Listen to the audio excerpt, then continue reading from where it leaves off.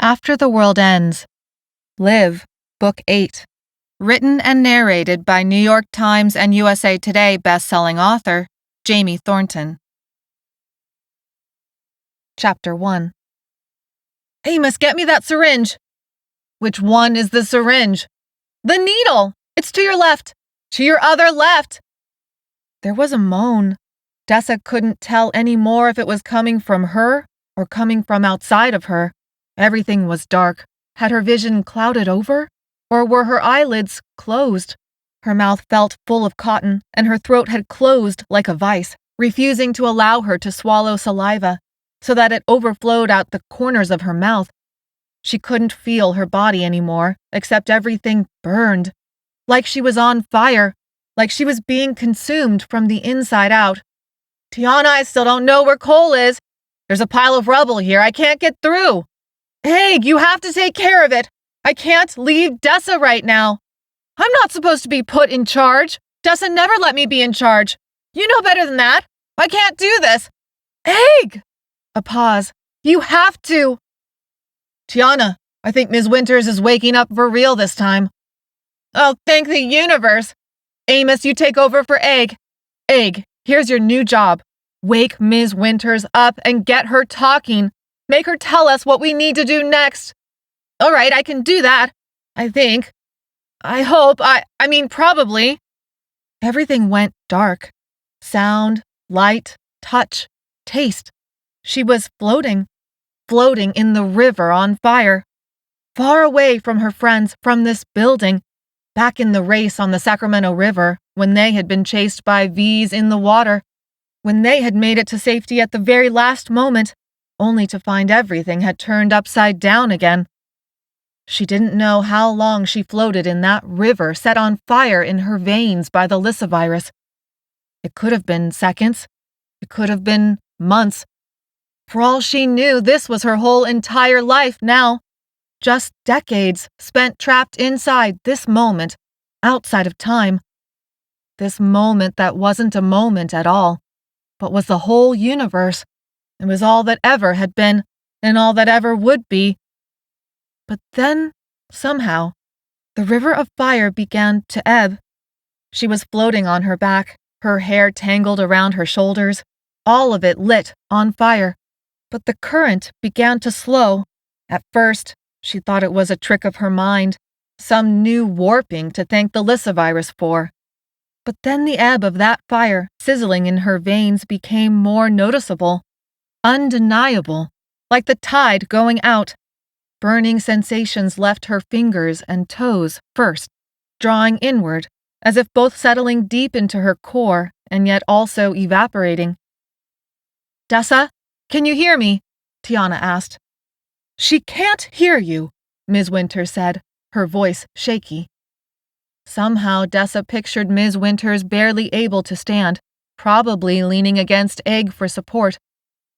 It was the first clear image Dessa had, since those golden drops of Lyssa-virus had touched her bloodstream through the IV line. Ms. Winters had decided Dessa and Cole needed to join Project Polis, so they had been infected with the Lyssa-virus against their will, just like most of the other kids. Ivan, her own brother, had never been bitten by a V. He had been scooped up by the military, but then Ms. Winters had taken him in, assuming he was an orphan now, and added him to her precious Project Polis. She had infected him on purpose in order to test whether her treatment, making people immune to the Lyssa-virus, actually worked. It had worked. Barely. And it was Dessa and Cole's turn to join the experiment, whether they wanted to or not. Otherwise, Coordinator Schofield threatened to dissect Dessa's own brother to obtain the data he needed. Because it was for the good of all humankind, or some crap like that. A small voice inside her took it as a good sign that she could think complete thoughts again, even if they were jumping around in her head like rabbits. It wasn't all burning and floating and being outside time and space while full of rage. So she guessed that was an improvement. When will we know? Amos. That was his deep voice, full of concern. He had told her he loved her. She remembered, the words blazing in her mind like a flame that had finally caught. How good his broad shoulders always looked under his shirt, how he kept his expression carefully neutral, even when he was upset, which told you just how upset he really was. The way he smiled when he told her, "Thanks, babe," when she got him a little something he'd been looking forward to. The way he looked out for her little brother and the other kids, for all of them. The way he liked to grow things instead of destroy them. All the drawings he'd made for her, as if by his own effort of will he could conjure up a better future for them someday, filled with plenty of food, clean water, sunflowers, and a hot cup of coffee. She felt him leave her side. A hollowness she hadn't known had been filled up suddenly emptied again. "Amos?"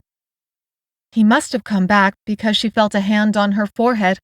It was cool and comforting, and she feared the rage would rise up and take it away. The rage that filled her body with its sizzling, furious need to destroy, to hurt, to make them pay.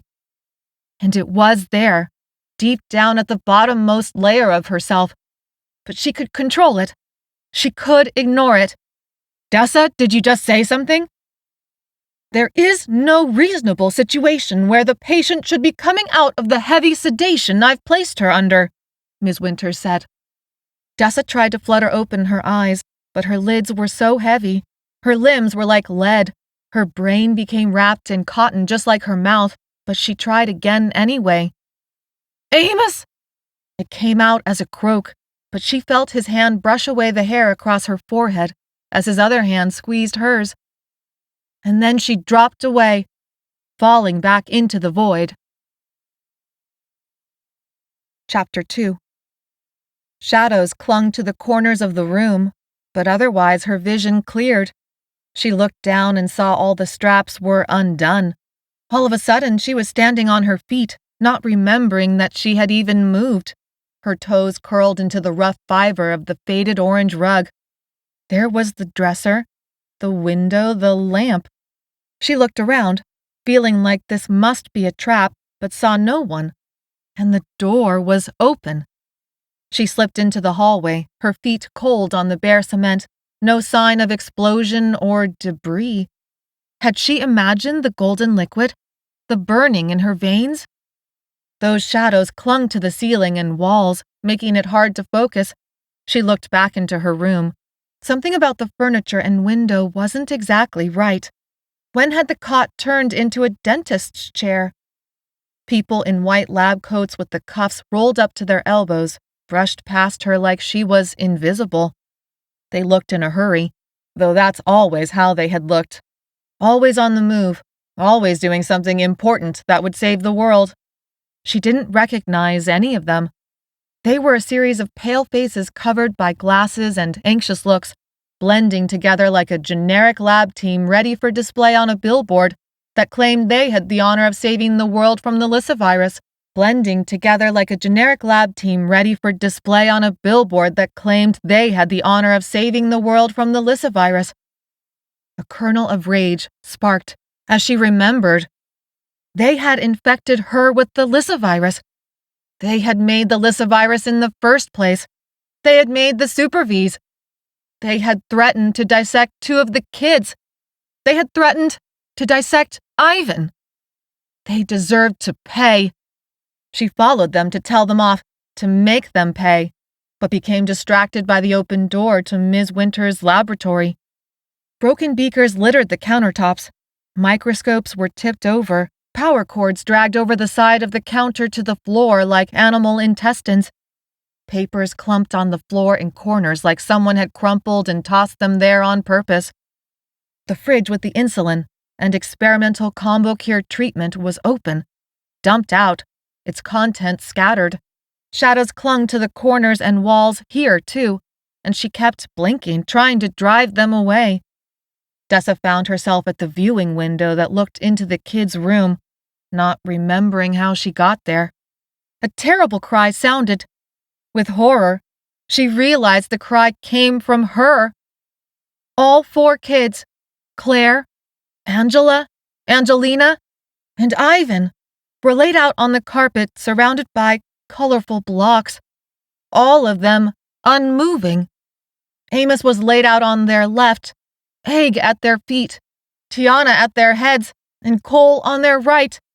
Terrible wounds displayed intestines and muscle and bone. The world turned black, and then sparks burst across her vision. She pounded on the window, screaming, "No! No! This couldn't be happening, not all of them, not like this. You couldn't take care of them." The voice cut through her own screams. Ms. Winters. Dessa spun around but took the image of the kids and her friends with her, like it was branded for all time on her brain. Ms. Winters stood bracing herself against the counter, next to a tipped-over microscope. Somehow her lab coat looked pristine and freshly pressed.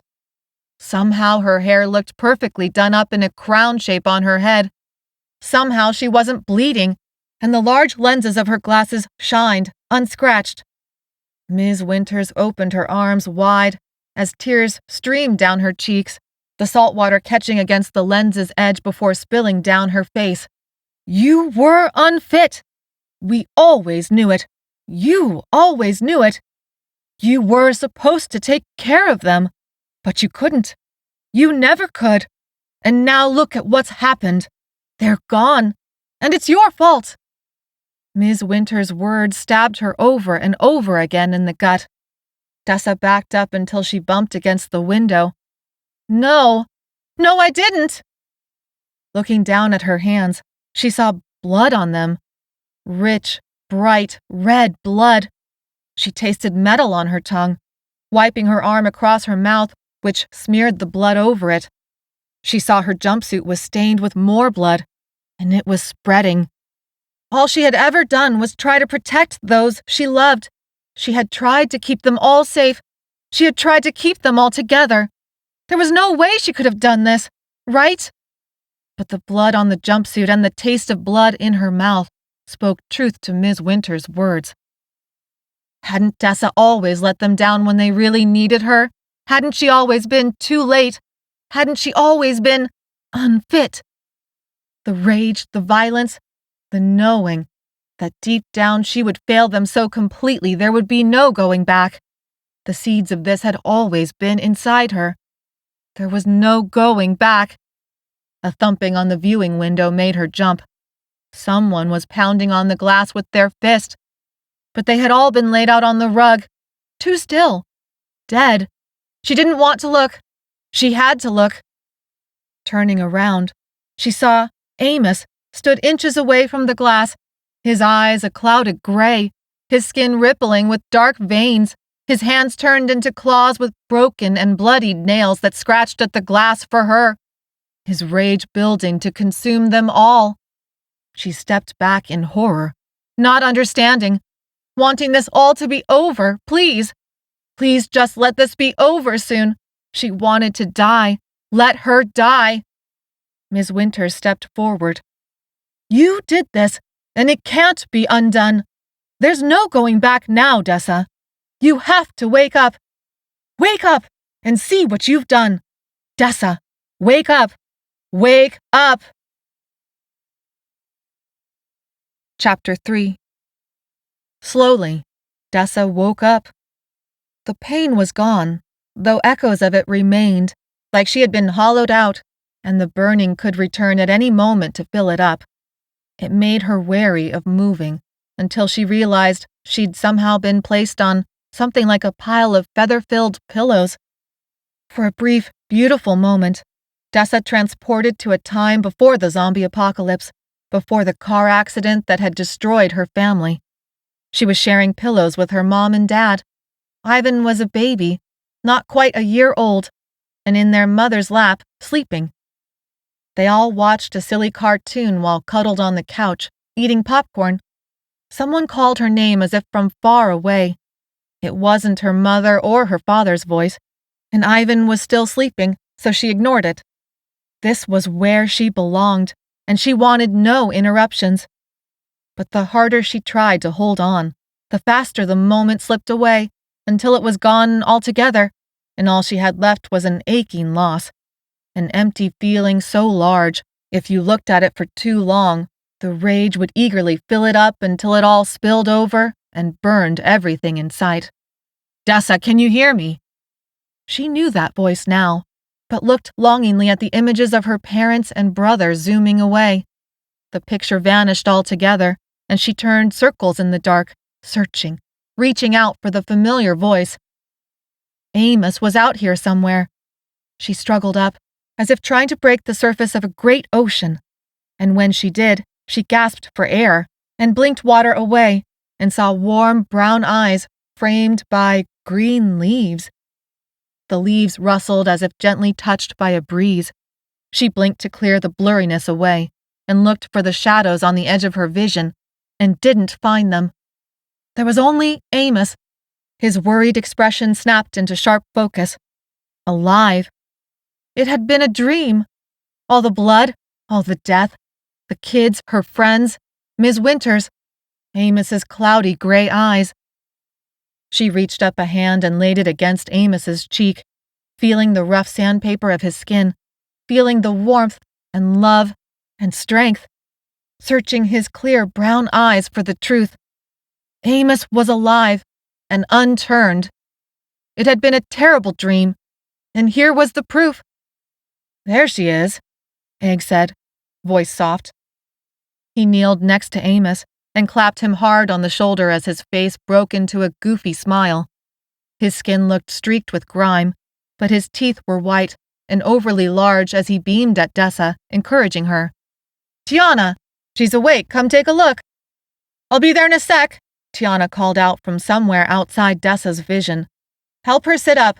Do it slowly, or I swear I will kick both of your asses. Try to get some water into her and see if the hydrophobia is still around. That'll tell us how far she's come along."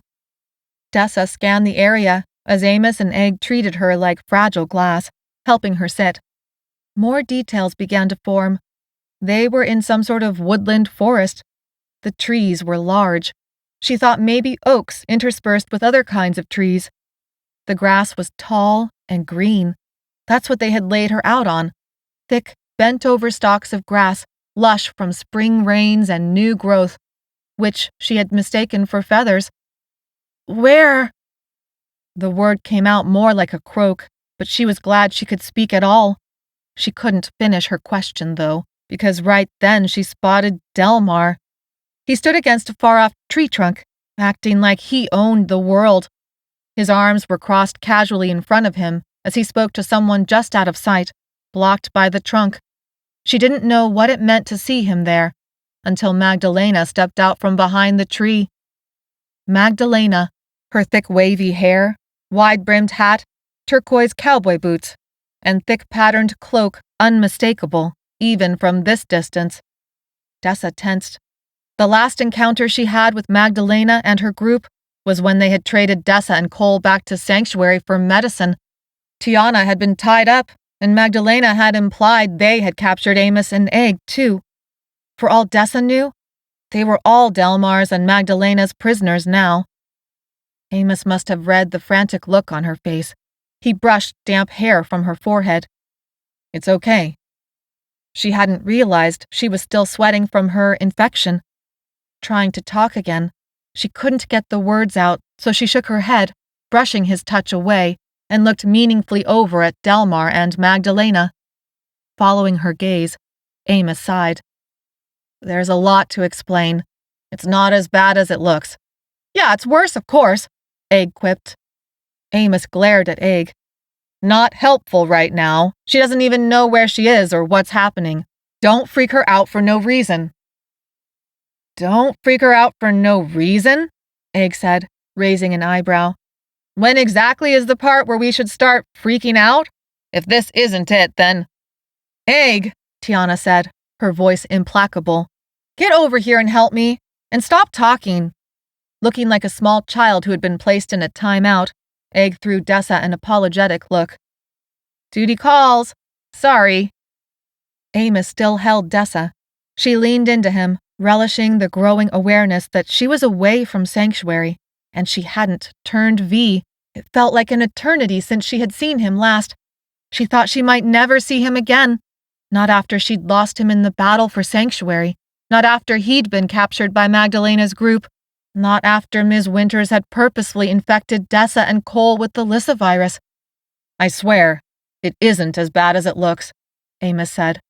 Don't listen to Egg. Try to drink some water. He took out a well-used plastic water bottle. She reached out a hand, but it shook too much. So he held the bottle and tipped a little water into her mouth. It was cool and refreshing and helped wake up more of her brain and body so that she could think again. Still, she stayed where she was, because thinking and asking questions would mean she had to move on from this moment with Amos, and she would rather it never ended. Did the water go down okay? Amos said, the question asked so carefully she almost missed the worry in it. Yeah, Dessa said, proud of herself for the word coming out reasonably clear. No croak, no clenched throat refusing to swallow. Relief washed over Amos's expression. Good. That's really good. He offered her more water, and she took it, but then she finally had enough and knew that they could only stall the inevitable for so long. Amos, what the hell happened? Several emotions crossed his face as he struggled to find the words that would make sense of things. Finally, he shook his head and looked at her with that stare that made her drown in the depths of him. A lot. A whole hell of a lot has happened. Chapter 4. Dessa and Amos sat side by side, leaning against the trunk of a large oak tree that shaded them from late morning light. He held her close. She soaked up his warmth and strength. Tiana and Egg sat knee to knee with them, forming an almost complete circle. But there was a gap. Where's Cole and the kids? Dessa asked, slowly, her mind still fuzzy and her throat sore. Tiana's face crumpled. Egg pulled Tiana in for a side hug and looked over her head at Dessa. We couldn't find them. Dessa's stomach sank as she remembered the rubble. The kids were in another room, and Cole was in the room right next to me. We saw a room filled with toys and beds across from where we found you, Tiana said, her dark hair framing her face in tangles. But it was empty, like they had all evacuated, but we didn't know where they went. Dessa told herself the kids were alive. Cole, too. They had to be. Her dream was just that, a dream. Ivan was safe inside Sanctuary somewhere, and she had to find her little brother and the other kids before Coordinator Schofield got his post-mortem examinations. We couldn't get through, Amos said. We're lucky we got you out. Cole is tough, Egg said quickly, and way too good-looking. He's still alive. I bet he's with the kids. It's not like Delmar destroyed that much of the building with his rocket launcher. It took long seconds for Egg's words to register through her brain fog. Dessa looked up at Amos to confirm because she wasn't sure if Egg was joking or not. His what? I don't know if it was an actual rocket launcher, Amos said. But Delmar and the other combo cured found someone's basement bunker with a whole bunch of weapons. Guns, grenades. Yeah, maybe a rocket launcher too.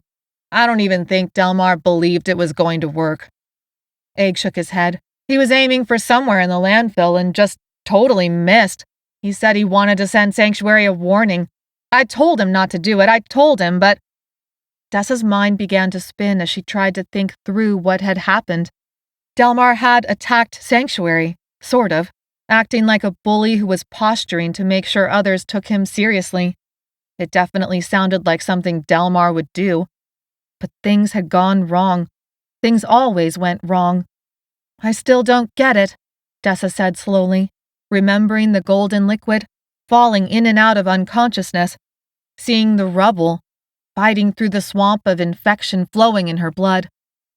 What happened? How did you get me out? Why? Tiana stared at her hands.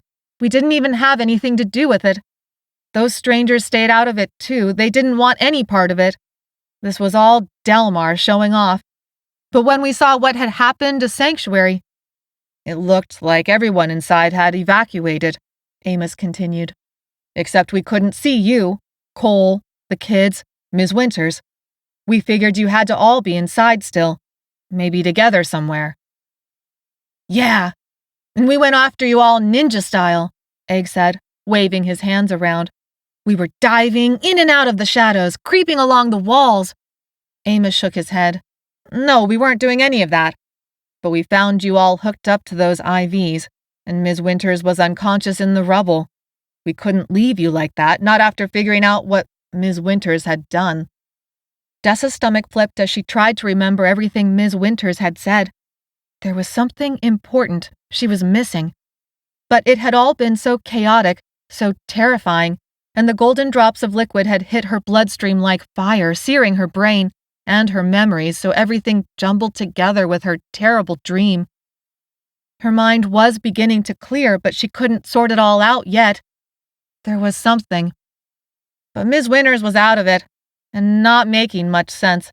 Egg stared at his scuffed-up shoes and rubbed at one toe, as if somehow he could make it shine again. She was yelling about how we couldn't take you away. Tiana figured out some of what she was saying. Enough to know they dumped a bunch of Lissa virus into you and stuff got interrupted. So Tiana saved the day with all her science nerd stuff, which was great because Ms. Winters went back out like a light, and we knew blue suits were coming and it was get you out right then. Or get caught, Tiana finished, anger in her eyes. And there's no way Sanctuary would believe we had nothing to do with Delmar's attack. But we should have tried digging through that rubble. We went in for all of you, for Cole and the kids, and we should have... Tiana, Amos said, squeezing onto Dessa like she was his lifeline. If we'd waited even 5 more seconds, they would have caught us. You saw how close it was. But I don't get it. Dessa scanned Delmar, Magdalena, Arturo, and everyone from both groups spread out among the trees. I thought they had you all kidnapped and tied up. We were at first, Egg said, tossing a glance over his shoulder at Magdalena. I mean, we were basically strangers to them, so for all they knew, we were coming to kill them. But Delmar worked something out. Tiana rolled her eyes. Sure, it was all Delmar.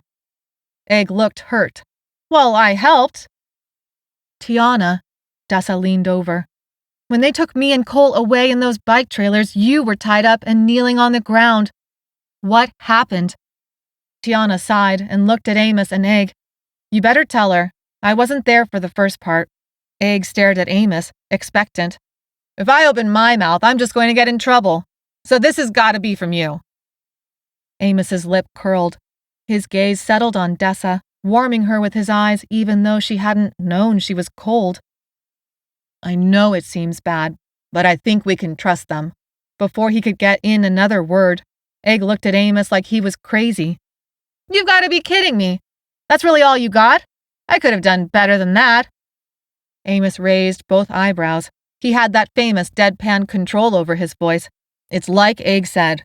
I don't know exactly how to explain it for it to make sense, but if we'd been them, we would have done the exact same thing to us.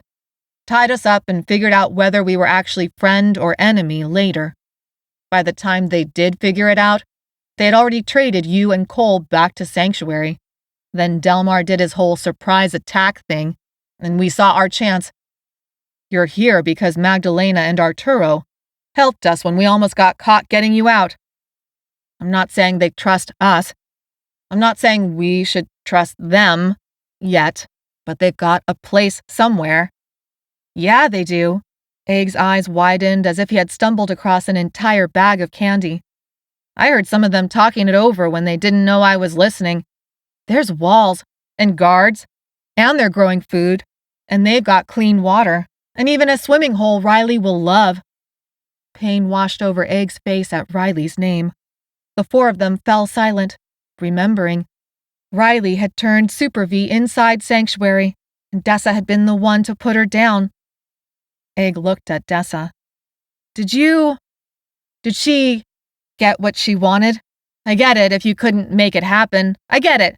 But when we went after you, Cole, and the kids, I thought maybe she was still there, forgotten, and I didn't want that. Dessa reached out and squeezed his hand. I made sure. Egg and Riley had been flirting and slowly warming up to each other, even through Riley's blockheadedness when it came to people with the combo cure. They helped me put her in the incinerator like she wanted. Egg closed his eyes and nodded. Cool.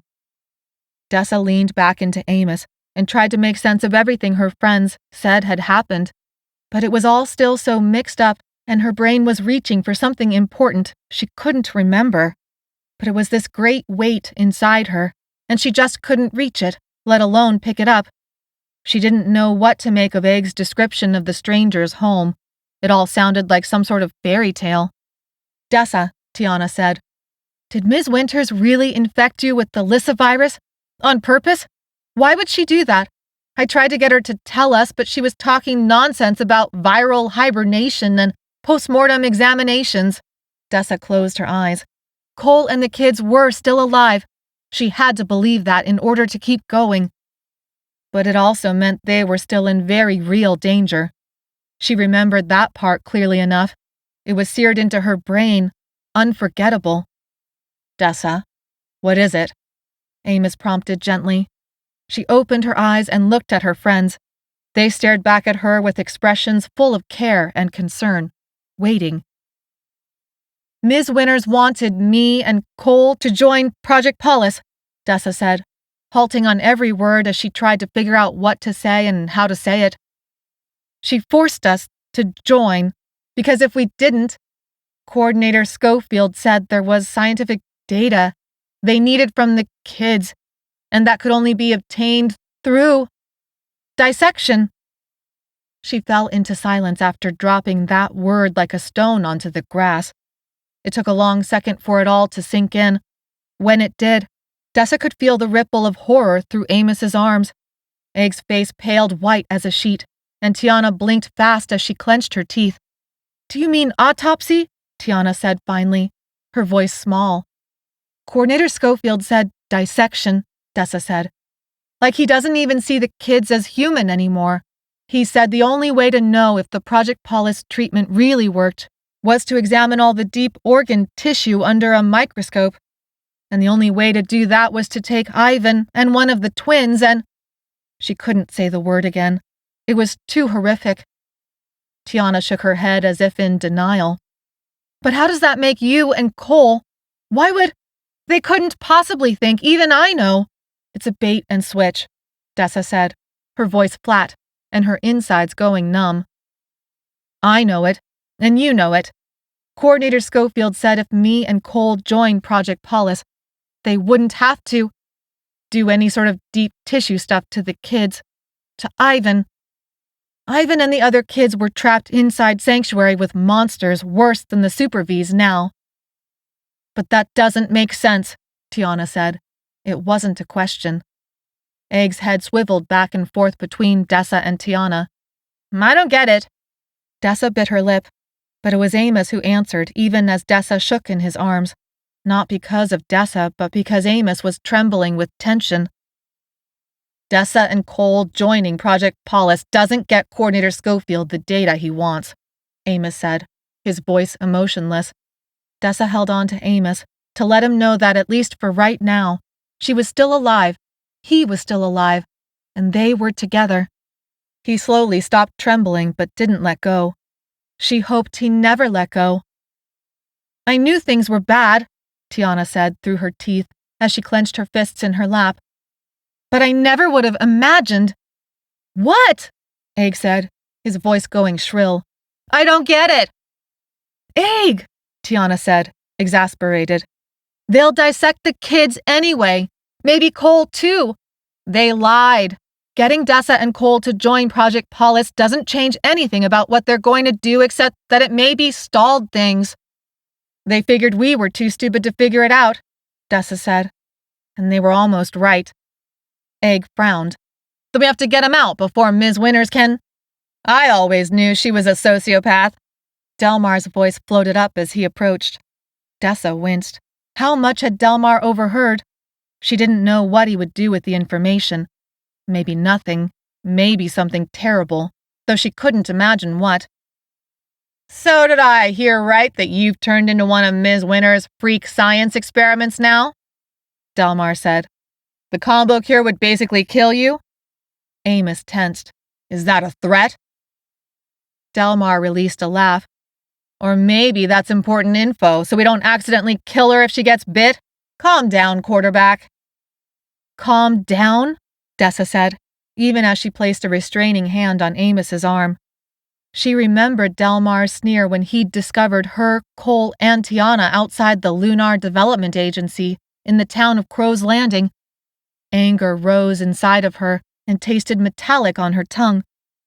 You told Magdalena and Arturo to shut us up. You told them. I told them not to trade you, Delmar said, his face haughty. Remember that part? I remember when you said they should gag us, Tiana said hotly. Yeah, and why do you think that was? Delmar responded, looking bored. I had everything set up just the way it needed to be. They loaded you and Cole on those bike trailers, didn't they? You know what they were going to do? Drop you off in the middle of the forest because they didn't want anything to do with uninfected people. But I knew that's what they were going to do. And I had people waiting to grab you up. Except Dessa here offers to steal them the medicine they want. And now you and Cole are basically lab rats. And oh yeah, where's Cole again?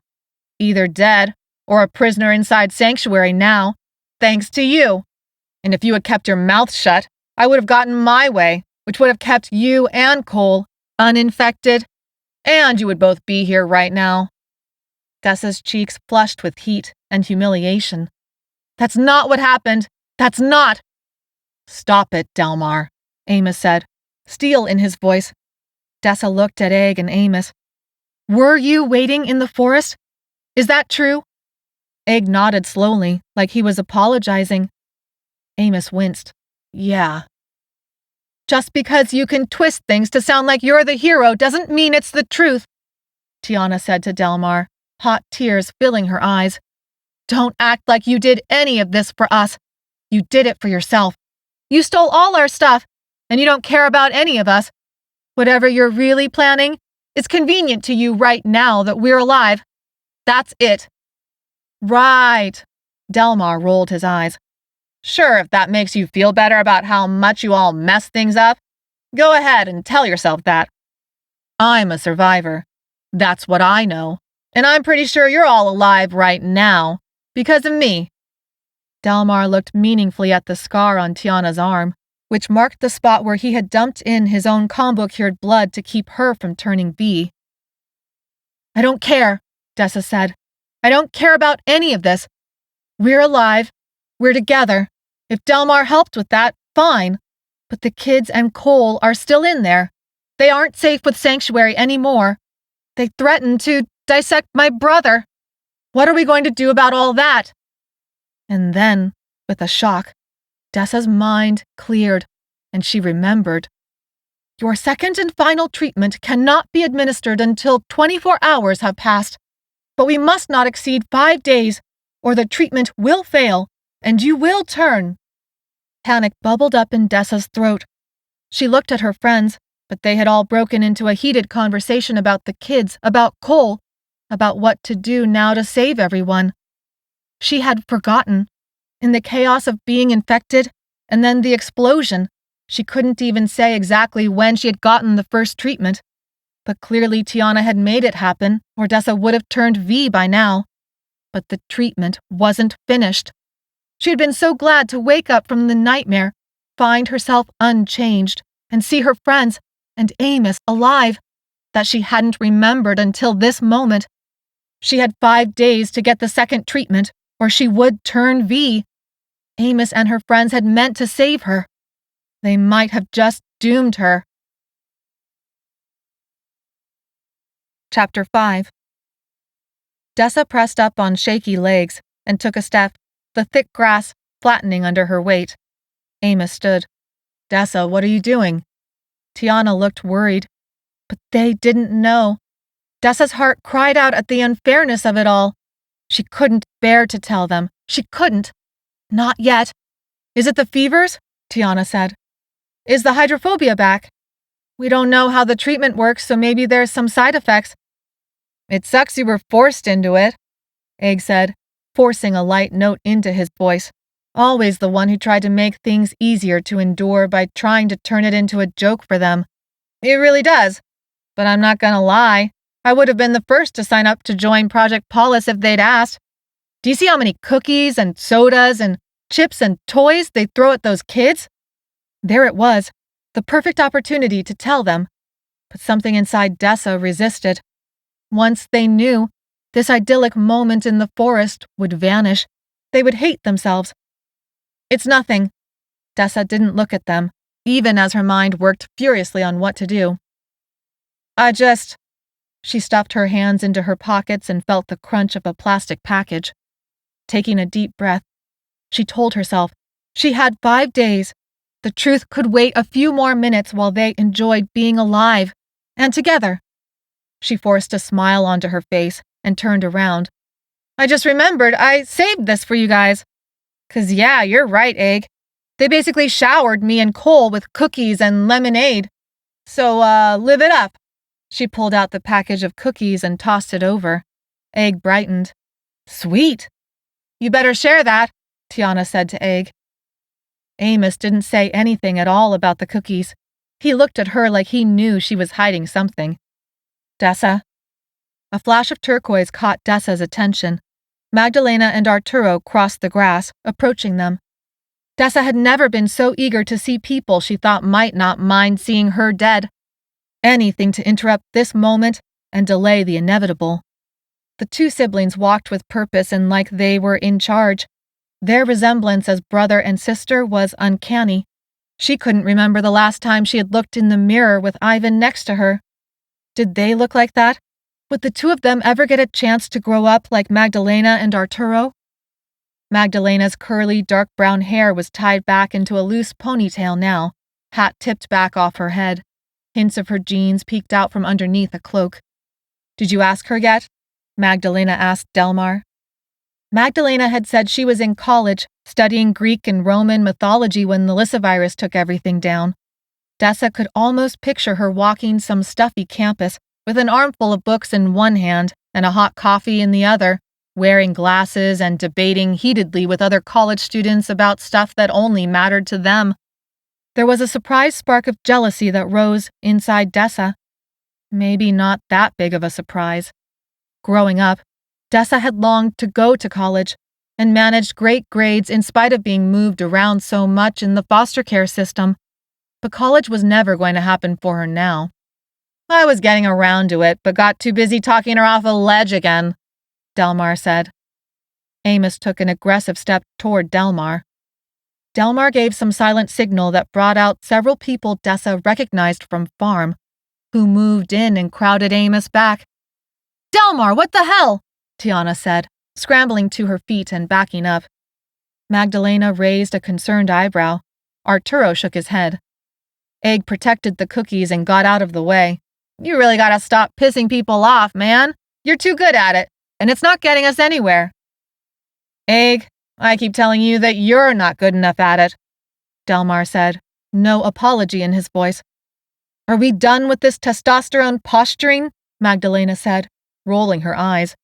She looked at her brother and tilted her head as if to say, how childish is this going to get? Arturo grunted like she had said something funny. He was still dressed the way Dessa remembered. Most of his group wore the same mixture of jeans paired with blanket ponchos, wide-brimmed hats, and cowboy boots. Many wore machetes or other blades strapped across the chest or belted at the waist. Though they looked like they had come from all over the world, they belonged to each other now. We do not like the way you run things, Delmar, Arturo said, taking care not to put any heat into his voice. We're not willing to fight a war with anyone. We're here only because... You need more insulin for those diabetics back home? Delmar finished, almost smug. It took everything in Dessa not to want to smack the look off Delmar's face. She had to admit, she was more than a little impressed when not even a hint of emotion rippled through Magdalena, who dropped a neutral mask over her expression like she was listening to a boring college lecture. Maybe we don't. Maybe we have enough for now thanks to... Magdalena's gaze skirted over to Dessa, and the mask fell away for an instant, revealing an expression stricken with guilt, before the mask returned. Dessa and Cole had stolen insulin from Sanctuary for them, but it hadn't been enough, so these strangers had traded them back to Sanctuary for even more. The only reason that had worked out at all was because Sanctuary wanted uninfected people. Dessa drew in a sharp breath. realizing Sanctuary must want more uninfected people for Project Paulus test subjects. No one else had volunteered, so the scientists had forced Dessa and Cole to get the treatment. Dessa shivered, wondering exactly what was so risky about the Project Paulus treatment. Weren't the kids proof it had worked? Why were the scientists and other Sanctuary staff so resistant to testing it on themselves? No, Magdalena, it is not enough, Arturo said. Delmar's words seemed to cut through him like a knife. We need more. So we look somewhere else, Magdalena replied, but without much conviction. We know there is more here, Arturo said, emphasizing the last word with his hand. We have looked somewhere else and found nothing. Whoever it was they were trying to save back home, both Magdalena and Arturo clearly cared for them deeply. That made the siblings dangerous in their own way, a different kind of dangerous than Delmar. Dessa was capable of anything to protect those she loved, and so were Magdalena and Arturo. Like Amos had said, if that put them on the same side as each other, then Dessa could see them becoming powerful allies. But if she got in their way, they would be enemies instead. She knows that whole place inside out, and she knows one of the secret ways into Sanctuary. Delmar jerked a finger at Dessa. Tiana told us you were in that camera room. You saw those blue suits leave Sanctuary through another entrance and out into the landfill somewhere. They came up from underground and murdered everyone right on Sanctuary's doorstep. We saw that part from outside the fences. It was kind of hard to miss. We want to know where that entrance is, Arturo said, smoothing back long hair that looked messy from sleep. Why? Dessa said, a sinking feeling in her stomach. You know why, Delmar said. You want Sanctuary's supplies, Dessa said. It wasn't a question. Fences would be nice, too, Delmar said. You know, to keep out the riffraff. He actually laughed at his own joke. Magdalena sighed, as if disturbed to realize the kind of idiot she was working with. Tiana spoke up, but kept her head down. Dessa, I told them I didn't see what was on the cameras, but you did. It all clicked. Magdalena's group had helped Dessa's friends at the fence because of the knowledge everyone assumed Dessa had. Tiana had seen this entrance on the cameras herself. Dessa had been right by her side as they'd tracked the blue suits across 2 screens until the bloodbath at Sanctuary's front entrance. This was Tiana's way of making Dessa valuable, even though Dessa didn't have the combo cure. It's all right, Dessa said. You were smart to tell them. Tiana looked up, giving her a half smile. So where is it? Magdalena said. All eyes turned on Dessa, and she shrunk under their scrutiny. She was pretty sure, based on the kind of trash displayed on the monitor, that she could find the secret entrance inside the landfill. But could she tell them that?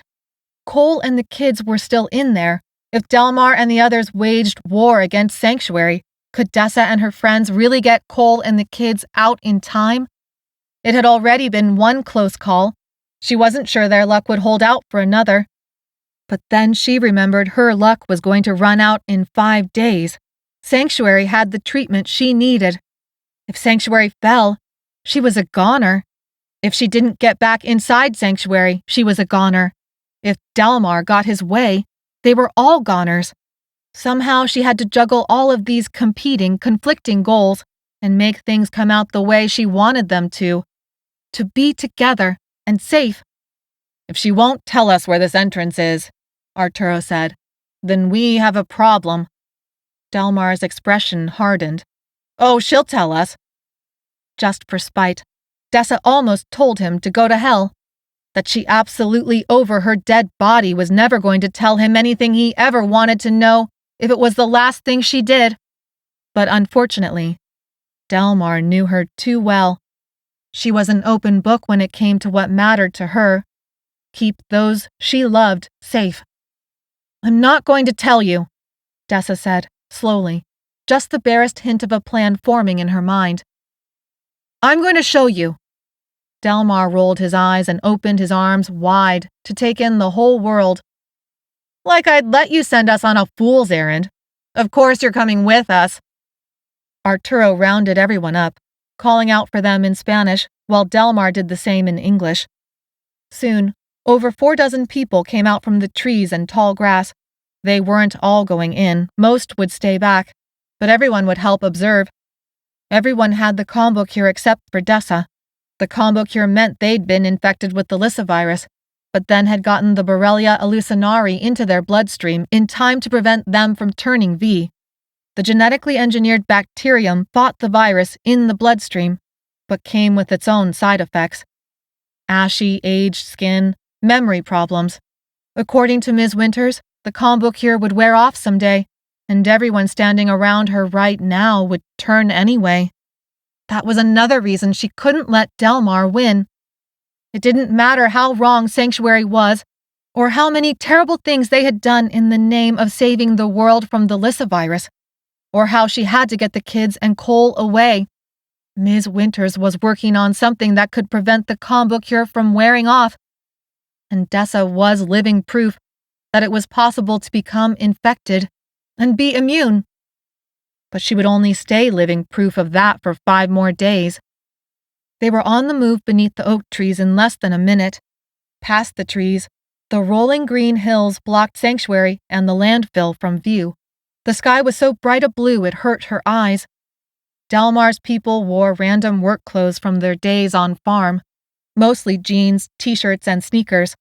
Magdalena and Arturo's group was easy to differentiate by their basic uniform of ponchos, jeans, and cowboy boots. A number of people, including their grandfather, were missing along with some of the bicycles. It seemed they had sent Fernando and a few others back home with the insulin already obtained. "Are you really going to show them?" Amos said, his voice barely above a whisper. He held her hand like she might stumble and fall, and he was determined to catch her. She shook her head, not answering. He thankfully didn't push. They walked side by side, some leaves from the previous fall crunching under their shoes. Mostly it was quiet, the grass softening all sounds. A few birds chattered. Sunlight fell in a dappled pattern through the trees, making the grass glow. It was perfect, a beautiful spring day. All she wanted was to lie on her back in the grass with Amos and look at the clouds. They left the trees and crossed the first hill. Sanctuary would come into view soon. Amos had told her he loved her, and she hadn't said anything. Sure, she was feeling the effects of the Lissa virus at the time, but she had left him hanging. She didn't know what would happen next, or if she'd ever get this chance again. She opened her mouth to tell him, but that's when Delmar shattered the moment. "Oh shit! Sanctuary's brought reinforcements." Chapter 6. The pulsing blades of a helicopter sounded like a strange heartbeat. Dessa felt that beat within her own chest, thumping strangely. A few seconds later, the helicopter's shiny black body flew into view, a dark insect against the blue sky that grew in size. Finally, it landed on the gravel outside Sanctuary's main entrance. Dessa had to blink to keep her vision clear of the blurriness that had crept in again. Military-looking trucks rumbled through the open gates and braked to a stop near the guard shack. They disgorged people dressed in what looked, even from this distance at the tree line, like the khaki jumpsuits and eggshell blue uniforms that support and security wore. Sanctuary bustled with more people, more vehicles, more weapons, more lights than she had ever seen, even before the mutiny. Counting just what was in view, it looked like Sanctuary had easily doubled its population. "I don't see any new scientists," Amos said, leaning so close to Dessa in the grass she could feel his heat, swore she could almost feel his heartbeat. "I'm only seeing security and support."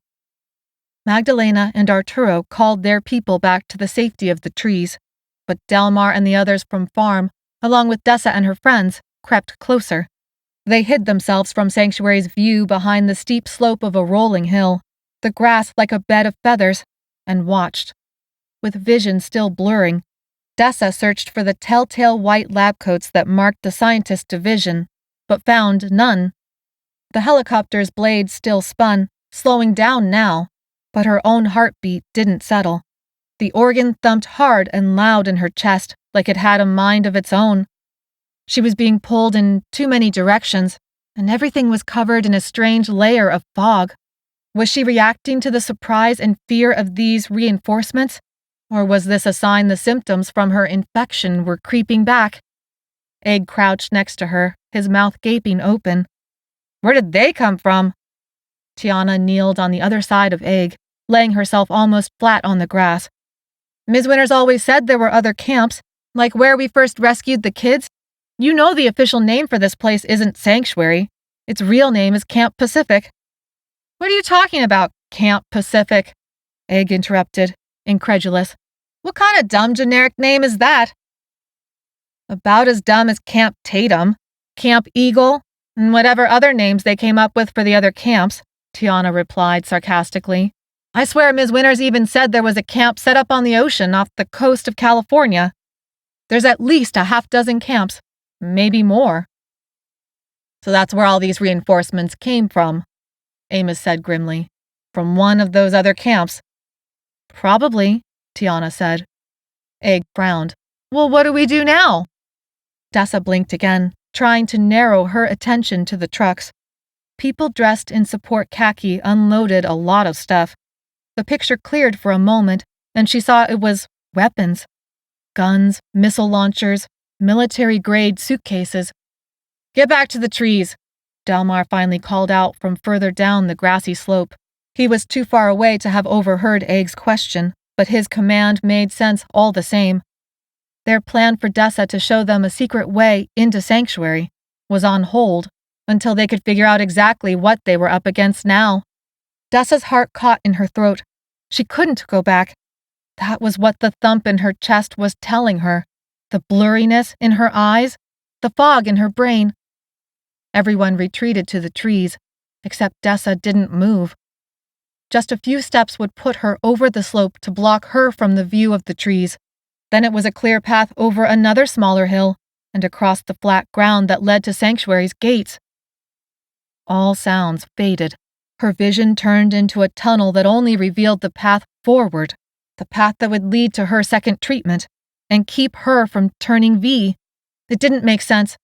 There was a part of her deep in the back of her head that told her to hold back, go back, join her friends.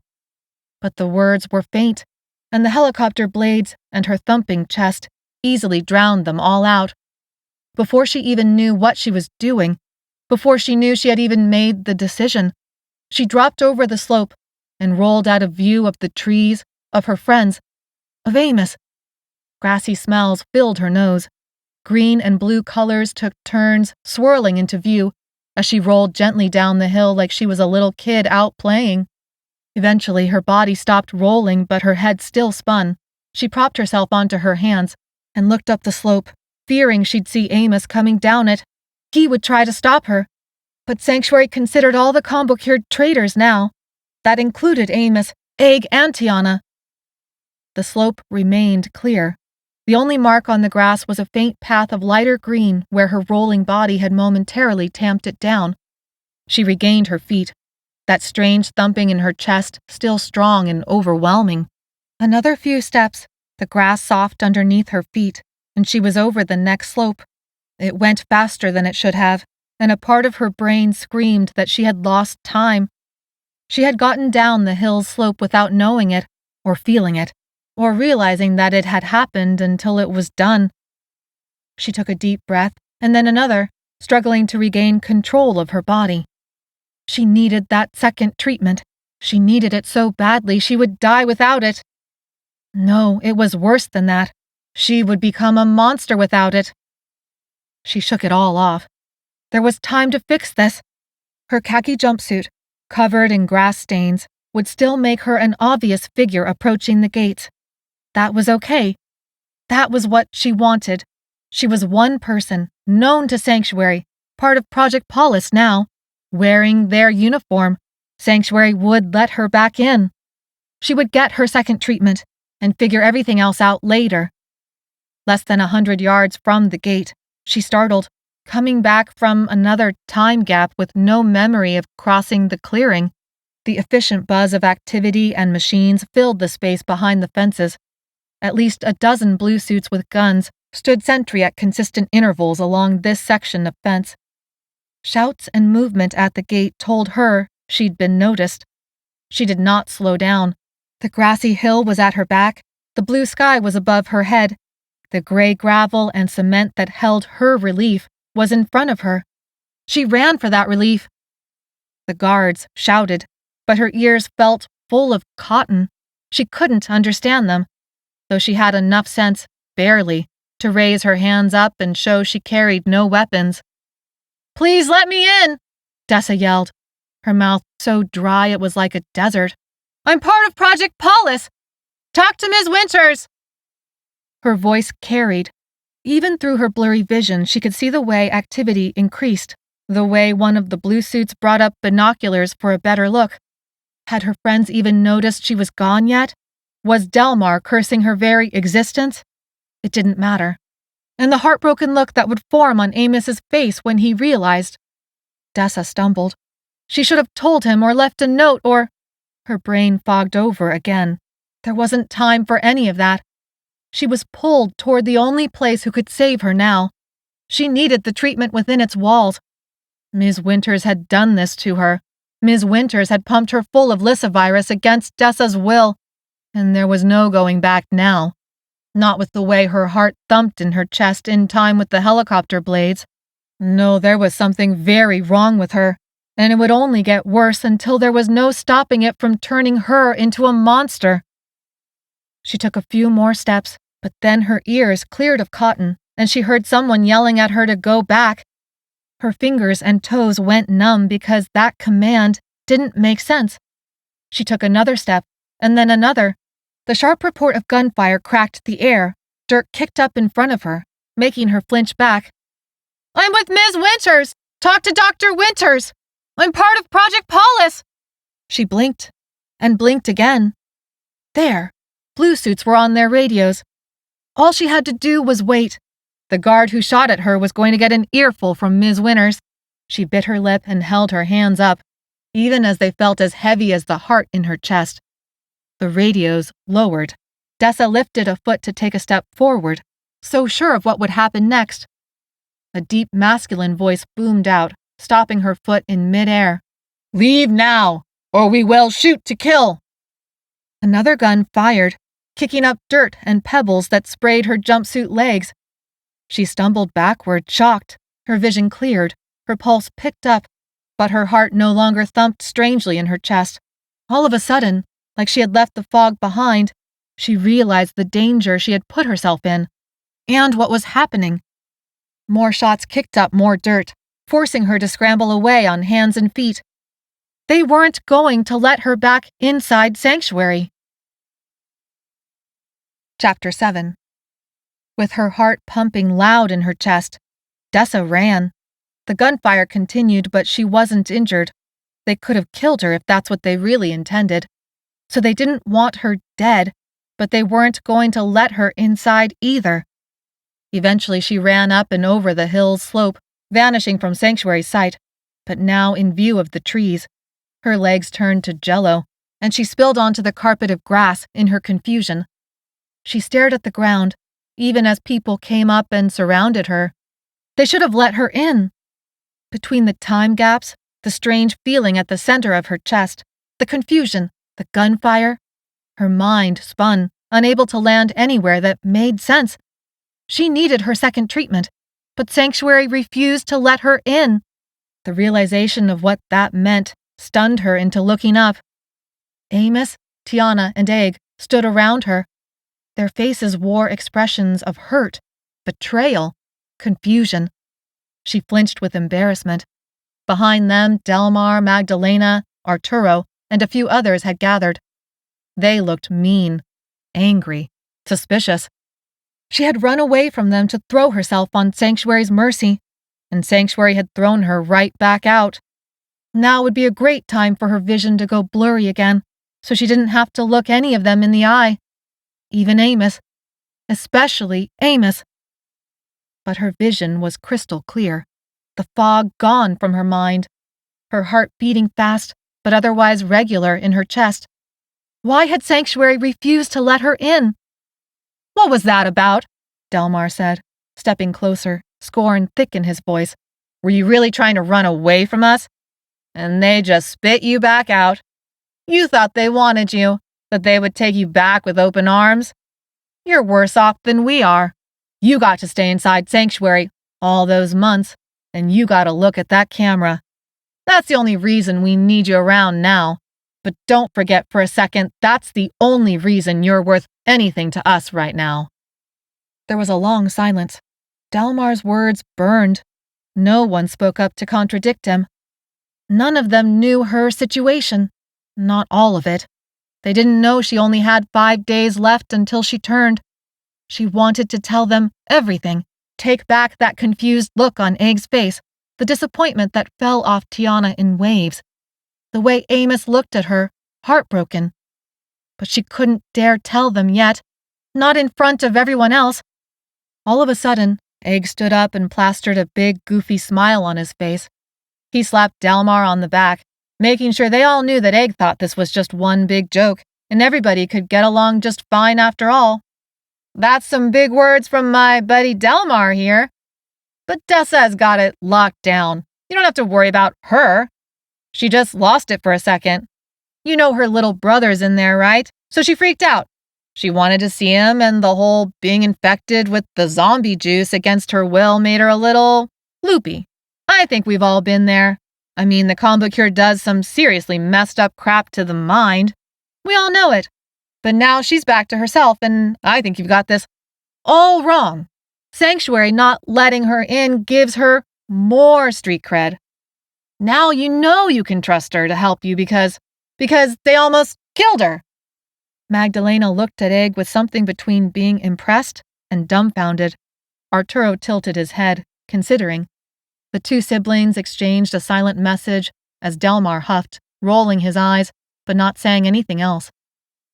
Others waited, looking to Magdalena and Arturo for their verdict. Dessa held her breath. Is that true? Magdalena said, squinting down at Dessa. There was something in the tone of her voice that made Dessa think Magdalena wanted to believe Egg, to believe her. Dessa opened and closed her mouth. They needed to get inside Sanctuary. Dessa still needed to get inside Sanctuary too. If that meant aligning with Magdalena and Arturo, then that's the way she would have to do it. Her eyes skated over Delmar and then away. Delmar was going to be a problem. She didn't know what to do about him yet. Well, Arturo said, impatient. The heat rose in Dessa's cheeks again. She avoided looking at Amos, seizing on the only thing she could think of worth something to them. Dessa said, Yeah, for sure. I went loopy just like Egg said. My brother, he's little, barely 7 years old, and I just lost it. I'll get you in there. I know a way through the fences, and I know exactly where that secret entrance is inside the landfill. And it's not just insulin in there. They've got an entire machine that makes it, and it's not even that big. She extended her hands like she carried a small moving box. You take that, and you won't need to scavenge for insulin anymore. You could just make your own. That got raised eyebrows from both Magdalena and Arturo. Others mumbled to each other. Dessa didn't know if that meant whether they believed her or not. What mattered was what Magdalena and Arturo thought. They spoke quietly together in Spanish for a long minute. Dessa tried to read what they were going to do by their postures, their attitudes. Arturo kept shaking his head in the negative. But Magdalena bit her lip, somehow channeling both college geek and cowgirl at the same time. In amongst the Spanish, Dessa was pretty sure she had caught 2 names. Romero, Rosa. They said these names with special care. It reminded Dessa of the way she spoke Ivan's name. Love wrapped in fear, wrapped in being willing to move the entire world for him. Finally, Arturo sighed. Magdalena turned, squinting at Dessa like she needed glasses. We want that insulin machine, so get us in. Chapter 8. They were all still staring at her, as if expecting Dessa to get them inside right then. Okay then, Dessa said. Let's, go. Arturo called for his people to head into the trees. He looked meaningfully at Magdalena. If we're going to make this work, she better know what she's doing. Magdalena snorted. No kidding. She said something in Spanish that sounded sarcastic. Dessa knew it must be bad when Amos, who knew Spanish, winced. As the others headed back into the forest, she asked, What did Magdalena say? Amos shook his head. You don't want to know. Delmar basically gave her the look of death, but told his people to head into the trees to regroup. There was something so cocky about the way he walked. It didn't make sense in the face of Sanctuary's surprise reinforcements. Even if Dessa did get them all inside the fences, the calm would only last for so long. It was like there was something he and the rest of the Kalmbuk from farm knew that they didn't. Then it was her, Amos, Tiana, and Egg. Just like old times, except she had literally abandoned them about 5 minutes ago to escape back into Sanctuary. She had some explaining to do. They helped her up off the grass. Tiana was tight-lipped, walking ahead of them. Egg and Amos were on either side of her, trying to act like nothing was wrong, Amos failing miserably. Just before they reached the trees, Tiana spun around. With eyes flashing, she said, What were you thinking? Is it really like Egg said? We just finished risking our lives to get you out of there, and then you run back without any warning?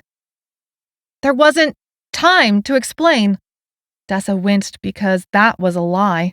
There had been time, but she hadn't wanted to tell them and ruin everything even more than it already was. They thought they had rescued her. It would destroy them to know they had done the opposite. There was time. Tiana waved her hands at Dessa in frustration. Is this about Cole and the kids? We would have gotten them all out too if we could have. You know we would have. Why did you think you could go off alone like that? When has that ever worked? They entered the trees and were almost back to the place where Dessa had woken up. Egg walked a few steps from Dessa as if radioactive material had contaminated her. Amos stayed close by, but he didn't grab her hand, and he still wore that heartbroken look. Tiana walked backwards through the trees, shooting daggers at Dessa. But then something changed.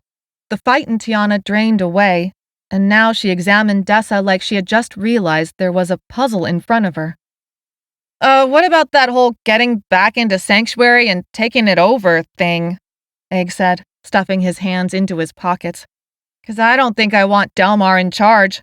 I know we're friends and all, but I gotta agree that he's not a good person.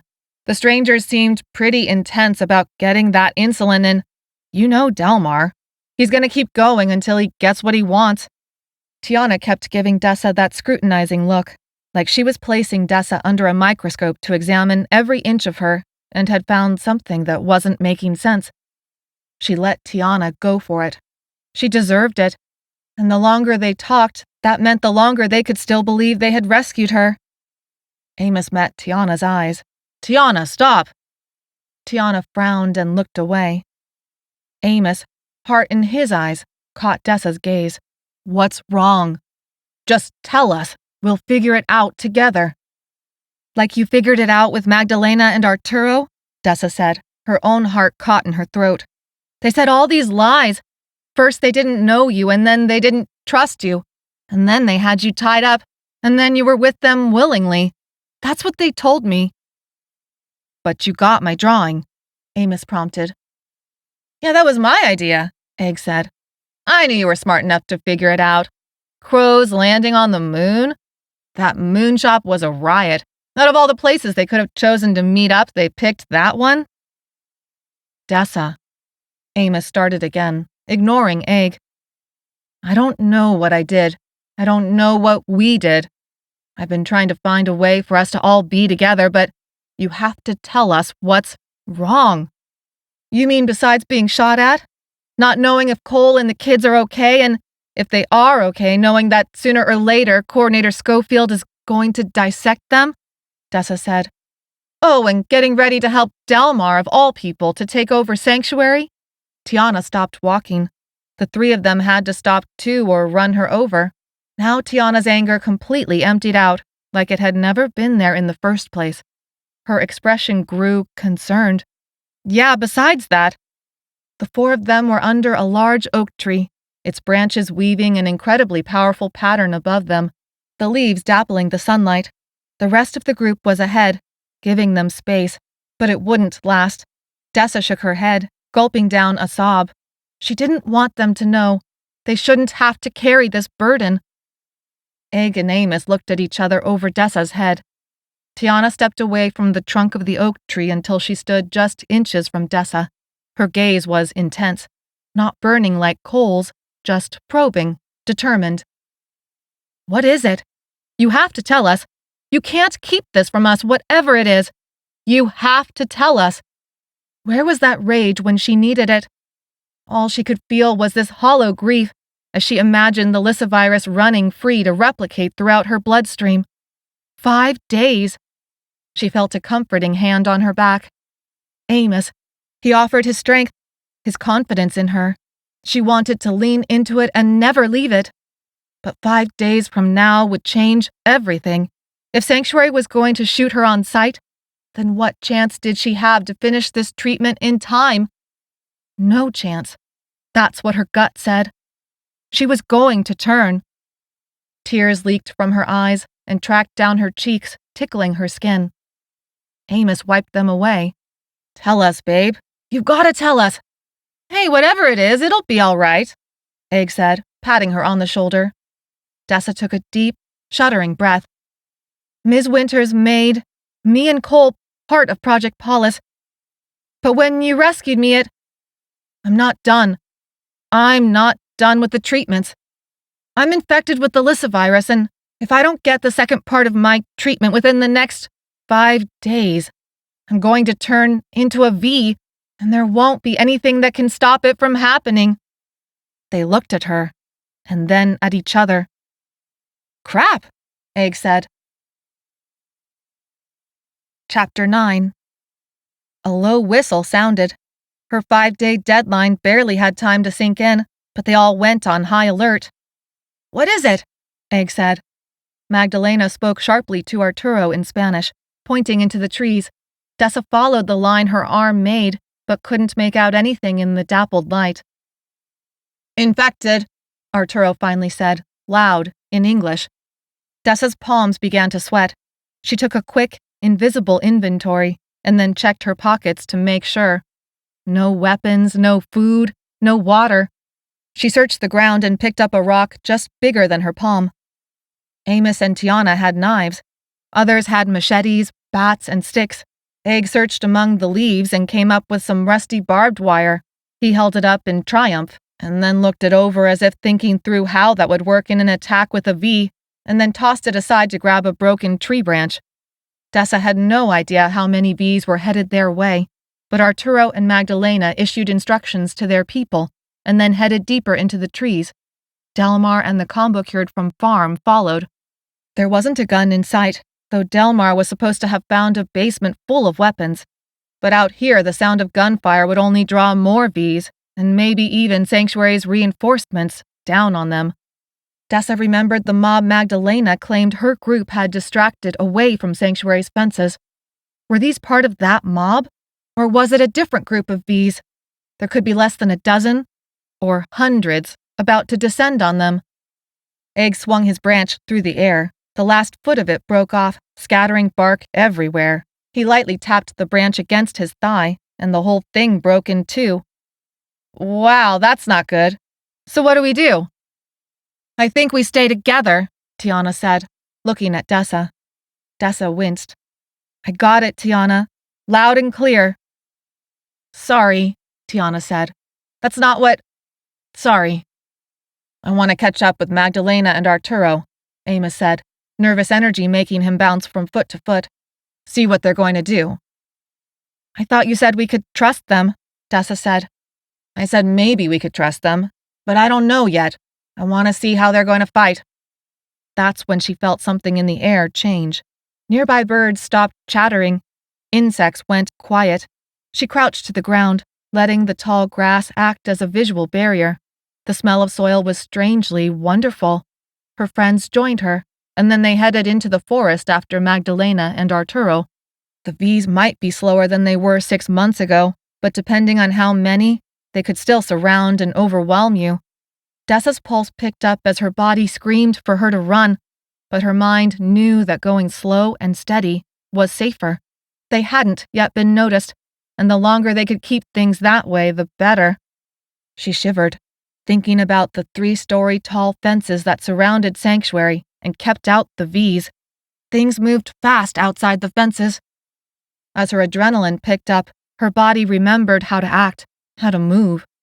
She told herself to slow down and focus so that she wouldn't get tunnel vision. The rest of the group had pulled ahead. That was okay. They could make up the distance. She increased her pace, but that's when a low moan came from their left. Out of the tall grass rose a V. His clothes were basically rags hanging off the body, so gaunt, every rib showed. His arms were more like sticks with skin covering them. The skin looked cracked and dried out, like the hair had been rubbed off, and the dark veins mixed with the dirt caked on him. More V's stumbled into view from the grass ahead. Then more came from the other side. The V's had just cut them off from the rest of the group. A low roar emanated from the chest of each V in a domino effect, as first one and then another seemed to switch on in the presence of fresh meat. Dessa's throat closed up even as she wanted to scream, but she dare not scream. She told herself that she had survived plenty of situations like this. Okay, maybe not exactly like this. She hadn't been out in the forest with V's and no real weapons before.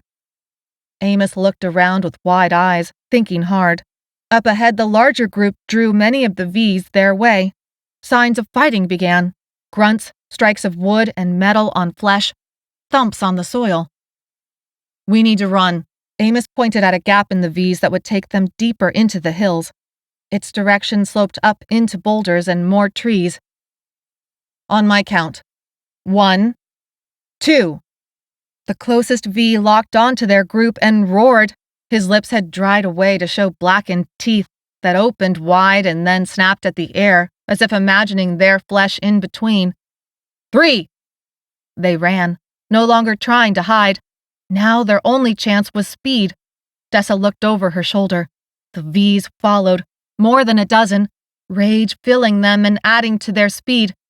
But they were a lot slower. If this chase had happened 6 months ago, they'd already be dead. Now all Dessa and her friends needed was to not trip or fall. Amos let go of her hand to leap over a log. She followed his example, putting her palms down on the bark to pivot over it. The rock in her palm dropped away, but there was no time to pick it up.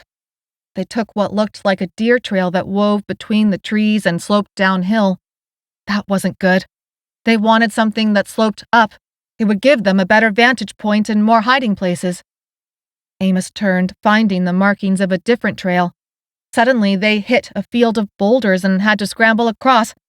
Egg's long legs were an advantage here, as he took huge steps from one rock to the other, lifting Tiana across the gaps. Dessa scrambled on all fours as Amos watched their backs. Bushes growing between the boulders grabbed at her jumpsuit and scratched her skin. The air in her lungs burned.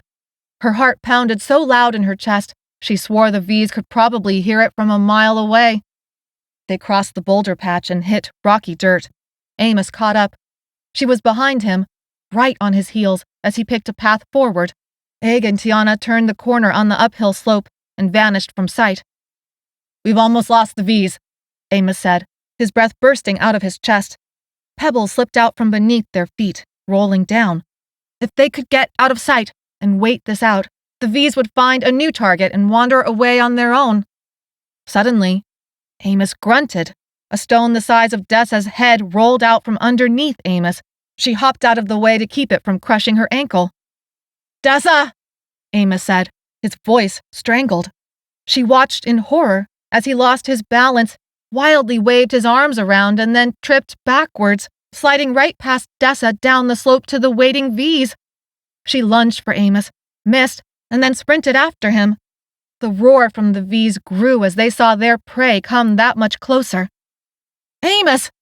She had to get to him and drag him off the trail and hope the bushes would hide them.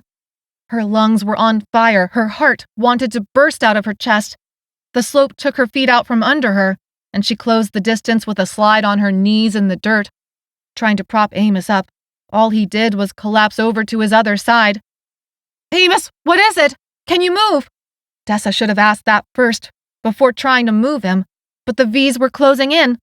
At least a dozen of them scrambled across the boulder field. Egg and Tiana were gone and didn't even know this was happening. Amos's eyes were open, but rolling around, unable to focus.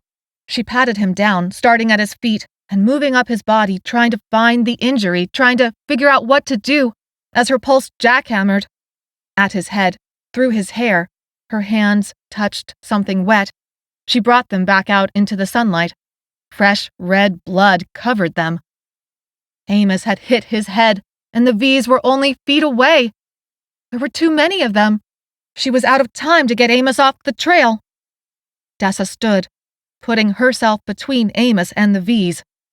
Off to her right, the bushes rustled. She flinched back. But instead of blackened teeth and the smell of rot, the bright flash of a machete blade came into view, slashing across Dessa's face. Chapter 10.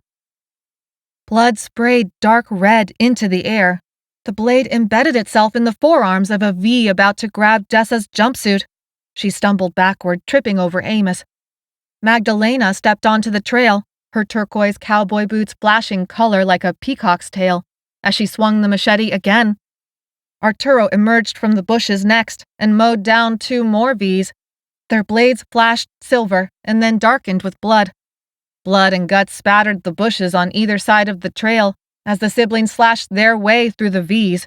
The stench assaulted Dessa's nose as she admired their teamwork and strength. They had done something like this before. Magdalena threw Dessa a look. "Get him off the trail!" Right. Dessa propped Amos up. Her muscles were screaming at her from the boulder scramble, but she ignored them. Amos was barely conscious, and adrenaline helped her get him onto his feet. More adrenaline allowed her to move him, one step after another, off the trail and into the bushes. Blood leaked from his hairline down his neck to vanish into his shirt. She threw his arm around her shoulders and braced herself. He was built like a football player, but she wasn't going to let him die. "Come on, Amos," Dessa whispered. "You have to help a little, please." "Dessa?" Amos said her name with such a groan, she wasn't sure if she heard him right. But she took it as a good sign that he could talk. He'd hit his head hard enough to make the scalp bleed, but maybe the concussion wasn't that bad. Dessa pulled him through the bushes that seemed determined to snatch at their clothes and keep them from escaping, making her wish she had one of those handy machetes. Magdalena and Arturo still fought side by side. Why had they put their own lives at risk to help Dessa and Amos? The bushes let go, and they fell into a small clearing. The trail, the siblings, the V's, were far enough away that she couldn't see them, only hear the fighting sounds. Oak trees and more bushes encircled the clearing. Leaves created a mulch on the ground, deep enough that the tall grass didn't grow here. The tree branches reached overhead, forming an enclosed canopy. Dessa lost her balance under Amos's weight and tried to soften their crash to the ground, thankful for the cushion of leaves, and their smell, too. Anything was better than the rot of the V's. She dragged Amos to a tree, his legs leaving twin trails through the leaves. "Amos?" Birds chattered in the branches above, loud, like they hadn't noticed anything strange about the life or death struggle going on below. She crouched in front of him, scanned the clearing to make sure it was safe, then used her ears. The fighting sounds were faint, but still there. Grunts, blades in flesh, groans. She looked Amos over, making sure there weren't any new injuries. He blinked, his eyes still unfocused, but then grabbed for her hand, missing once and then finding it. "Amos, talk to me," Dessa said. "Can you understand what I'm saying? How hard did you hit your head?" "I'm all right." Amos squinted at her with one eye open like he was seeing double. "Hey, did you have an identical twin I didn't know about?" Dessa swallowed hard and ignored his attempt at sounding lighthearted. Amos, there was blood. He produced a small smile. It doesn't mean it's bad. A head wound always bleeds a lot. Last time I got knocked on the head like this, I was back playing on the field in less than an hour. Dessa bit her lip, trying to figure out if this was bad or really bad. Amos could talk. He could stand, with her help. But he wasn't much good to himself or anyone else if he couldn't figure out which version of a V was real or imaginary. And it's not the combo cure? Dessa said, knowing sometimes the side effects of the combo cure meant seeing things that weren't there. Usually people from the past showed up, acting and looking real. He started to shake his head, and then stopped, wincing. No, it doesn't work like that. It's ghosts, not double vision. Right. Dessa looked around the clearing and felt stuck. She could leave him here and go check things out, but he would be defenseless. On the other hand, she had no weapons, and it was only her against whatever came through the bushes next. As if her thoughts had brought them into reality, the bushes back toward the trail shook with movement. She spun around, searching the clearing for any sort of weapon. Another stick, a rock, anything. She bent down, cursing her lack of weapons, and grabbed handfuls of leaves. Maybe she could throw them at the V's and distract them. The combo cure protected Amos from a lyssivirus bite, turning him into a V. But that was it. The V's would rip Amos and Dessa apart, limb from limb. Whenever they had fought V's in the past, it was like the predator came out and locked all their senses onto the uninfected flesh. Sight, sound, smell. The leaves wouldn't help with any of that, but she couldn't abandon Amos, so the leaves were all she had. Figures began to emerge from the shaking bushes. If only Project Paulus had given her superpowers like laser vision or something. Instead, all she felt was this odd hollowness at her chest, like an empty cup waiting for rage to fill it up again. She bent her knees in a fighting stance. Rage could be useful. Rage could fuel you to fight harder and longer without feeling pain the same way. Wasn't that how the V's had survived for so long? She stepped forward. If she could channel that inside herself, then maybe they would stand a chance. Okay, Rage, fill me up. Nothing. The first figure emerged, a flash of turquoise taking Dessa by surprise again. Magdalena popped out of the bushes with hair full of leaves and twigs like a bird had attempted to make a drunken nest out of it. Spotting Dessa and Amos, she limped over. Blood and guts streaked her cloak and machete. Arturo? Dessa said. Magdalena's eyes held crazy energy. I think he got away, but we were split up. There were too many. The bushes shook again, and Magdalena fell to her knees, exhausted. She twisted around in the leaves, bringing her machete up. My people saw me. She tried to stand, but her left leg gave out. I bruised my ankle, my shoulder too. Amos leaned against the trunk of the tree and was looking up, following a bird that flew from one branch to the next until he closed his eyes and grabbed his head like he was dizzy. We have to hold out for a little longer, Magdalena said, her breath coming in quick huffs. If we can hold out, they will take care of the rest. Dessa held out her hand. Give me your machete. And leave me weaponless? Magdalena released a hollow laugh. She tried to stand again, only to immediately buckle to the ground. You're useless. I saved you and your boyfriend. After I saved your grandfather twice, and you traded me and Cole back to Sanctuary. Dessa and Magdalena stared at each other. I'm sorry about that, Magdalena said, and she actually sounded sincere. I know, Dessa said.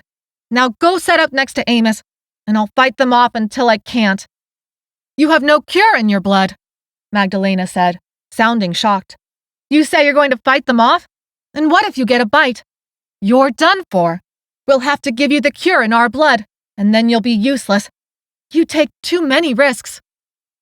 V's shook the bushes, the virus spurring them on relentless until the first V untangled and fell into the clearing. It crawled on hands and knees through the leaves, mucking up the twin trails Amos's legs had left. The bushes released another V who spun in a half circle from the force, and the bushes kept shaking.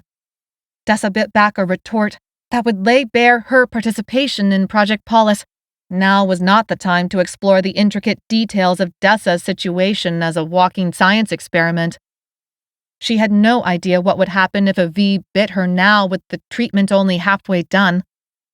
Actually, she was pretty sure she did know. She would turn anyway. The treatment wasn't finished. She was in this weird place where the combo cure would kill her, but she could still turn V.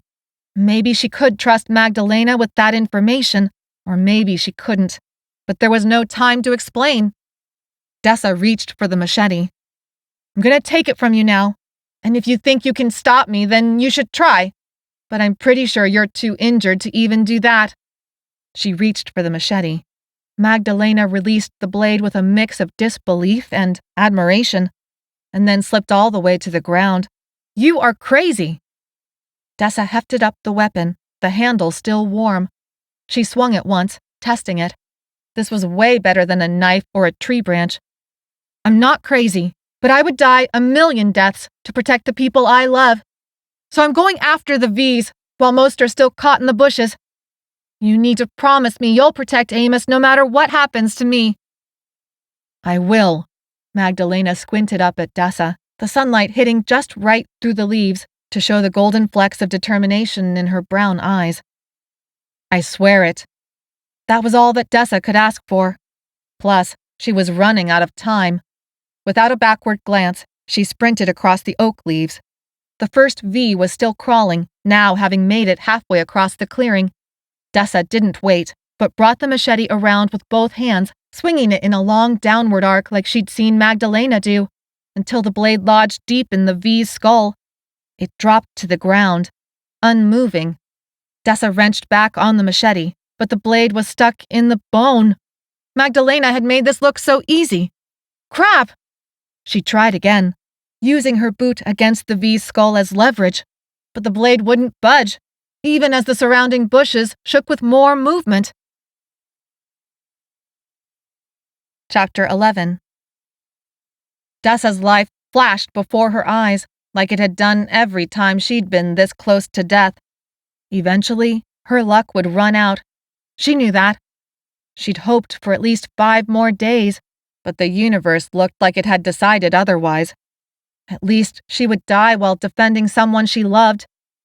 The next V unloosed itself from the bushes, then a second, and then a third. She wished her last smells could have been of soil, instead of hot, rotten breath. Her last sounds the chatter of birds, instead of raging groans. But she had long ago accepted you didn't always get what you wished for. More V's shook the bushes like they were their own force of nature, a kind of earthquake to end all earthquakes. She worked at the machete blade, hoping somehow to free it at the last second. There was no fighting this many. They would rip her apart. And then they would go after Amos and Magdalena. Even though the two of them had the combo cure, it wouldn't save them against the V's searching to quench their rage with uninfected flesh. Pivot the blade back and forth, Magdalena shouted. Sweat made Dessa's hands slippery, but she held on tight and rocked the blade. Suddenly, the machete released from the dead V's skull and flew into the air. Dessa stumbled and barely caught herself from falling and cutting her arm open on the blade. She scrambled to her feet, but knew it was still too late. The closest V was inches away, its sticky breath hot against her ear. Closing her eyes, she waited for the bite. The V fell against her. She readied herself for the burn of pain, the tearing flesh, the turning that would happen if she didn't bleed out first. She opened her eyes, holding back a scream as the V went around her. Dessa didn't understand what was happening. The V had run into her, almost knocked her over, and now it went past her like it didn't even see her. Its eyes hadn't locked on, but rather slid away like she was just another piece of the scenery. Behind her, Magdalena and Amos shouted. Whatever was going on, Dessa wouldn't waste this chance. She ignored every muscle in her body that screamed in protest. Using her adrenaline to fuel the rage, she swung the machete. The V's back was to her. She aimed for the flesh between shoulder and neck. The blade hit its target, cutting deep. Dark, rotting blood sprayed out. The V's head sort of flopped to one side, but he still lurched toward Amos and Magdalena. With a scream, she wrenched the machete free.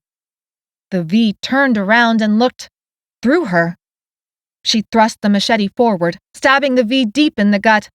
Remembering one of Egg's favorite moves, she pulled out the blade, which made a disgusting slurping sound, and then pivoted and bent over, slicing at the V's heel. The V dropped, unable to move now that its Achilles tendon was cut. Egg liked that move because it always gave him a look at their shoes, just in case he found a pair in the right size and in good condition, but the move also immobilized the V's fast.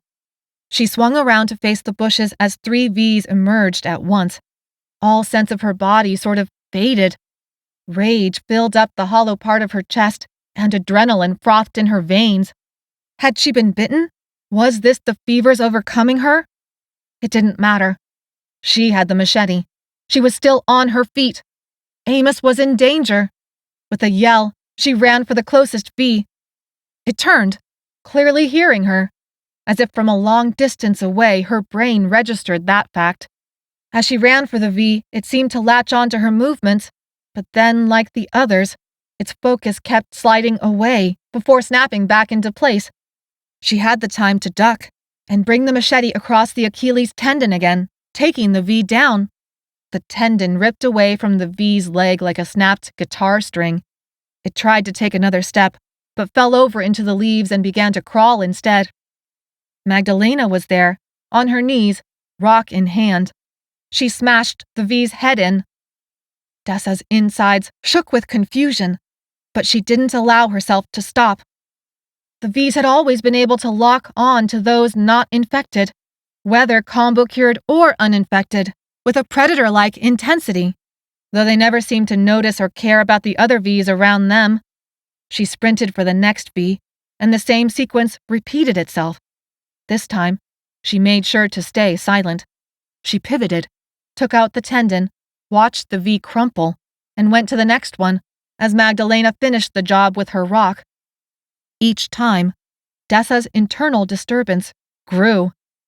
Each time it was the same. If she made a noise or moved too fast, the V's could track her. But if she didn't, it was like they lost the signal.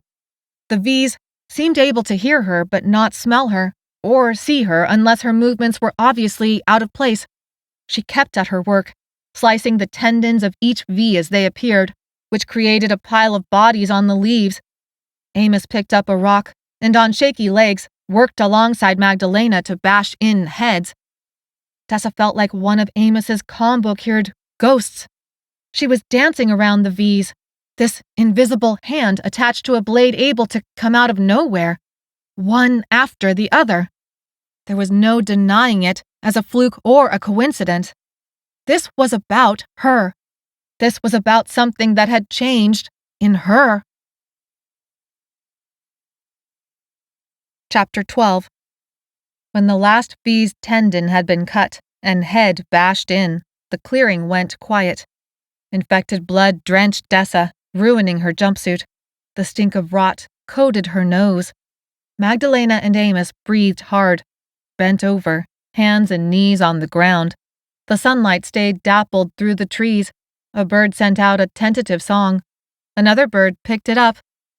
The leaves crunched under Dessa's hands as she wiped off the blood. Only then did she stand up and wobble over to Amos. He looked at her, his eyes tracking her every step, which was more than what the V's had been able to do. He could see her. Somehow that simple fact made her want to crumple to the ground and cry in relief. That hollow feeling in her chest returned, and now it ached. She took a deep breath and told herself not to cry. Approaching Amos, she checked him over to make sure he really was okay. Magdalena pulled out a bottle from underneath her poncho. She took a sip and handed the water to Dessa without looking at her. To drink, and for his wound. Dessa paused. Thank you. The bushes rustled again. They tensed until Egg and Tiana burst into the clearing. The two of them stopped, shocked, to take in the carnage. Magdalena stood up and hobbled over to meet them at the pile of bodies. Dessa raised the water to Amos's lips. He gave her a funny smile that made her stomach flip. I'm a little better. I can hold it. His pupils still looked a little large, but did seem able to focus now. She let the bottle go. He tipped the water into his mouth for a long drink, then handed it back. Your turn. She licked her lips, afraid the hydrophobia had returned and her throat would close up. Try it, and see what happens, Amos said, his voice gentle. She did what he asked, and let the cool liquid fill her mouth. She swallowed and was grateful the water slid down her throat without any trouble. Across the clearing, Magdalena waved her hands over the pile of V's and then back to Dessa. Egg looked thoughtful. Tiana scowled. Amos surveyed the area, now transformed into something more like an open-air butcher shop. His brows furrowed, and she wasn't sure if his head hurt from the blow he'd taken or from trying to understand what happened. How is it that you're okay? I watched the V's just... She shook her head, unable to explain it. I don't know. She thought back to the kids. Ms. Winters had given Dessa the upgraded version of their treatment. Dessa didn't remember anything like this happening to them. When they had first been in the taco truck, driving the kids to safety, they'd lost Dawson. He had been sitting in the bench seat between Egg and Ms. Winters. The V's had clearly seen him. They had pulled him out of the truck cab and feasted on him. Or maybe they hadn't been able to see him. Maybe they had heard him. Dawson had been screaming. If he had stayed quiet, he could still be alive. It was a terrible thought. Had Ms. Winters known about this side effect and kept it secret this whole time? Amos placed his hand over hers, even as she gave him back the bottle. Amos needed to be okay. He had to be okay. She couldn't imagine living in this world without him. Amos, I love you too. I couldn't let you die. I just couldn't. His expression relaxed as he brushed her chin with his hand, making her shiver with feeling. I wasn't sure if you'd heard me say that from before. She smiled. I heard you. He gave her a boyish half-smile that lit up her insides. Good, because I meant it. They might be surrounded by blood and guts, by the smells of rot, trapped outside Sanctuary's fences, but none of that mattered. Not right then. Not with Amos looking at her like that. Not with him alive and well. Not with her here, able to touch him, and him able to see her. Explain to me how you did this. Magdalena's voice cut between Dessa and Amos like a knife. Her tone was so cold that even though she was sweating from the battle, goosebumps rose on Dessa's arms. Amos only had eyes for Dessa. It's going to be okay. I just know it. Magdalena's voice rose, insistent. How is it that you didn't die? You tell me what this is. How is it that you can walk invisible among the infected? That's just Dessa, Egg said, loud. She's not invisible. Dessa didn't look away from Amos. Once she did, the moment would end. She wanted to live inside this conversation forever. Pretend this day never happened. Pretend she was fine. Pretend she hadn't changed. We can see her right here, Egg continued, always the one trying to patch things up between people. Don't be jealous. She's like dynamite with your machete. I taught her the tendon thing. Of course she's good at it, 'cause I'm a great teacher. Hey, where'd you get your cowboy boots?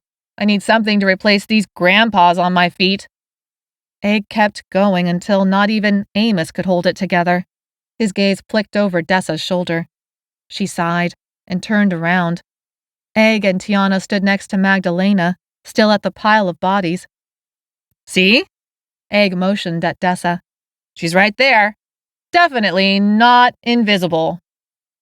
Magdalena shook her head, confused. A few leaves went spinning out from the tangles of her hair and floated lazily to the ground. She should be dead. I saw her go right up to those infected. It was like she was one of them. Dessa hadn't expected to be accused, like it was a crime. She didn't want Magdalena to know about what Ms. Winters had done to Dessa, but didn't see a way out of it now. What would Magdalena end up doing with that kind of information? She looked at Egg and Tiana, and then back at Amos, who nodded. "I've been given a treatment," Dessa said, voice devoid of emotion. "That Project Paulus you heard Delmar talk about?" "Yes." "Supposedly you are immune now without needing the combo cure," Magdalena said, but there was disbelief in her voice. "It sounds too good to be true." "It is too good to be true," Dessa said. "I got the treatment, but when my friends rescued me, I was still in the middle of it." "Oh, crap!" Egg interrupted, but his astonishment sounded totally fake. "I had no idea. That's awful." "Egg?" Tiana elbowed him in the ribs. "Stop. Magdalena isn't that dumb." "Oh, right." Egg ran a hand through his hair. "Project Paulus. That's the whole science project thing we already told you about. Sanctuary is really cool in some ways. It's got all the medicine you need. They're trying to save the world from the Lissa virus, even if they're going about it in horribly awful ways. But yeah, Project Paulus. It might have messed Dessa up a little." Magdalena sighed. "Why do you talk so much? That tells me nothing. I'm here to protect my family, those I brought with me and those back home. I want to know if she's dangerous." She looked at Dessa and imitated Egg's overly forced emphasis. "What exactly has Project Paulus done to you?" The look of anguish on Amos's face was from more than the concussion now. He was taking what had happened personally, just like Dessa feared. "They're trying to make her immune to the Lissa virus. It's our fault she's not done with the treatment yet." "You didn't know. You had no way to know," Dessa said, grabbing his hand and squeezing it. "That doesn't fix anything," Amos said, his voice cracking. "That doesn't change. We messed up. Big time." Magdalena was right to demand answers.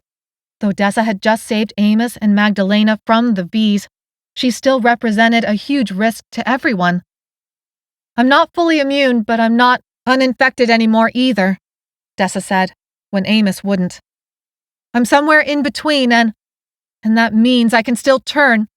I will still turn into them if I don't get that second treatment in time." Dessa decided it was important for Magdalena to know all of it.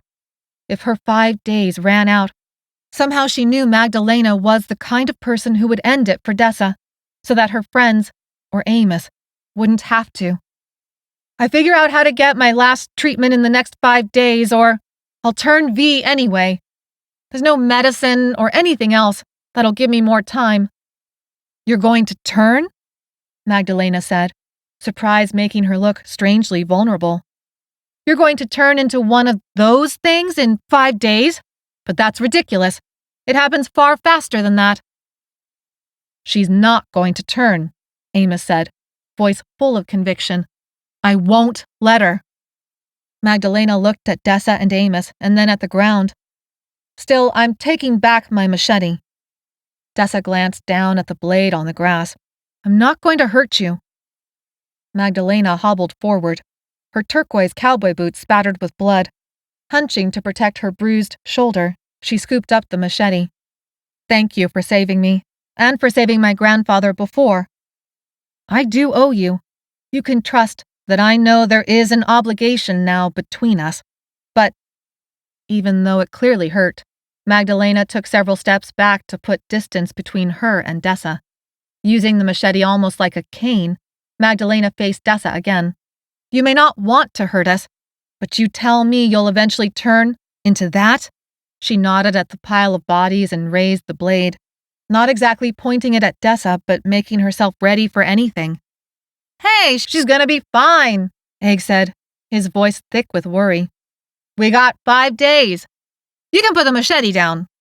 Tiana swooped in and hip-checked Magdalena, sending her back onto the leaves. She grabbed the machete before it fell over. "I'll take care of that until we can all just calm down." The bushes shook again with movement. This time Magdalena's people emerged, one after another. Delmar and the other combo cured from farm came out near the end. At first, they only saw the pile of dead bodies, tendons curled like string, heads bashed in, rotten blood soaking the leaves. But then the ones in front noticed Magdalena splayed out on the ground and rushed over. They were suddenly outnumbered. Magdalena pushed herself up, throwing Tiana a hard glance. Tiana stood firm. But Magdalena didn't try for the blade. Her people surrounded her, but she brushed them aside. "It's nothing. I tripped. Where is Arturo?" Arturo approached, and they began speaking in Spanish. Dessa assumed Magdalena was telling them exactly what had just been revealed, but making sure to put her own spin on things. Tiana still held the machete and came to stand by Amos and Dessa. Egg went with her. It was suddenly 4 against a lot more than a dozen. Amos never let go of Dessa's hand as he interrupted. "She just saved your life." Then he spoke in Spanish. Dessa guessed he was repeating what he'd said in English. Magdalena closed her eyes, clearly conflicted. "That doesn't mean she's not dangerous. A risk to us, to everyone we love. How do we know she has 5 days left? What if it's less? What if it happens in the middle of the night? What if—" Amos strained forward, interrupting in Spanish again. He talked so fast all the words blurred together, but whatever he was trying to convince them of didn't seem like it was working. Everyone looked at Dessa like she was some sort of alien life form. They looked at her and they couldn't see her. But this was a different kind of invisibility than with the infected. The V's hadn't been able to sense her somehow. Maybe the Lissa virus combined with the first treatment made her smell different. These people saw her, but not who she really was, only the threat they imagined she suddenly represented. The looks they gave each other told Dessa they were seriously thinking about destroying that threat. Chapter 13. Dessa felt the tension in the air, smelled the rot, saw the fear in their eyes. Everyone in the clearing started to blend together into a mob. Even though the V's couldn't sense her, these people could, and they did not like what they saw. Delmar's face held his customary sneer. Once upon a time, she had dismissed him as a bully, but realized now she had vastly underestimated his abilities. He had followed in Pierce's footsteps, taking over as leader of the combo cured, even though he was barely an adult. "You can't trust her," Delmar said. "Maybe she's telling the truth about having 5 days left. Maybe she isn't." "Delmar!" Egg said, shock on his face. "What are you saying? Don't talk like that." But nothing shocked Dessa anymore. Not when it came to Delmar. He had spouted some nonsense earlier about trying to save them, and that's why he'd suggested Dessa, Cole, and Tiana be gagged. But it was all a load of crap, just like Delmar. Whatever had made Delmar decide to turn on Dessa now, she didn't know. She couldn't possibly guess. Some of Delmar's people began to advance. "There's nothing wrong with me," Dessa said, still holding on to Amos. "At least, not yet." "You don't know that," Arturo said, not in anger but defeat. "I just saved your life," Dessa said. "Whatever I am now, it just saved." Delmar crossed his arms over his chest. "She was inside with those scientists all these months. She's not like us. Her brother is still in there and she won't do anything that might put him in danger." He wasn't even talking with a lot of heat in his voice. He spoke the words everyone was already thinking and feeding them his spin on the whole thing, knowing it would catch fire in their minds. What did he think it would gain to turn on Dessa like this? She grabbed wildly for anything that could change the direction of this oncoming wave of violence about to crash down on her. "We still need Dessa to get inside Sanctuary," Tiana said. "She knows the only way inside that's not through the front gate." "We don't need her," Delmar said, arms still crossed. "We should get rid of her. She's infected, and it's just taking longer for her to turn than the others. We can figure it out ourselves. I've got plenty of weapons, and surprises stashed. We go with the original plan."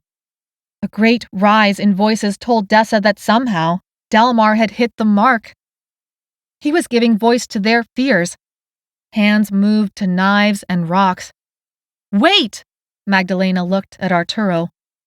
"Wait," Arturo said, his voice haggard and rough. Dark shadows circled his eyes.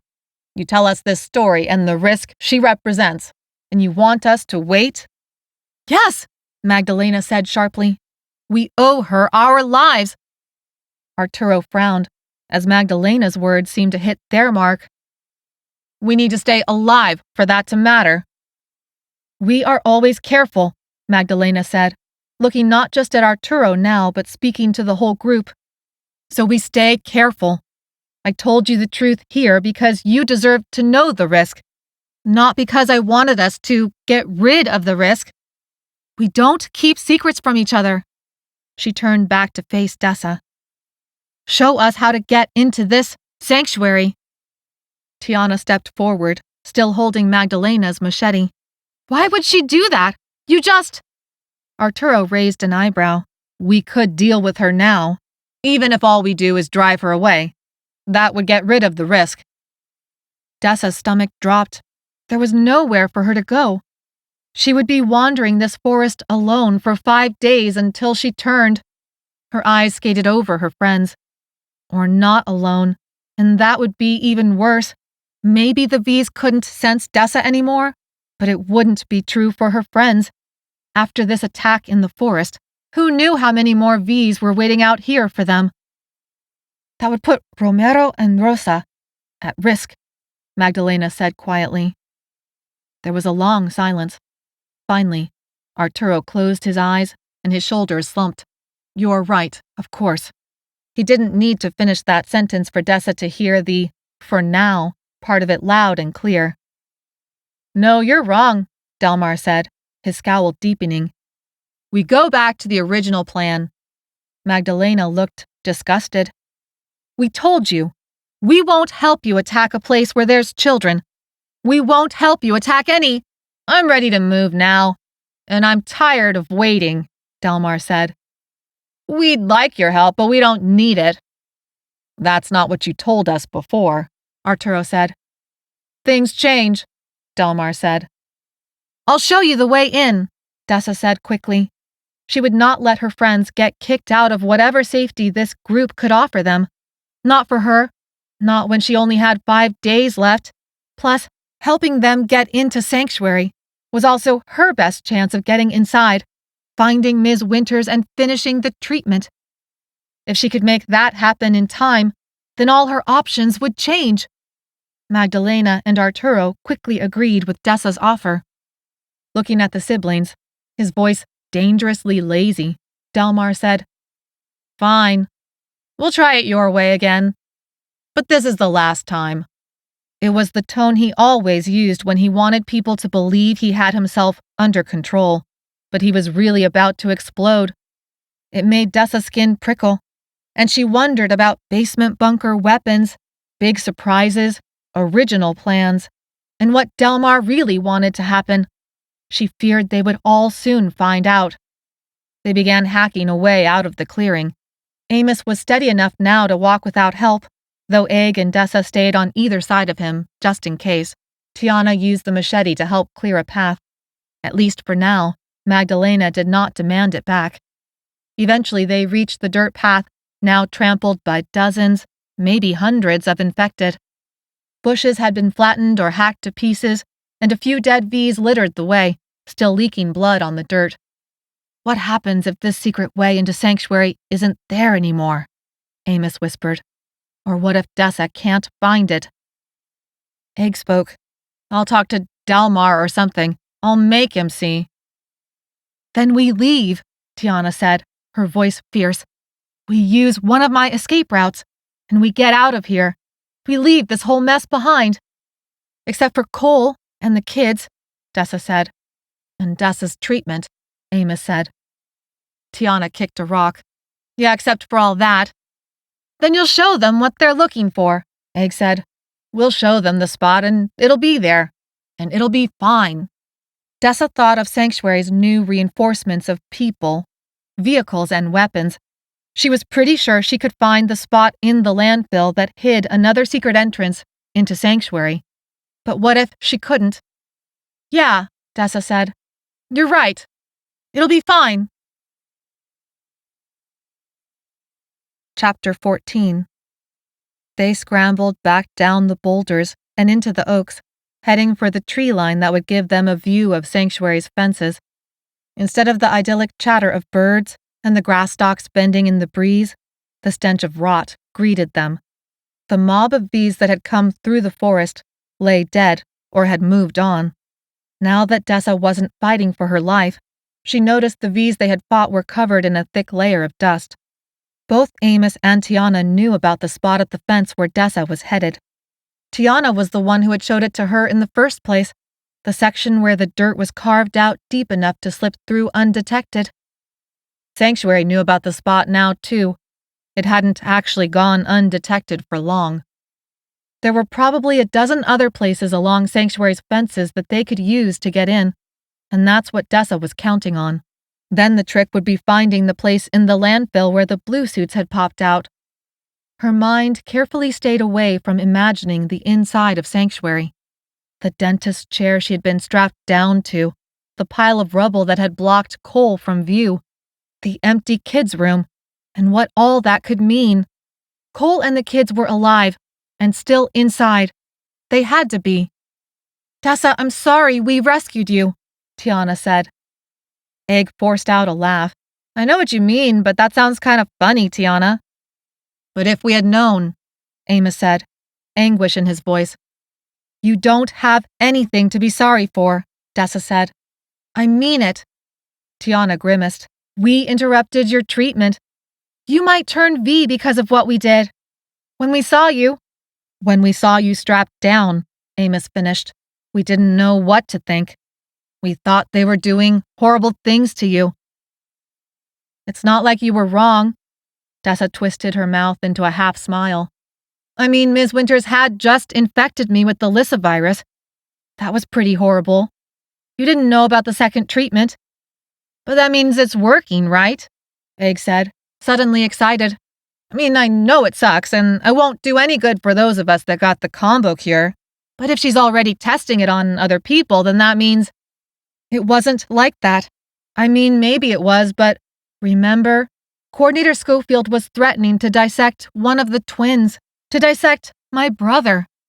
It was either bring me and Cole into Project Paulus or—" "I hate this place," Tiana said.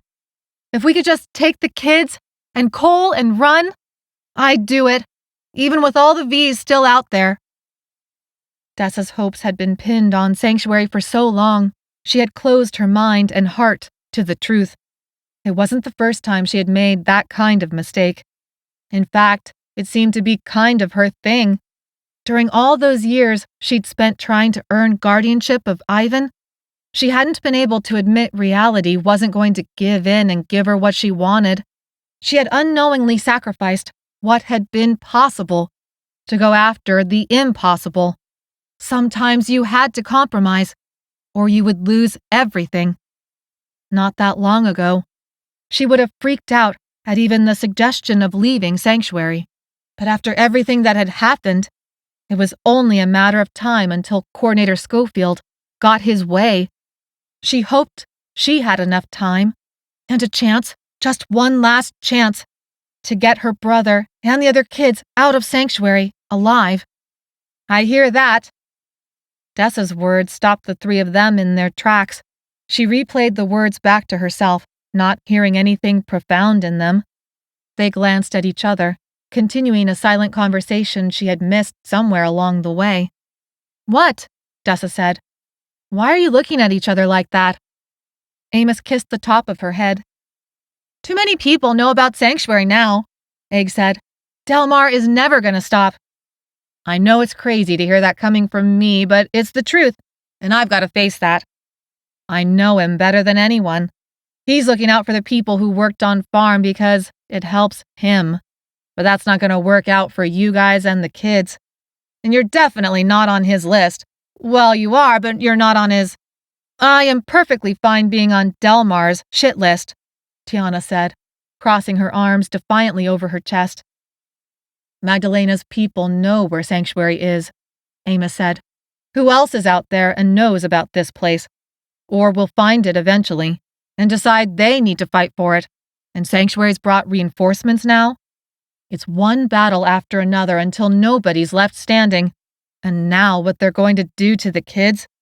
As soon as they started experimenting on the combo cured from farm, As soon as they started experimenting on us, it was over. We just didn't know it yet. It's the first time I heard you say you'd be okay leaving this place, Tiana said quietly. It's good to hear you say it. Dessa gestured at the world around them. Sanctuary isn't safe anymore. Coordinator Schofield is going to do what he wants, and he's got people and weapons to force it. Yeah, and now you're basically invisible to the V's. Egg's eyes lit up. That means Cole and the kids probably are too. This whole time we've been protecting them, but they could probably just walk right through that mob of V's. What mob of V's? Dessa interrupted. They've been collecting in the valley for months, Egg said. Pierce was using this whole system of ranches and orchards he worked out so that the fences naturally lead a V in a certain direction. Eventually the V gets pushed further and further away from Sanctuary. It's like a huge maze made out of fences and gates. Kind of epic. Pretty smart, actually, Amos said. They cleared a large area around Sanctuary that way. It's why we had so few problems with V's at the fences over these last few months. Except for this last week, Dessa said. Yeah, well, it's not like any one combo curator is trying very hard to keep the V's away from Sanctuary anymore, Tiana said. Amos looked pointedly at Magdalena and Arturo, walking ahead of them through the oaks. He lowered his voice. I wish we knew where this new group came from. I wonder if they would let newcomers in. Dessa scoffed. Are you serious? If I look at them wrong right now, they'll probably try to kill me. Amos shook his head. You know that's not true. Magdalena just stuck up for you. Dessa swallowed hard over her dry throat. She was being snarky and had spoken too fast because the thing was, Amos was right. However Magdalena and Arturo's group had gotten mixed up with Delmar, it didn't mean they were like him.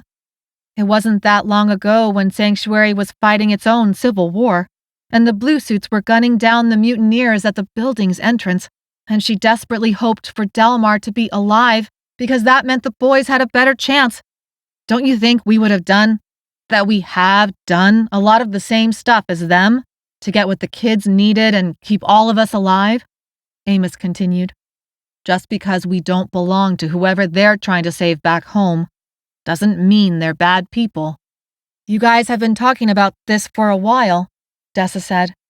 It wasn't a question. Maybe, Egg said. But I mean, time is just a construct, right? Tiana frowned at Egg. What does that mean? I don't know, Egg said. It was in one of those books you have stuffed in your shack. I thought it sounded cool. Amos shook his head and then groaned. I shouldn't have moved my head like that. Now the whole world is spinning again. But Egg, seriously. Yeah, listen to Amos, Tiana said. Egg looked hurt. What? I was trying to make Dessa feel better. A masculine voice spoke from behind them. You know better than that. It'll never work. Delmar practically sauntered up to them, so sure of himself and his newfound authority. The other combo cured from farm could have stood up to him, but didn't. That meant they agreed with the decisions he was making. With a start, Dessa realized the only check on his power at the moment might be Magdalena's group, and how Delmar believed they could help him get what he wanted. Sanctuary. Even though Dessa kept walking, her mind stuttered on that idea. Just because Delmar and Magdalena had the same goal now didn't mean it needed to stay that way. That seemed important. She didn't know where the idea would lead or how it would help them, but somehow knew she needed to hold on to it. Oh, shut up, Delmar, Tiana said. This doesn't have anything to do with you. Delmar slapped Egg on the shoulder. Instead of Egg's usual friendliness, he flinched away.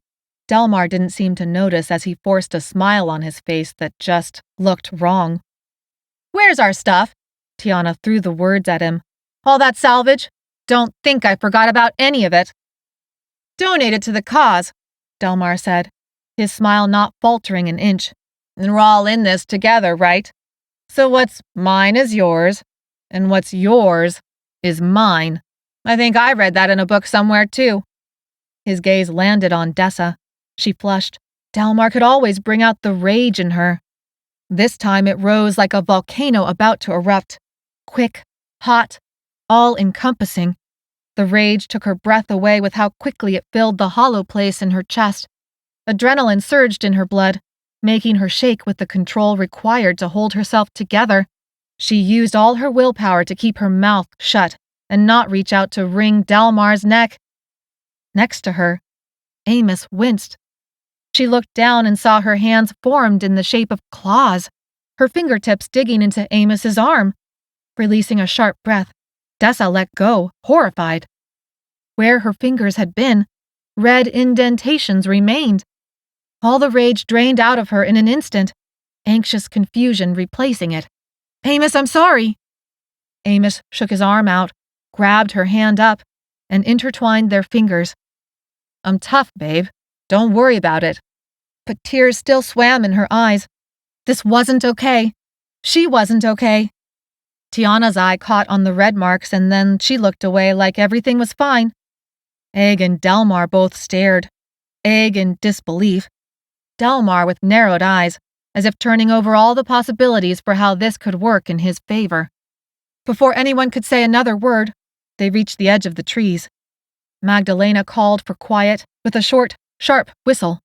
Her people dropped into the grass. Delmar displayed a hand signal, and the rest of them dropped too. Dessa hid in the grass, flushing, not with rage, but humiliation. She didn't know what was happening. No, that was a lie. She knew exactly what was happening. She was turning, losing control of herself, hurting her friends, hurting Amos. Magdalena called out, her voice quiet yet clear. "Dessa, come here and look." Dessa left them in the grass to approach Magdalena, who crouched behind a tree at the very edge where the trees stopped, and everything open to rolling green hills with no cover. Magdalena held a set of binoculars and motioned Dessa over. "There's a lot of patrols on those fences. Look and tell me where this secret entrance is." Dessa grabbed the binoculars, the plastic casing warm from Magdalena's hands, and brought them up to her eyes. She adjusted the lenses, feeling the rigid rings press into her eye sockets. Sanctuary's fences shimmered into focus. She started from the front gate, with the 3-story building in the background, and shifted her view slowly to the right, following the fence around the landfill. The dump truck came into view, then the crane hook still holding up a section of fence. She kept going. Amos and Tiana had been leaving Sanctuary regularly to explore this forest and plan for the possible need for escape, an idea Dessa hadn't been willing to think about until now. But they had been thinking about it. They had anticipated it and been able to prepare. That was why it was important to face reality and deal with whatever was likely instead of what you wanted. Then you could prepare for it, make it not as bad. Denying it altogether meant when it happened anyway, you were worse off than ever. The dream would explode in your face, and reality would kick you while you were down. She almost missed it, the section of fence they had used to get in and out of Sanctuary. Movement within the landfill had distracted her, but then she saw the piles of trash that marked the spot. Her stomach sunk. She brought down the binoculars. The grassy hills, oak trees, and Magdalena all came back into focus. "What?" Magdalena said, looking concerned. "What's wrong?" Chapter 15. Magdalena snatched the binoculars back from Dessa. Her side profile showed a strong chin, hair full of leaves, and stained poncho. Dessa could picture exactly what Magdalena was seeing. People wearing khaki jumpsuits worked all along the fence, bracing it, and raising the trash piles to act as an additional barrier. More people in eggshell blue uniforms patrolled up and down the fence in trucks, vanishing from sight as they made a full circle along the perimeter. The reinforcements seemed determined to change how Sanctuary had been operating. Dessa wondered what that meant for Ms. Winter's prestige or Schofield's authority, and how that might trickle down to affect Cole and the kids. She also wondered what that would mean for her. Even though Dessa had presented a risk to their group, Magdalena had argued for waiting to deal with it because Dessa held secret information they needed. Dessa had expected the spot in the fence to be patrolled, but such a large show of force surprised her. Even if Magdalena's group scouted a different section of fence to enter through, one of the patrols would catch them long before they made it into the landfill. She didn't see any way in, and that made her useless, worse than useless, with her 5-day deadline looming. Dessa licked her dry lips and automatically swallowed, testing almost unconsciously to see if the hydrophobia was back. Was it the Lissa virus replicating inside her, unchecked, or plain old dehydration? Magdalena finally lowered the binoculars and bit her lip. She turned accusing eyes onto Dessa. Did you know this was going to happen? You brought us here with promises of a way in. Promises that would get us this insulin machine. But you knew it wasn't going to work. I didn't know, Dessa insisted. But you saw all those reinforcements, just like I did. We didn't know they were coming. Magdalena gave her a hard look. Dessa's temper flared, but that also disturbed her. She had sort of lied to Magdalena as a stalling tactic, but it was Magdalena who was being unreasonable, right? This feeling wasn't the Lissa virus replicating, right? That's my brother in there, Dessa said, pushing her worries into a little ball. You want insulin to keep Rosa and Romero alive. Well, I need my brother to live. There's 4 kids, and my friend, and they're all my family. Yeah, Sanctuary is messed up. Yeah, I was living inside its walls while everyone else with the combo here wasn't. But you're a fool if you think you can trust Delmar. Of course I don't trust Delmar. He's a bully, Magdalena interrupted. I told Arturo, and he knows it too. Dessa paused. She hadn't expected that answer. Then why? Are we working for him? Helping him? Magdalena let the binoculars drop against her chest. What choice do we have? You said it. Rosa, Romero. Her voice broke on their names. We also have family to protect, if you've been lying to us. I would do everything in my power to make sure my brother and everyone I cared about stayed alive, Dessa said. Dessa and Magdalena stared at each other in silence, recognizing themselves. After a few deep breaths, Dessa lowered her voice to almost a whisper. No one was within hearing distance, but it didn't do anyone any good to yell at Magdalena like this. Then you know. Delmar's going to betray you as soon as it's convenient for him. She grabbed onto the idea of convincing Magdalena to switch sides, or at least not be on Delmar's side anymore. You don't even really know what you've stepped into here. Explain it to me, Magdalena said, tilting her head. I'm listening. How could she summarize the last 6 months of life in this messed up world in just a few minutes? Still, starting at the group home, she did her best. While she talked, Delmar leaned against an oak tree out of hearing distance, looking through binoculars at something in the valley. When Dessa finished, Magdalena tilted her head, as if seriously considering what Dessa had said. Your group has been through a lot. Yeah, you could say that, Dessa said. And you think Delmar is going to betray us. Magdalena said it like an observation about the weather. The adrenaline rushing past Dessa's ears began to ebb. I'm pretty sure. It's just who he is. He's going to look out for himself. He doesn't care about anyone else, not even the people who are following him right now. The one exception to that was Egg, but I don't even know if that's true anymore. For the record, I believe you, but that doesn't change what we need for Rosa, for Romero, and others. Magdalena looked over Dessa's shoulder at Egg. He rested on a log some distance away. Amos sat between him and Tiana. Everyone else was scattered under the trees in the grass. It was late afternoon, and the sun shined hot, but the shade felt cool. Some people were even taking the opportunity to nap. What is Egg's story, anyway? Magdalena said. What do you mean? He's just Egg. He loves shoes, and he likes to joke around, and he'll have your back no matter what, if he thinks you're worth it. Magdalena gave Dessa a sharp look, and then relaxed. That's my read on him, too. Dessa tilted her head and wondered what exactly they were talking about now. If she didn't know any better, Magdalena was asking about Egg because she was interested.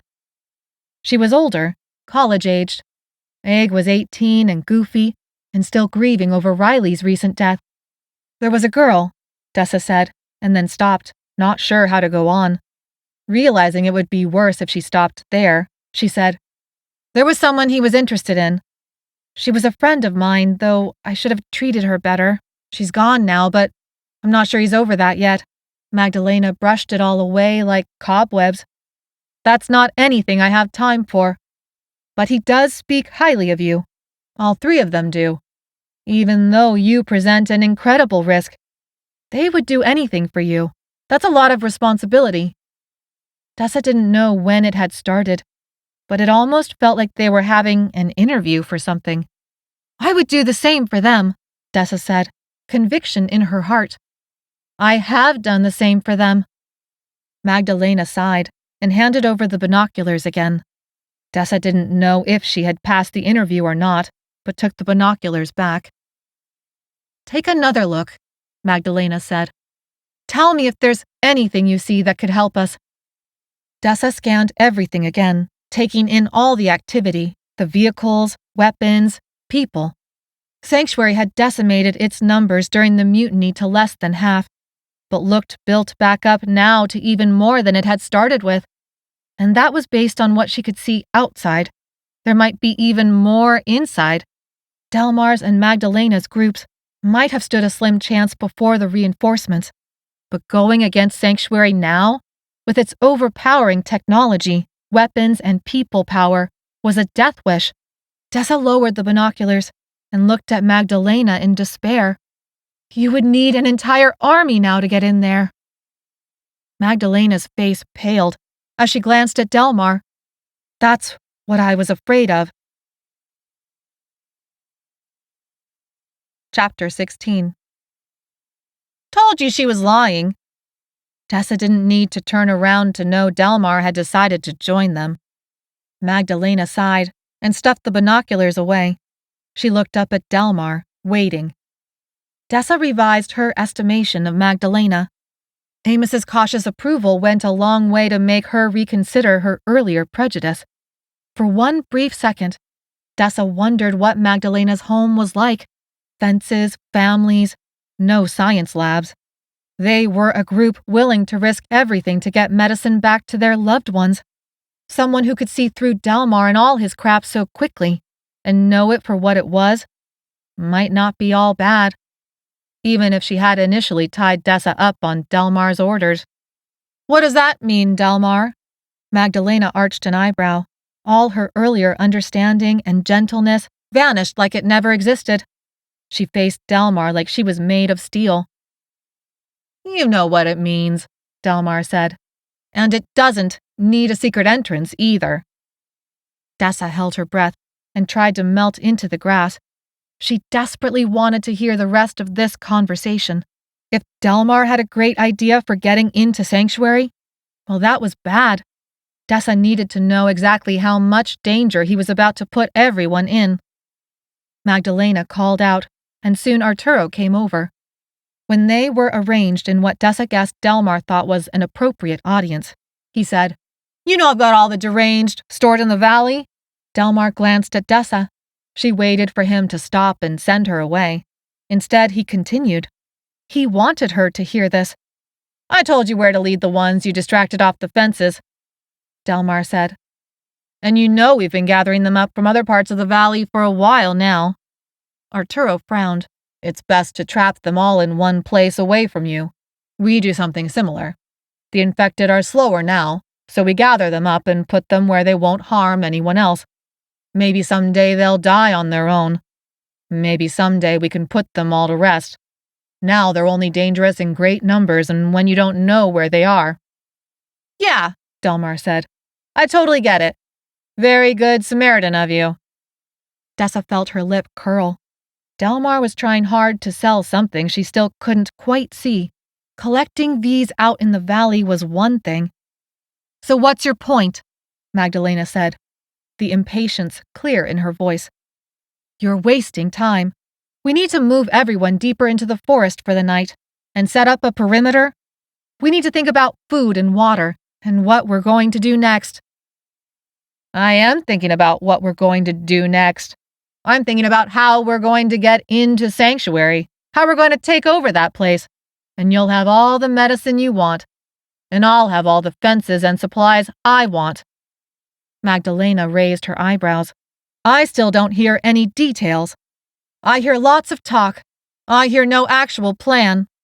"I plan," Delmar said, putting special emphasis on and elongating the word plan, "to make use of that army I gathered." Arturo crossed his arms over his chest. "We already said we won't." "Wait," Magdalena said, raising a hand to her brother and glancing at Dessa with an unreadable expression. "Let him explain it." Dessa's bad feeling grew as she began to picture where Delmar's plan was headed. It was so obvious. Why hadn't she seen it before? Maybe because she'd spent so much of the last few days running for her life with no time to think about anything else. Delmar actually looked smug. "We know how to move the deranged around, obviously, so let's move them someplace where they'll do us some good." She should have seen this coming. He wanted to use a mob of Vs to take down Sanctuary, but it would only work if he had hundreds. No, thousands and thousands of infected. She shuddered, remembering just a moment ago when she and Magdalena had been scouting Sanctuary, that Delmar had been looking at something in the valley, at all the Vs he must have gathered somewhere, ready to become his weapons. They had just fought a few dozen Vs in the forest, and there had been a few dozen more Vs battering the fences a couple of days ago. Not nearly enough, but if he really had gathered enough in the valley and could direct them at Sanctuary, no amount of automatic weapons or missile launchers or blue suit patrols could stand against them for long. He didn't care if that meant dealing with the Vs after it was all over. Why would he? He and the others from Farm all had the combo cure. They could survive a bite or two. They'd successfully gathered the Vs together in the valley once already. Why not again?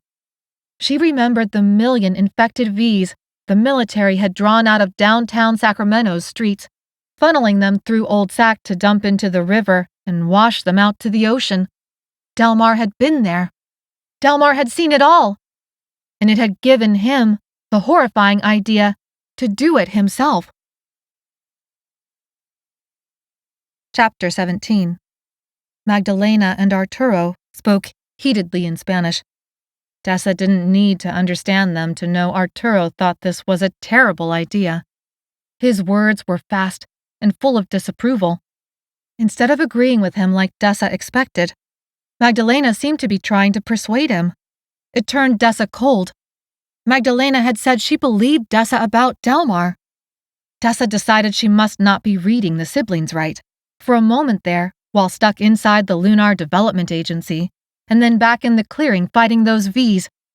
And then right now, as Dessa shared the story of their group to Magdalena, she would have sworn they'd come to some sort of real understanding. "Arturo, please," Magdalena said. "There is no other way. We must join in this plan." Shocked, Dessa found her feet. They all looked at her like they had forgotten she was there, except for Delmar. He just seemed pleased with himself for having finally revealed his master plan.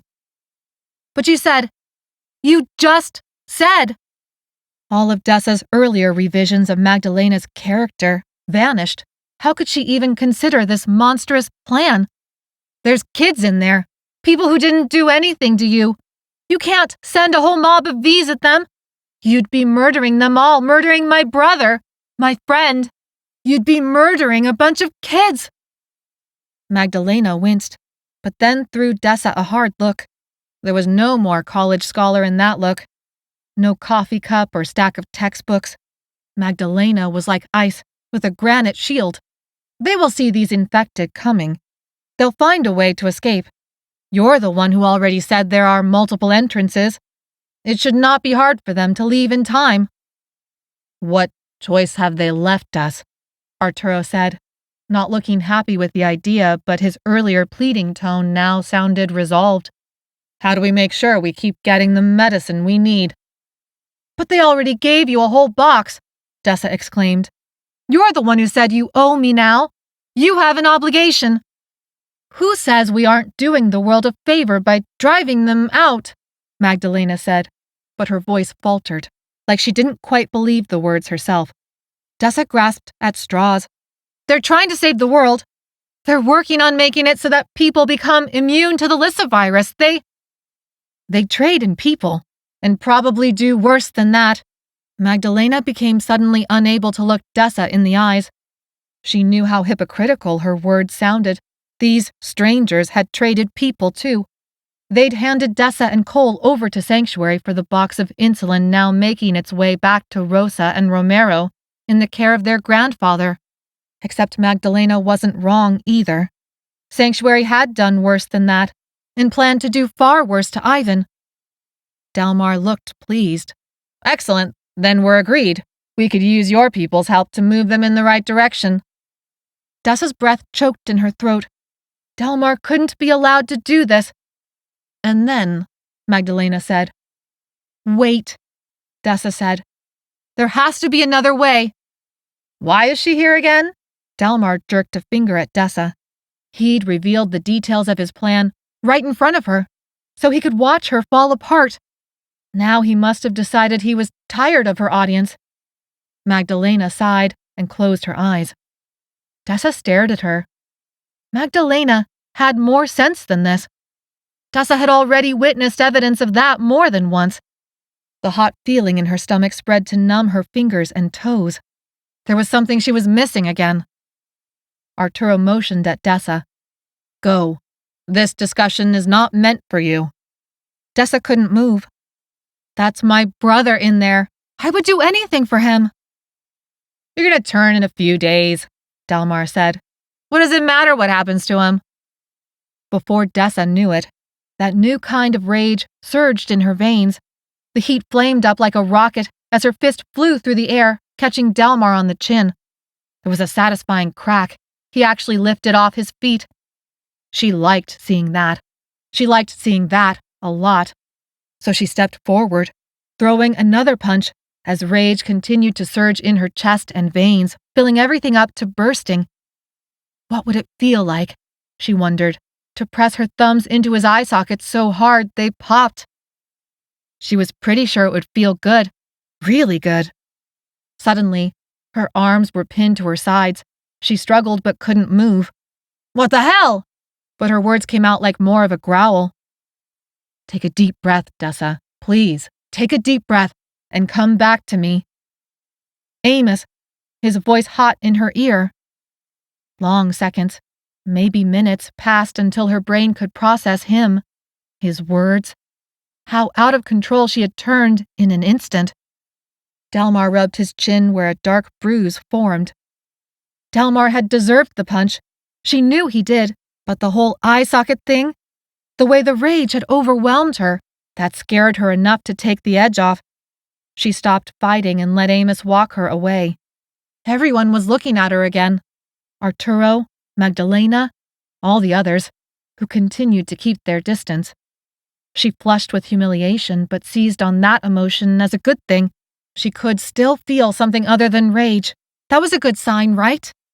Amos guided her away, as Delmar picked himself up and made some crack that produced a forced laugh from Magdalena. The three of them seemed to pick up right where they left off. They planned to bring down a mob of V's against Sanctuary, against her brother and the other kids, and Cole. It would destroy any chance she had of saving them and getting her last treatment in time. Amos tugged her over to the log where Tiana and Egg both stood. They stepped toward her, as if to help, but Amos shook his head. He guided her to sit next to him and kept his arm tight around her, holding her close. Holding her together. It was both a comfort and a kind of imprisonment. She was sorry that she desperately needed both. What the hell was that? Egg said, more than a little wonder in his voice. I've never seen you throw a punch like that. It's not like Delmar didn't deserve it, Tiana said. What did he do? Egg said. Tiana shrugged. Whatever he did, I'm sure he deserved it. And if he didn't deserve it right then, he deserves it for something else he already did. Or whatever it is he's going to do next. Usually this was the point where Egg defended Delmar, but he was quiet. Maybe Delmar, having ransacked their hideout of supplies on top of everything else, had finally convinced Egg that Delmar wasn't on their side. Tell me you're okay, Amos said, a note of desperation in his voice. She looked at him as tears filled her eyes. I don't know, Amos. I don't know if that was me or if it's the virus in my blood. I don't know anymore. It's okay, Amos said, even though it wasn't. Even though he couldn't keep the fear out of his voice. We'll figure this out. We've got time. Dessa closed her eyes and then opened them again. We don't have time. Delmar is planning to use all those Vs that Pierce and the other combo cured gathered up in the valley. He's going to move them against Sanctuary's fences and wipe everyone out. All three of them looked at her. What? But she didn't need to repeat herself. This was Delmar. And Magdalena and Arturo agreed with that, Amos said, skepticism in his voice. They're willing to murder people like that. I didn't think. Magdalena's group is going along with it, Dessa said. Magdalena was the one convincing Arturo about it, even after everything I told her about Delmar. Even after I saved her life, and her grandfather's. Even after all that. She's siding with Delmar. She says Sanctuary will see the Vs coming in time to escape. The Vs will clear out Sanctuary and then Delmar can take his time having everyone lead the Vs back into the valley. But do we even know if Sanctuary will evacuate? What if they think all their reinforcements and weapons can take on that mob? Tiana drew in a sharp breath. The whole place will get overrun. You'll never finish your treatment in time. Delmar doesn't care about that, Dessa said, her voice flat. It's up to the four of us to find a way to stop him, or we're going to lose everything. Chapter 18. The two groups of combo cured retreated further into the forest, away from the V carnage, to bed down for the night. Food and water were handed out. Fires were forbidden, for fear Sanctuary would see the light and send out patrols. Everyone cleaned up as best they could as the evening cooled. Dessa discarded the jumpsuit in favor of a clean, if musty-smelling, sweatshirt and pants from Magdalena's group. All four of them huddled together for warmth, Dessa wrapped inside Amos's arms. They hadn't said much since earlier. No one knew what to do. Sanctuary's lockdown is tighter than ever, but I have to get that treatment. They already knew all this, but Dessa needed to say it out loud. Maybe something would come to them if they could just think through it again. I swear I can feel the virus replicating inside my blood. I think Magdalena might be right. I don't even know if I have 5 days. Amos squeezed her harder. In the twilight, Tiana and Egg gave her long looks. Sentries stood guard at several points around the larger group, but mostly people were tucked away together amongst the trees and boulders. Soon night would fall and camouflage them completely. Tiana carved into the soil with her fingers. Why did Delmar want you to know about his plans? Honestly, Egg said, I bet it was to gloat. Tiana grunted. Dessa continued with her list. I've proved that, for whatever reason, the Vs can't sense me. She ticked off another finger on her hand. At least not if I stay quiet and don't move too fast. Amos's embrace tightened around her again, less comforting and more protective. You don't know if it'll keep working like that. Anyway, we'll get you back inside Sanctuary in time for your second treatment. Then you'll be all fixed up. How? Dessa didn't mean for the word to sound so hopeless and accusing, but that's how it came out. Still, maybe Amos had thought of something she didn't. It had happened plenty of times before. They watched each other's backs. They saved the day at the last moment, when all hope was lost. But Amos shook his head and turned away. I don't know yet. Tiana bit her lip. I don't know either. It's a lot of guns and a lot of people. There was a long silence. Sleep pulled at her mind and body, feeling almost like she'd been drugged. She could see it in the rest of them, too. The exhaustion. the deep, mind-numbing stress of facing the truth that they were out of options, Dessa gave up for the night. She let Amos hold her in the dark and held on to him just as tight. The soft grass was its own sort of cushion. She never wanted to leave him, but feared that was exactly what needed to happen. The next morning, the two groups packed up their meager supplies and headed out of the forest, taking the long way around Sanctuary. Delmar led them into the town of Crow's Landing, into the valley where he had gathered the V's. The little town was just as Dessa had left it. Some of the waist-high weeds still looked trampled, not yet recovered from the V's that a faulty gate had accidentally let loose.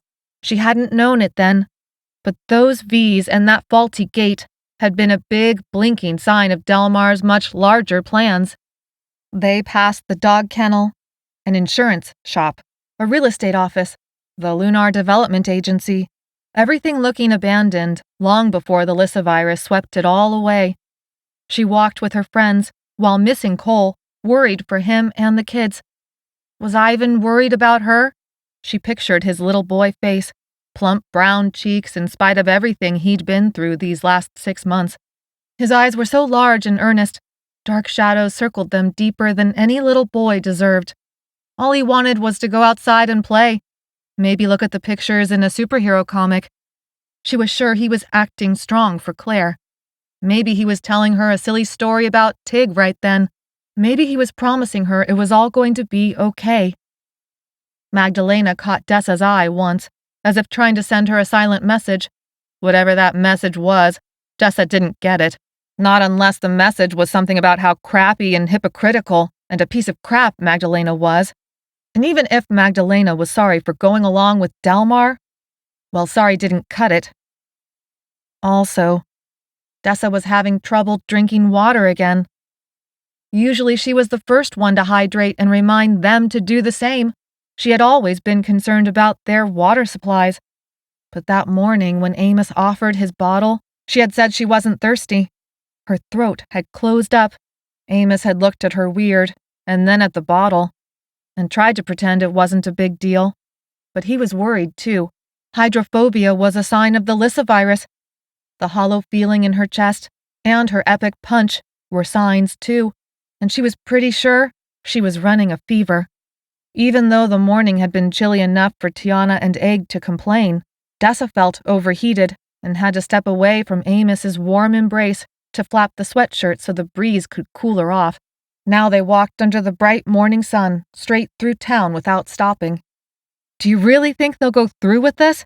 Tiana said, walking in step with Egg. "Yeah," Egg said.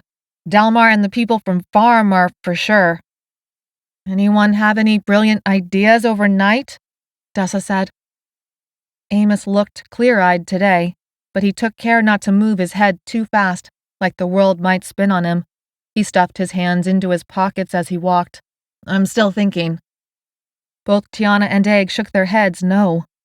It was all closing down on them, and somehow Delmar held the upper hand. How could they stop Delmar, save the kids and Cole, and get Dessa her treatment in time? It was an overwhelming, impossible list. "We have to think of something," Dessa said. "I think Magdalena's group is wobbling," Egg said. "I talked to a bunch of them this morning. They don't like the idea of letting all these V's loose on people." "You're always making the rounds," Tiana said. "You're really good at, what's the word they used to call it? Networking. That's it. Making them comfortable around you." "Yeah, they think I'm too dumb to worry about," Egg said. "No, that's not what I mean at all," Tiana protested. "You're really good at getting a read on people. Except for Delmar. But for sure everybody else. Just talking and making them think about things without even realizing they're doing it." "Yeah, well," Egg said glumly, stuffing his hands in his pants, mirroring Amos. "Didn't work on Magdalena last night. I tried talking to Delmar, too. The thing is, I can tell she doesn't want to do this." "Did she really say that?" Dessa's ears perked up. Egg squinted at Dessa. "What part?" "The part where she doesn't want to do this," Dessa said. "Yeah," Egg said. "I mean, no. I know they sort of kidnapped us and tied you up and all, but I felt like she was listening to me before. Now there's like this door she's closed. She knows a lot of people are going to get hurt once this mob of V's is released, but she can read Delmar and the others well enough to know they'll do it no matter what. So why not join in and have her group benefit from it? They're going to do it no matter what. The words turned over in Dessa's mind, like there was something she needed to realize. So why not join in and have her group benefit from it? A low moan came from their right, from around a gray building just on the edge of town. Everyone turned toward the sound as if as one organism. Delmar, Magdalena, all their people, Dessa and her friends. Everyone knew that moan. Dessa felt the hairs on her arms prickle. Before, she had only ever heard the rage in those moans. The V's were just one big rage machine. But now, there was more than rage to it. Underneath, there was a great deal of pain. It scared her to hear it now, when she had never heard it before. Was that a sign she was slipping further and further away? The V popped into view, so gaunt you could count every rib on his bare chest. His fireman work pants gave a clue as to who he once was. Now he stumbled, looking drunk and on the verge of collapse, toward the road, toward fresh meat he could rip his rage apart with. Dessa was closest, and she flinched back until she remembered. The V's couldn't sense her anymore. Before anyone could sweep in and put this V out of its misery, Dessa moved like lightning, right up into his face. "Dessa!" Amos said. She stayed silent because she needed to know. She needed to be sure. If this still worked, then she might just have thought of a really bad idea that could save them all. The V seemed to look right through her. She held her breath and held still. Like before, the V ran into her, his breath stinking like rotten fish. The slimy skin of his bare arm brushed against hers. She almost gagged. Amos yelled for her to get back. The V bounced off her like she was a wall. Then it veered left and headed for the closest person it could sense, one of Magdalena's people, who quickly lifted his machete above his head and brought it down on the V's skull. The V dropped in a heap on the road. Dessa faced her friends. "Crap," Egg said. "That's really creepy watching the V not even know you were there." She had all eyes on her, dozens of people just staring. She flushed with humiliation. There was something really wrong with her, and everyone knew it. She was some sort of alien life form now. They weren't exactly wrong. Her throat tightened, and even though she knew some water would help, she also knew her stomach would refuse it. Amos couldn't look at her. Tiana's expression was horrified but also thoughtful. Egg was filled with admiration. Delmar approached, surrounded by combo-cured people from farm who were looking decidedly thuggish. "Don't know what you thought that was going to do." I didn't think," Dessa said. Delmar laughed. "Sure, I believe that. V's don't seem to think much either, do they?" Delmar's cruel words seemed to flip a switch inside Amos. He went for Delmar, his face flushed. Cursing, he swung. But Delmar's people grabbed Amos, threw him to the ground, and started kicking him. "No, stop!" Dessa ran for him, thinking about his head, thinking he couldn't afford any more injuries. Dessa had never seen him like this. Never. He was always so controlled. Delmar waved his hand. "It's fine. You can leave him alone now. Amos knows who's running the show." Amos was left curled up in a protective ball on the ground. Dessa skidded onto her knees next to him. "Amos, are you okay?" She checked him over from head to toe. It didn't seem like there were any new injuries, though he winced when Dessa touched the tender spot on his scalp. "I'm fine," Amos said, hoarse.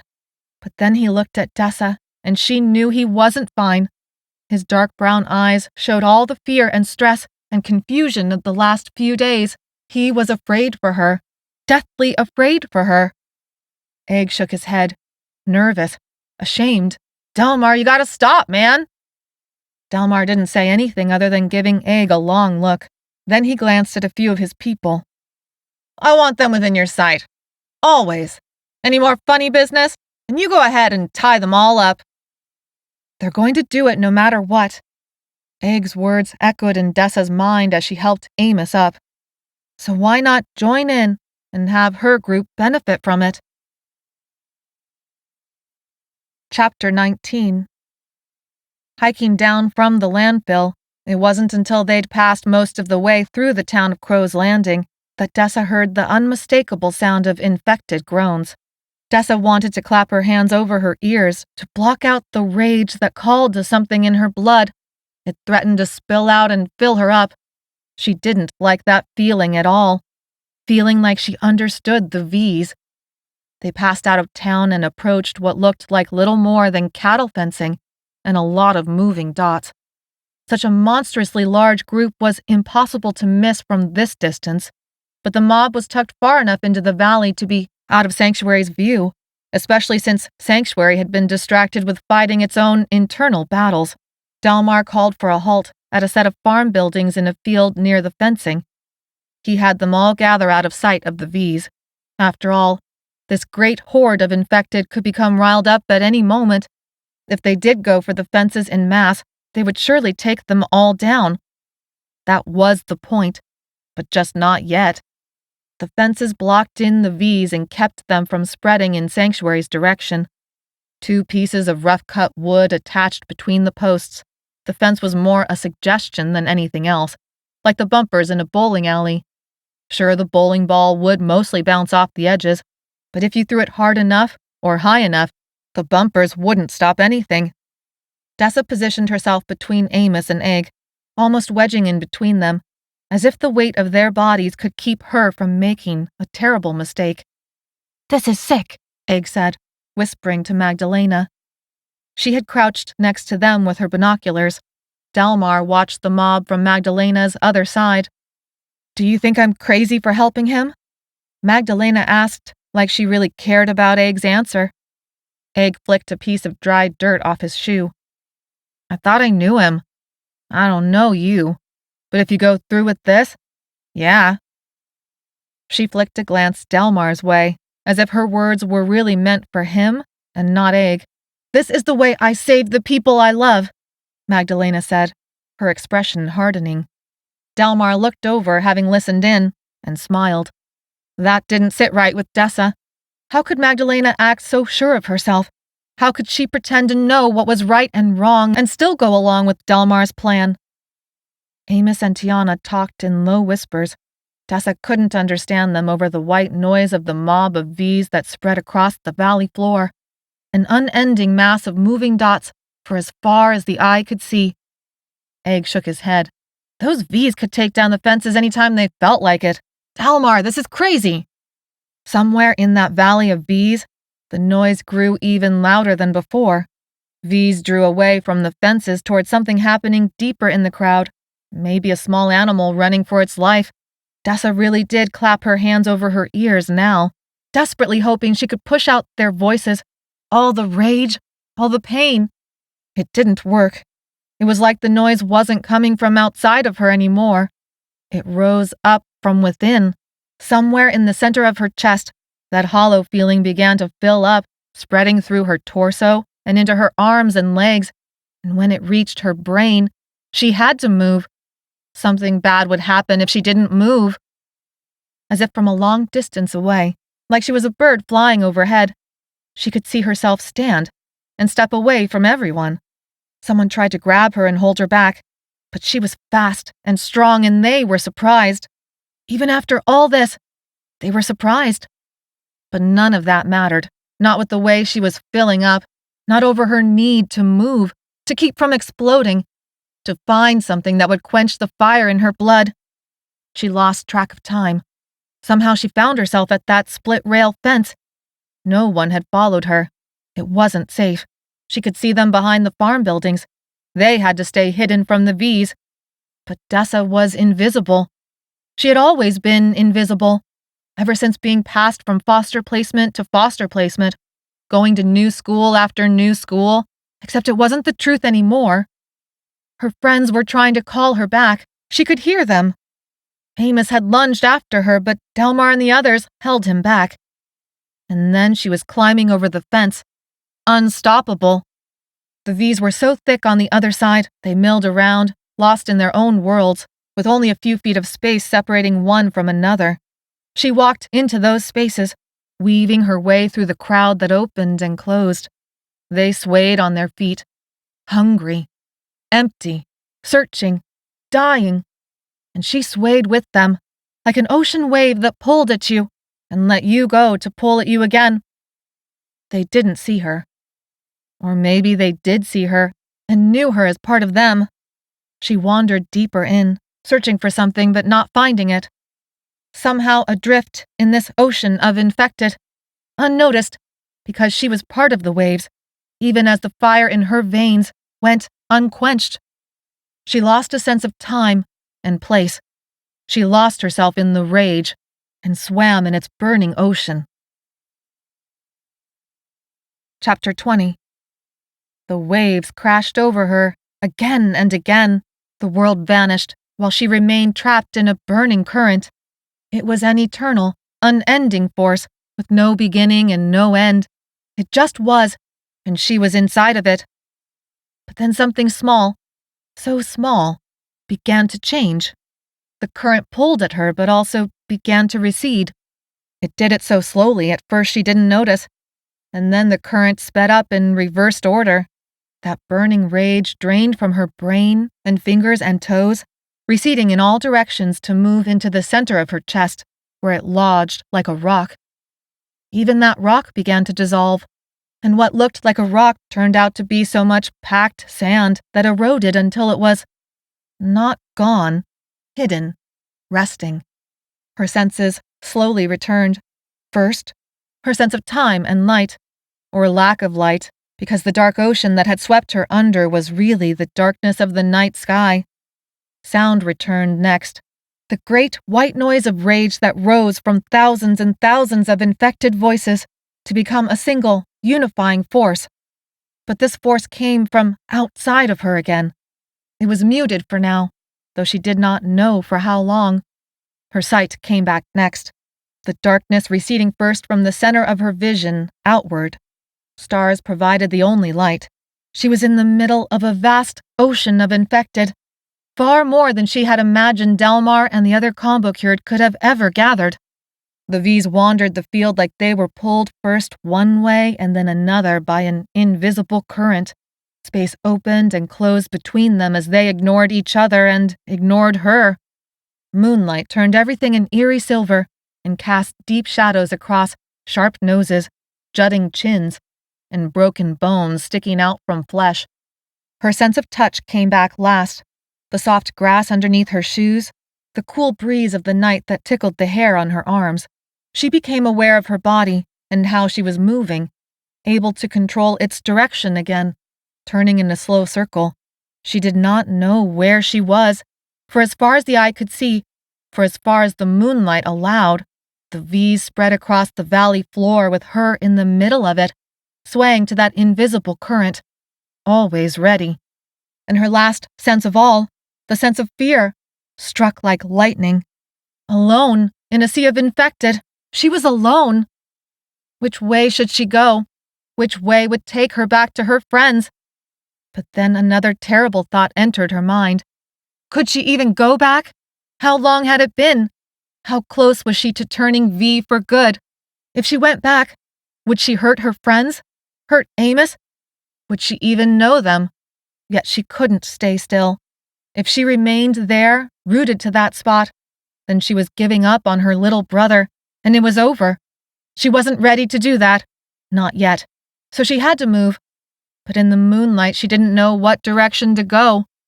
So she picked a direction at random and moved, swaying her way through the open spaces between the V's.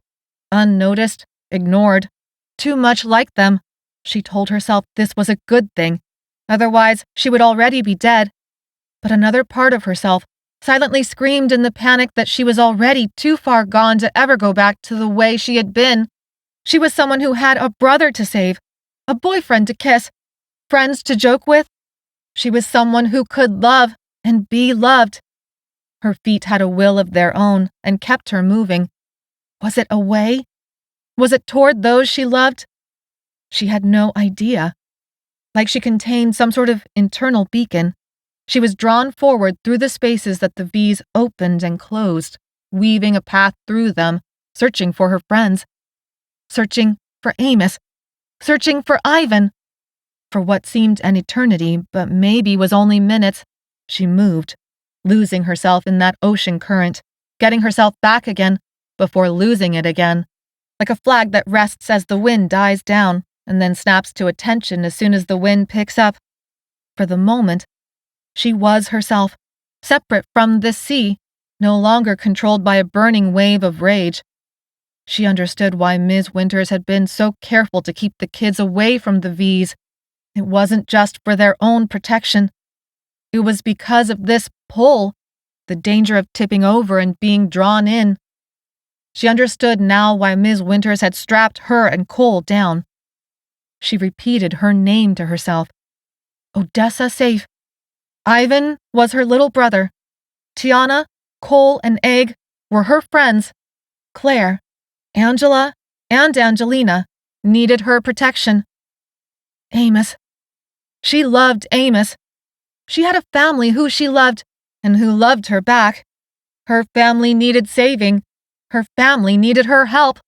The groans of rage insulated her like a blanket, but her eyes finally caught something geometric in the distance. Just a hint of horizontal lines that vanished in the next second as V's swayed with the current again.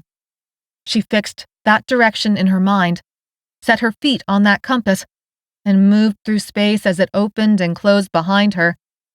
The stink of rot and infection so thick she wore it like a coat. Soon the fence came into view again and she headed for it, the exercise picking up her breathing just enough to turn the heads of several V's as they searched for something not quite right in their midst. But it didn't matter. She was close, the fence railing yards away, and only a handful of V's in her path. She reached the fence and slipped between the rails, pausing halfway through, frozen in that second as she transitioned from dead to alive. It would be easier to let herself go and allow the rage to consume her. Dessa? Her name was a hiss through the night. But she knew it. She knew who said it.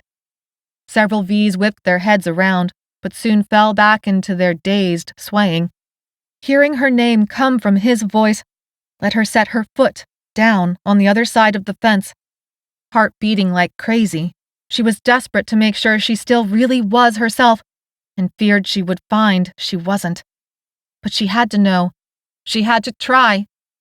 She left the burning ocean and headed for a tree, its trunk so big her arms would only reach halfway around it. Looking up into the branches as moonlight shined on the leaves, Dessa caught sight of a figure who had climbed into it. He had called her, and she had been able to step through. It had worked this time, but for how much longer? Amos? His name came out hoarse and cracked as it brought a few V's to the fence. She waited and Amos held still. After a minute, the V's fell back into the current, swaying away from the fence. There was a quiet rustle of leaves, the sound of clothes brushing against bark. She moved out of the way, and Amos landed on the grass next to her with a soft thump. She held so still because she had lost herself in an ocean of dead. Now she was back and didn't know what to do. But Amos knew. He came right up to her, his eyes in the moonlight generating their own ocean current that pulled her in, drowning her with his fear and love as he crushed her to him. And she knew she was enough herself again to trust letting him carry her away from that ocean of dead. She buried her face in his neck so that all she could smell wasn't death or rot, but only Amos, boy and sweat and soil and something alive. He carried her in his arms, away from the fence, across the field, and through the back door of an old warehouse, as she held on. She did everything she could to just hold on. Chapter 21. Eventually, Amos set her down on the cement floor. He pulled out a bucket, water, and clean rags. She sat for him as he washed her, gentle, every move somehow weighed down with emotion. He worked at the dirt and the grass stains until finally he had taken the stink off. Her skin was squeaky clean, and her clothes were also clean, though still stained and now damp. She leaned against the rough cement wall as he went outside to dump the water and toss the rags. Looking around, she took in the small space of someone's hobby shop meant for fixing model trains. Tools, train cars, Miniature trees were all scattered across the workbenches. In spite of her fever, Dessa's skin cooled enough to raise goosebumps. She couldn't talk, not around the lump in her throat. Amos hadn't said anything since calling out her name across the vastness of the night. His voice had allowed her to come back to herself, to set her foot down and cross to the other side of the fence. He returned to sit next to her, sharing his warmth, his arms wrapped around his knees. He stared at the ground, but it didn't look like he stared at anything at all. "Amos, where are the others?" Dessa said when she couldn't stand it anymore. As if her voice broke him out of a hallucination, he raised his head. Was what she had gone through like the fever ghosts that the comic book here sometimes made Amos see? "We spread along the fence line as best we could and took up spots to keep watch for you," Amos said. "They'll be back soon." "I made it back," Dessa said, her voice small even to her own ears. "Yeah, you did," Amos said, but that fact didn't seem to make him feel any better. "How long was I—" Dessa stumbled. "You know. How long was I out there?" The hobby room had dirty glass windows that barely let in any moonlight. She could only see the outline of his shoulders, his back, his face. So utterly familiar to her, she would recognize them anywhere, even in the dark like this. But when she had been taken over, it had been daylight. "Dessa," Amos said, his voice strangled. A small seed of panic sprouted in her chest at the spot where the rage had first bloomed. "It was only a few hours, right? I mean, I know it might be late, but—" Amos turned to her, and the faint moonlight hit his eyes. They were filled with raw hurt, so large she had to turn away to keep from being buried by the pain in them. "It's been more than a day." I don't know what you're talking about," Dessa said, confused, not wanting it to be true. "It was afternoon." Amos spoke each word carefully. "It was afternoon when you left, and it's been a full day and more until you came back. I don't know what time it is now. If it's the middle of the night, that means you were gone for almost 2 days. A full night, a full day, and part of this night." It was impossible that she had been gone, lost for that long, wasn't it? Though she was starving and desperately thirsty even with the hydrophobia. Almost 2 days? Amos wouldn't lie to her, but it was hard to wrap her mind around how long she had ridden the waves of V-rage. She had jumped off the deep end. Another realization hit her. "And you've been waiting for me this whole time? Watching for me? Tiana and Egg, too?" Maybe it was the wailing undertone of her questions, but Amos let his knees go and gathered her back into his embrace. "Of course." She took a deep breath and smelled earth and plants and strength and boy. Ms. Winters said she had 5 days, maximum, to get her final treatment, or she would turn V because of all the time she'd been out there, drifting, and all the time she had lost before that. She was now down 4 of those days. "I'm not going to make it, am I?" Dessa said, a sob catching in her throat. He hugged her harder, his arms like rock, anchoring her to the world. "You're going to make it." But she had never heard him sound so unsure in all the time she had known him. They stayed like that until, eventually, just like Amos promised, Egg and Tiana filtered in, looking defeated until they caught sight of Dessa. They exclaimed with an exhausted joy contaminated with despair. Everyone knew her time limit. The 4 of them sat in a circle on the floor as dawn crept up. Dessa missed Cole's presence, and Riley too. Riley was dead, but Cole had to be alive, somewhere inside Sanctuary. He would have finished his second treatment by now. It gave her comfort to know he would survive this. He would look after the kids. Egg broke out some snacks as Tiana passed around the water. Dessa did her best to eat and drink. She needed to fuel up and use whatever time she had left to keep the people she loved safe for just a little longer. Plus, they didn't mean to, but all 3 of them kept glancing at her from the corner of their eyes, especially when she took a sip of water, to see, she suspected, how deep the hydrophobia still held her in its grip. so she did her best to act fine, and she ignored the way her throat locked up by taking tiny sips of water like it was no big deal. The fever, cooled by Amos's makeshift bucket bath, began to warm her up again, but she did not let herself pull up her sleeves or otherwise show them how hot she felt. Every few seconds, she turned inward to check on that empty feeling in her chest. "While you were gone," Tiana said, sounding out the words like they might hurt if she said them wrong, "there was some trouble." Egg snorted. "Don't sound like it's a surprise, Tiana. Of course there was trouble." "Go on, Egg," Tiana said. "I know you made a list." "Funny you should ask," Egg said as he pulled out a crumpled piece of paper from his pockets. They all stared at him. He tossed it in the air, smiling. "Just kidding. I was never a writer." He tapped his head. "It's all up here anyway." Dessa couldn't help but smile. Egg must have seen it, because his eyes lit up. He had always tried harder at making people feel better than anyone she had ever known. Tiana sighed. "All right," Egg said. "I know a get on with it when I hear one." Tiana made a rolling motion with her hand. "First, I guess, the reinforcements are still, reinforcing Sanctuary. It's looking very armed to the teeth in there. Cole's probably still alive, even though we don't know for sure with the whole rubble thing. The kids are in there, too. Probably." Dessa opened her mouth. Egg raised a hand. "Hold on. Only about halfway done. So the Valley of V's is still—" "You know you just created a new title for a romance novel, right?" Tiana said. "Valley of V's?" "Interesting point," Egg said, holding up a finger.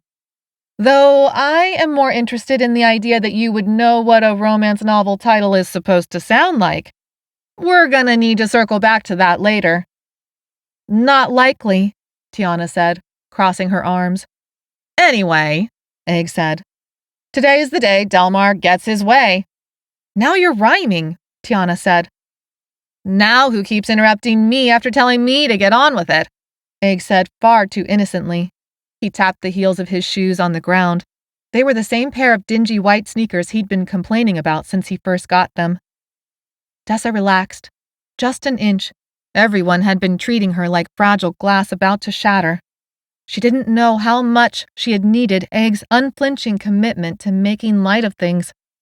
"Like I was saying, Magdalena left yesterday, not long after your, Valley of the V's episode. She took those turquoise boots with her and broke the promise she made about giving me a pair. My very own, and they didn't even have to be turquoise. But now she's gone and left, and I didn't get any cowboy boots out of it. I'm still stuck with these dumb grandpa shoes." "Magdalena left?" Dessa said, surprised. "Do you mean just her?" "No, the whole group." Tiana glanced at Egg, which broke her shoe promise to Egg, which of course is completely dastardly to do. "That's right," Egg said. "I agree." "It turns out she was putting one over on Delmar," Tiana continued. "They never planned to help him with the V-mob, not after your big speech." "After my speech?" Dessa said, even more surprised. "But that's exactly when she closed down and agreed to—" "She believed you when you said Delmar would eventually betray them," Tiana said. She had found what looked like an old beach towel from somewhere and wrapped it around her shoulders. One hand pinched two corners together across her chest, her other hand twisted in her lap. "Dessa, she believed you and decided she had to make Delmar believe they would help so that she and Arturo could get their people safely away at their first chance. She lulled him into complacency," Egg said, his tone full of admiration. "She fooled us, too. But now I know why she was all closed down. She couldn't let us see through her plan. She was in disguise, pretending to go along with things like how we suited up and went underground, pretending to be Sanctuary staff." "Delmar got so mad," Tiana said, and now a hint of a grin played across her mouth. "I'm not gonna lie, I enjoyed seeing that. People from farm started grumbling, maybe wondering if Delmar shouldn't be leading them after all. It's good Magdalena and Arturo left without anyone knowing because I don't know what Delmar and the others would have done, but it would have been bad." "I think it's too bad we couldn't just pack up and go with her," Egg said. Why? Tiana said. Because she told you she has a whole room of cowboy boots waiting back at home? Egg looked hurt. It's a warehouse? A small one, but no. That's not the only reason. Tiana arched an eyebrow. I wasn't serious. I was just making that up.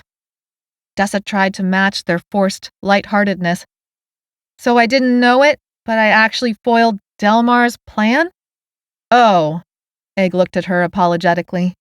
You almost foiled his plan. I mean, it gave him second thoughts for like a second when Magdalena and Arturo left, since that's half as many people to move the V's along.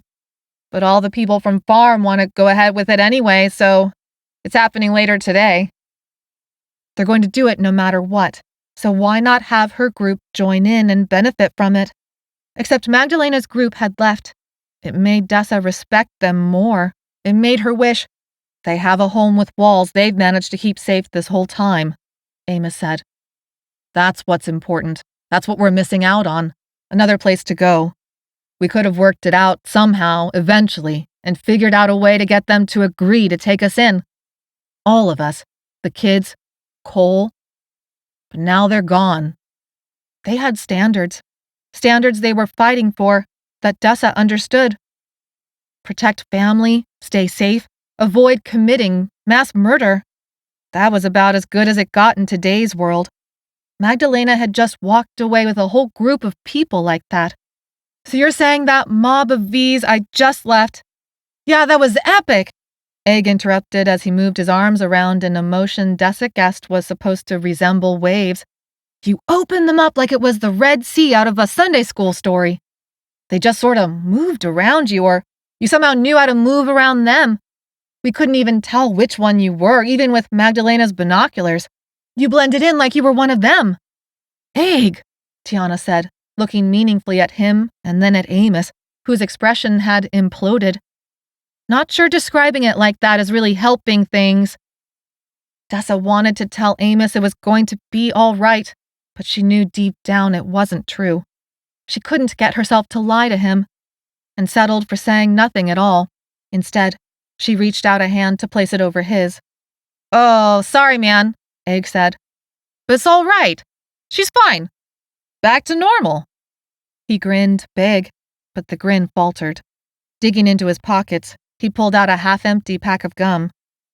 Here, have some sugar. It'll make us all feel better. He passed the pack around, and they all took a stick.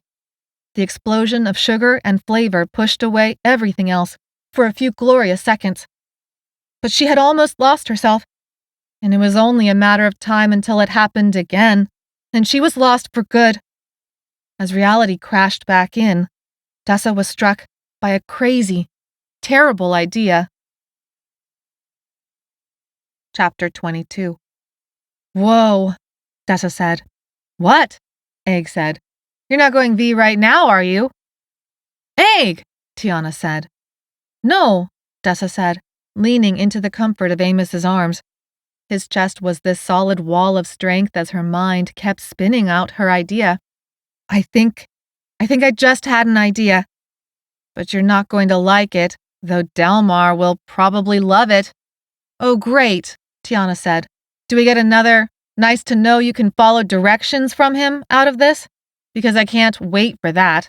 Tiana grimaced. Kind of, yeah. Tiana fell silent, frowning. Tell us, Amos said. We've got to figure this out. You know I'm with you. All the way. Dessa gulped and tried to piece her idea together in a way that would make sense. Do you remember in Old Sacramento, when we were in the tunnels and hiding in that old basement speakeasy, how the military set all those noisemakers off to draw the V's out from the streets and into the river? I know I was basically delirious, Egg said, but I swear I remember it, especially those stupid tunnels with the swimming rats. You're thinking about doing that again? Tiana said. We can't get inside Sanctuary to set noisemakers off, even if we could draw enough V's to the noise to overwhelm them. I don't even know where to get stuff that would make enough noise. But would that even do it? Even with a big warning, enough V's take down the fences and swarm the entire area, and they'll kill everyone we care about. there won't be anything left. Dessa bit her lip. I'm not saying the V's should go in alone. They looked at her in confusion. I'm basically invisible to them, right? Dessa said. Only if you move, right, and don't make a sound, Amos said. Which I just did for almost 2 days straight, without a mistake, Dessa replied. That means I can walk right in the middle and get inside Sanctuary using them as my camouflage. The kids and Cole will already be out, evacuated with the scientists. I get my second treatment, myself. They sat there in stunned silence for a moment. You're crazy, Egg said, but there was a note of admiration in his voice. You are certifiably crazy. No. Amos held on to her for dear life. Absolutely not. You want to go back into the middle of that mob? You barely made it out this time. You don't. It could work, Tiana said. No, it can't, Amos said. She's not going to risk herself like that. But if she doesn't, she turns. And she's dead anyway, Tiana said. Amos flinched. Dessa was determined to face reality as it was, and not what she wished it would be. It's the truth. They're watching us. Delmar probably figures we're his enemies now. How do we stop him and the others from releasing all those V's? We can't. That's what you all said. We can't. You guys have been saying we should leave. Maybe this is the way.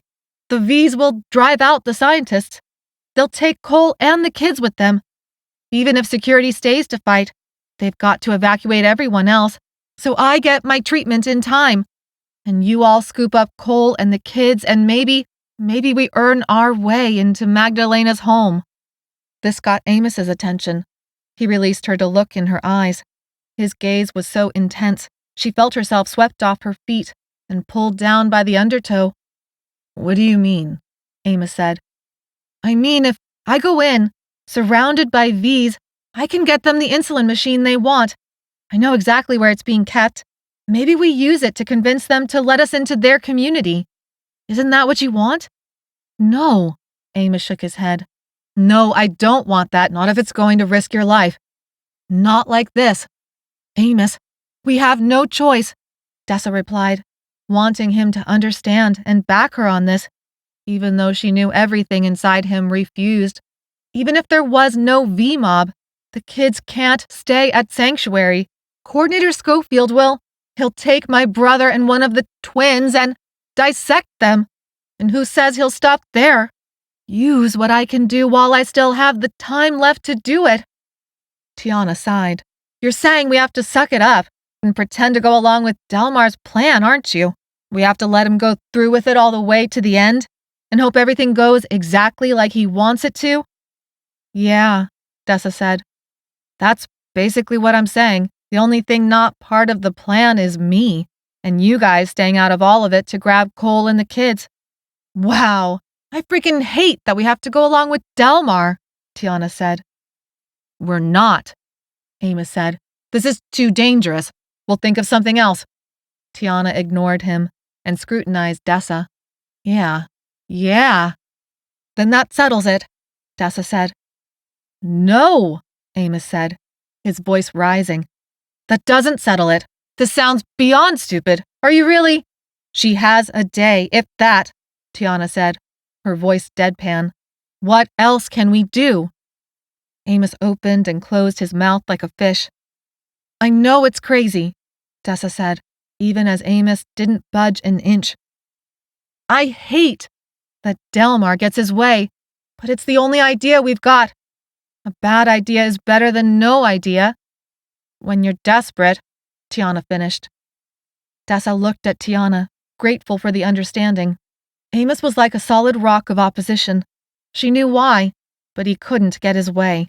He had to see the reality that was in front of them, and not the dream he wished would come true. She had learned that lesson, she hoped. Finally. Chapter 23. Dessa woke from a troubled sleep as gray light filtered through the dusty windows of the hobby shed. Amos had found a few floor mats to act as cushions for them, and she didn't want to move. His arm rested comfortably around her waist, forming the shape they liked to sleep in every chance they got, which wasn't many, especially after being separated by Sanctuary's combo-cured policies. He snored quietly in her ear. If she could stay like this forever, she would. But she knew he wouldn't let her do what must be done, not after their argument during the night, so she had decided to slip away before he could stop her. This was their one chance, maybe not her chance, but their chance to get out of this alive. This was also her only shot at not turning V, but it was a long one. More important than that, this was how they could grab Cole and the kids and find somewhere else to go, anywhere else. Between the scientists and Delmar, she didn't know who would run Sanctuary worse. She hoped her friends and the kids would never have to find out. Slipping out of Amos's arms, quiet as a mouse, she let the cold air enter the space between them. He moved, his sleep disturbed, and she worried their last memory together would be in confrontation instead of as a sleepy embrace. But Amos settled, and she was careful not to make another sound. Egg had set out water bottles for each of them for when they awoke, thirsty. But she passed hers by without any trouble. Better not to waste something they needed more than her. The fever in her felt banked for the moment, but she figured it would come back soon enough.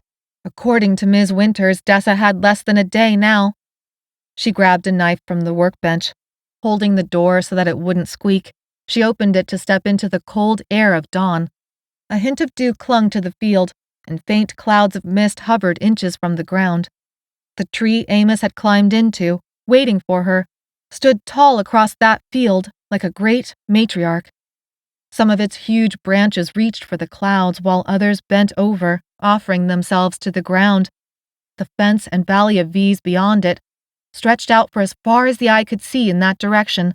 The V's were like a modern, scientifically twisted version of the old bison herds Dessa had read about once in school that had migrated across the plains. Heading across the field, Dessa's shoes and pants to her knee were quickly soaked with dew. The gray sky showed puffy clouds that began to turn the bright, stunning colors of sunrise. She needed to slip in with this herd of V's before Amos could stop her. If she had been able to last a little longer, she might have lived long enough to see all the V's fade away on their own. Even now, in the midst of this great ocean of swaying infected, their bodies had finally begun to fail even though their rage remained strong. A few of them, in random places, had laid down, unmoving. Maybe some organism would come near and they would return to life for one final act of violence. Or maybe they had already passed away, the rage released from their bodies for good. She tried not to picture herself becoming one of them. Tried and failed. But that didn't stop her. If she had to lose herself in order to save her friends and the kids, then so be it. You're really gonna do it, aren't you? Tiana's voice was so quiet, it took Dessa a second to recognize it. The pull in her chest was already becoming a struggle to resist. She turned, not yet halfway across the field, to face Tiana. They were far enough away that the V's hadn't alerted to her, but soon Egg and Amos would wake up, and Dessa needed to be gone before then. Tiana's clothes were soaked to the knee from dew, and she looked at Dessa without accusation, only acceptance. You know I need to, Dessa said. Tiana's face twisted as if she were in pain, but then she regained control and smoothed it out. I know. Suddenly a great fire rose inside Dessa, not a fire of rage, but a fire of need and understanding. Whether this works or not, Tiana, you have to get Amos and Egg away from here. You have to take Cole and the kids and get them away from this place. If any of the scientists survive, you know they'll go after the kids, and Cole too. And if Delmar takes over, then I don't know what'll happen, but it won't be good. Tiana nodded. I know. I will.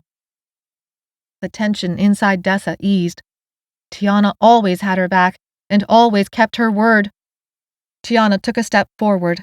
Dessa could feel a ripple of tension in the ocean of V's behind her, like Tiana was just on the edge of being noticed. But it's not over for you either, Tiana said, her voice intense. You have to find that treatment. There's still time. There still has to be time. Now it was Dessa's turn to nod, unable to speak around the growing lump in her throat, not because of the lyssivirus surging in her veins, but because of the sob that had caught there. The noise would surely attract the attention of the V's. "Tell Amos, I'm sorry I didn't say goodbye. I don't want him to see me vanish into all that again." Tiana nodded and took a step back. "I will. But if you see Cole in there, if he didn't get out with the kids or, I don't know. But if he's in there, you tell him he better get out alive or I'll kill him." Dessa gave her a lopsided smile. She took a few steps away, but at the last moment turned again and said, "And tell Egg I hope he gets his cowboy boots someday." Tiana released a quiet laugh. "Oh, I will." "Thanks, Tiana." Tiana would understand that thanks was for much more than this conversation. It was for everything, back from the very beginning of all of this, when they first set out for Ivan. With all of that unspoken in the air between them, Dessa knew she had to go now or she wouldn't be able to do it at all. Without another word, she faced the V's, crossed the rest of the field, slipped between the rails of the fence, and without hesitation, set her feet down on the other side. Taking in a deep breath that assaulted her with the smell of rotting blood and the stink of infection, she lifted the collar of her sweatshirt to cover her nose and entered the ocean. Chapter 24. Dessa knew exactly when Delmar and the others opened the gates. A great wave of energy rippled through the V's around her and continued on into the valley. The mindless swaying became something more purposeful. It now had a direction. She allowed herself to be swept along with them. Deep in her disguise amongst these V's, she tried to keep it to a disguise and hold on to herself. Groans and moans took over all the other sounds. Underneath her feet, the ground was a churning mass of trampled grass and mud. V's bumped into and bounced off her like she was a wall, like she was one of them. Even through her shirt, the stink of rot was overwhelming, but she was glad it disgusted her. Last time the ocean had pulled her under, and she had stopped noticing the smells. Whatever the lyssivirus was doing in her bloodstream, this might be only a small window of relief, but she was grateful for even that. Off in the distance, she could see the large oak tree where Amos had hid, but it was too far away to know if someone was in its branches now. She hoped not. She hoped Tiana had dragged Amos away from all of this. Staying deep in the mob, she couldn't see beyond the dark mass until they were almost through the gates. Something caught her attention on her right. For a split second, her step hitched.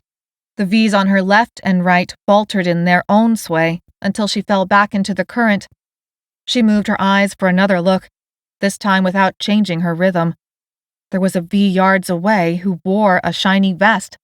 Dust covered all the V's in this ocean, turning their skin and clothes a monochrome beige. Many shirts and pants and dresses had been shredded to almost nothing, maybe from that violent moment when they'd first been infected, maybe from time and weather. Now that she was looking for it, this vest stood out like a lighthouse beam amongst the frothing beige waves. Slowly, she modified her sway so that it moved her closer. The vest looked packed with makeshift explosives? Dessa was no weapons expert, but it was the only thing that made sense. Her mind spun as she put together all the different puzzle pieces. The rocket launcher that had accidentally damaged Sanctuary, the basement bunker of weapons the combo cured from farm had discovered, Delmar's big surprise. He hadn't just been talking about the mob of V's gathered in the valley. Sanctuary had no idea the kind of firepower headed their way. What was Delmar even thinking? These bombs would destroy Sanctuary and make it unusable. Except she realized in the same instant that wasn't true. The explosives might destroy the above-ground part, but all the supplies were underground, where the bombs couldn't touch. People from farm wanted the place to become unusable to the scientists. They wanted to make sure there would be no reason for Sanctuary staff to return. Then Delmar and the other combo cured could keep the fences and supplies all to themselves. Before Dessa even realized she had made the decision, she wove through the gaps until she reached the V wearing the vest. unsheathing the knife she'd taken from the hobby tool shed. In one quick motion, she cut the strap that kept everything in place. The vest slid off and fell to the ground, soon trampled underfoot by an ocean of V's. She winced, waiting for an explosion. She had not thought this part through, but nothing happened. She dove into that ocean and rode it as fast as she could, away, in case the explosion was only delayed. But still, nothing happened. Maybe there was some sort of radio control. Maybe the vest had been a dud. But there had to be more. There was no way she'd found the only V in this mob outfitted with explosives. What if a vest exploded and destroyed Dessa's final treatment before she could get to it? What if the kids hadn't been evacuated yet? She scanned every V within sight for more vests. Her pulse picked up as half her attention stayed on keeping herself part of the current, keeping herself invisible, and the other half searched for more vests. She swayed forward, then slowed down, then sped up. There. To her left, up ahead, a shiny black vest that stood out like another lighthouse in the beige ocean. With hands sweating, she took long seconds to move closer. With another flick of the knife, the vest released and fell away to be crushed underfoot by the mob. The sunrise colors had faded, and the sun now hung bright in the blue sky. Something shifted in that mass of infected. With no living organisms to direct their rage upon, it began to evaporate. Dessa didn't know who had opened the gates, or how exactly Delmar's people would funnel the V's toward Sanctuary. But all she could do was go with the flow. It was this strange sense of moving without purpose. Something activated the energy again, and it rippled through the V's like before. Groans picked up intensity. V's struggled to step a little faster. Everyone packed more tightly in together to go after whatever distraction or bait Delmar had set up to send the V's through the town of Crow's Landing to take down Sanctuary's fences. It took hours to move a few miles. She stayed deep in the middle of the ocean, searching. Each time she found a vest, she swam its way, cut the strap, and let the vest fall to the ground. She found 6 vests that way. How many more were there? Chapter 25. The gaps between the V's shrunk as abandoned buildings funneled them down the Crow's Landing main street. They passed restaurants, the insurance office, the dog boarding kennel. She stumbled over a hydrant and watched out for broken concrete and steps. Not finding any more vests, no matter how hard she searched, she stowed away the knife. Weaving her way through all the V's, their bodies wrecked with injury, infection, and neglect. She headed for the front. She needed to stay far enough back not to be spotted, but she also needed to stay near the front to seize whatever opportunity came her way to find her treatment before the V's destroyed everything. Following the V's in front of her, and being pushed ahead by the V's behind her, the desperate stink of their rage filled every pore of her body and mind. They crossed the road that took them over the blue ribbons of water that signaled the aqueduct, and the gray ribbon of asphalt that marked the freeway. When Dessa was on the other side, every square inch of the green grass that just yesterday had been waist-high was now trampled into muddy ruin. This close to the front of the mob, she could see the edge of the V's, along with several figures ahead of them who rode scooters holding large speakers. And then she was close enough to hear music. They were using music, some punk song she almost recognized, to set the V's on their target, Sanctuary. Dessa rounded the hill, V's 20 thick or more on either side of her, and an almost infinite amount of them behind her. She couldn't stop moving, even if she wanted to. The V's pushed her from behind and the sides, moving her along like she was stuck in a riptide. Sanctuary's shimmering, 3-story-tall fences came into view. Dessa's breath caught in her throat as she saw reinforcements set up along the fences with vehicles and guns ready. But it didn't look nearly enough, not against this number of V's, no matter how decrepit the infected were now. As Delmar's people peeled away, turning off the speakers and vanishing out of sight, the gunfire started. She stopped moving, in shock, but the V's carried her along against her will. The gunfire from Sanctuary's reinforcements would only draw the V's exactly where Delmar wanted them to go. No, you can't be that stupid. The V to her left, A woman with bald spots where her hair had been ripped out, whipped her head around, searching. Dessa drew in a sharp breath. She had spoken out loud and almost ruined her disguise. The turning of the V's head revealed deep, trench-like wounds, as if someone had raked sharp fingernails down her face. Worms lived inside the trenches of her cheek and squirmed inside their home. Dessa's stomach turned over on itself, and acid rose in her throat. Maggots! She forced her mouth to stay closed and concentrated on walking, breathing through the cloth of her shirt and definitely not looking at the maggots until the V's attention wandered away. Her superpower was her invisibility, not just from the V's but from Sanctuary staff and from Delmar and the combo cured.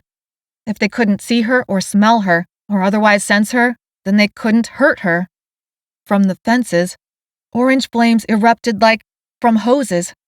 The V's, acting as her shield, caught on fire and started to burn.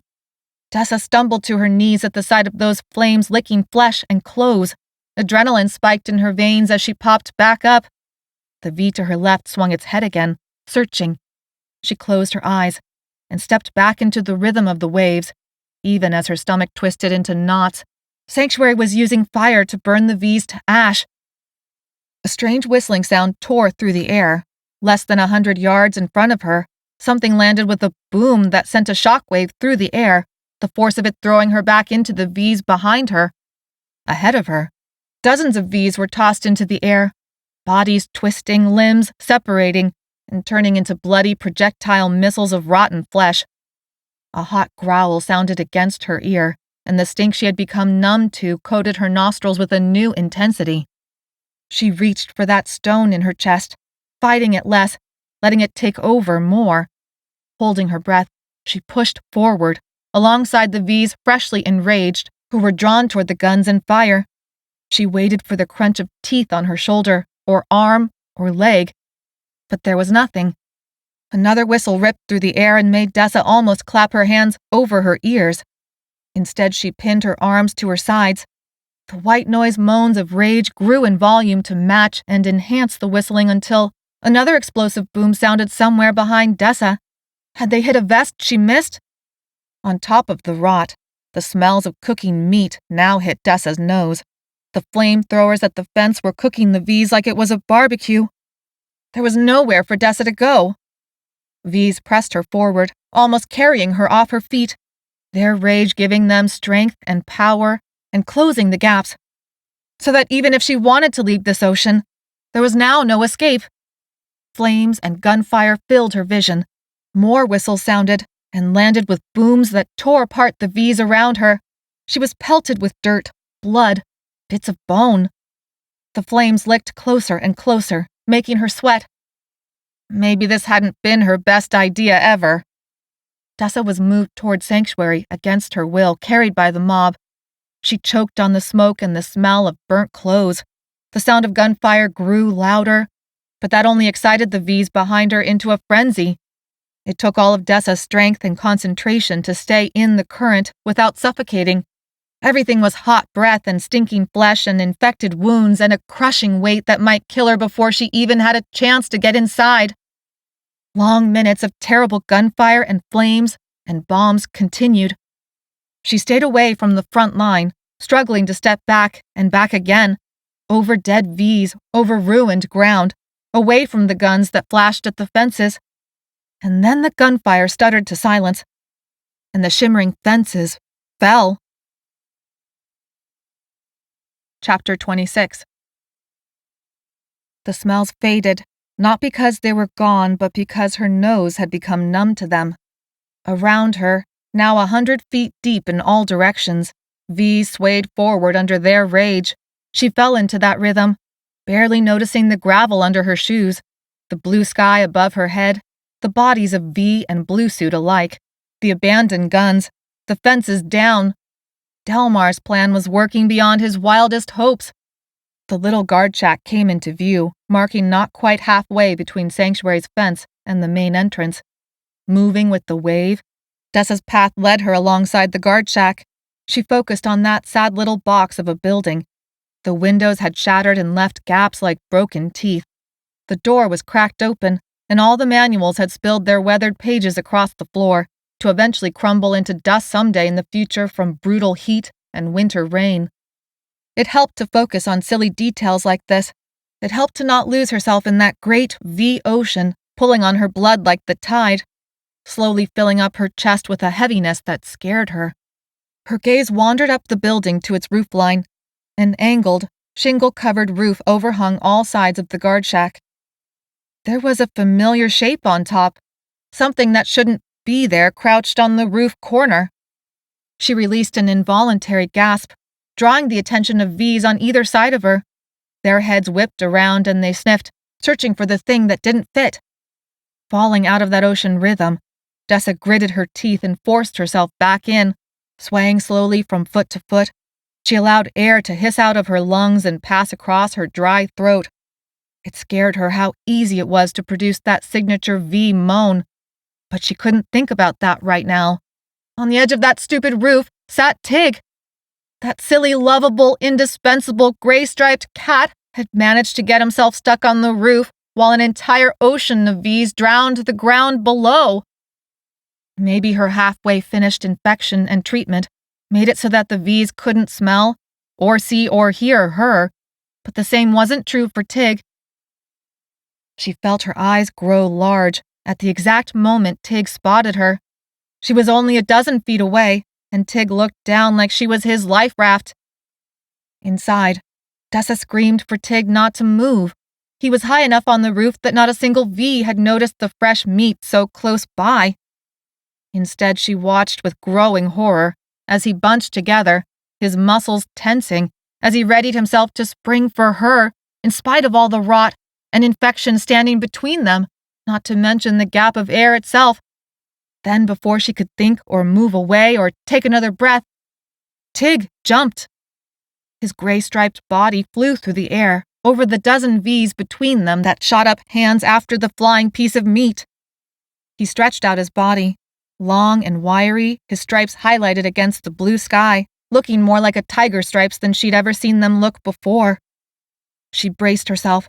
Tig would alert all the V's to her presence, and even if they didn't, they would go after him, and there was no way she could avoid going down with him.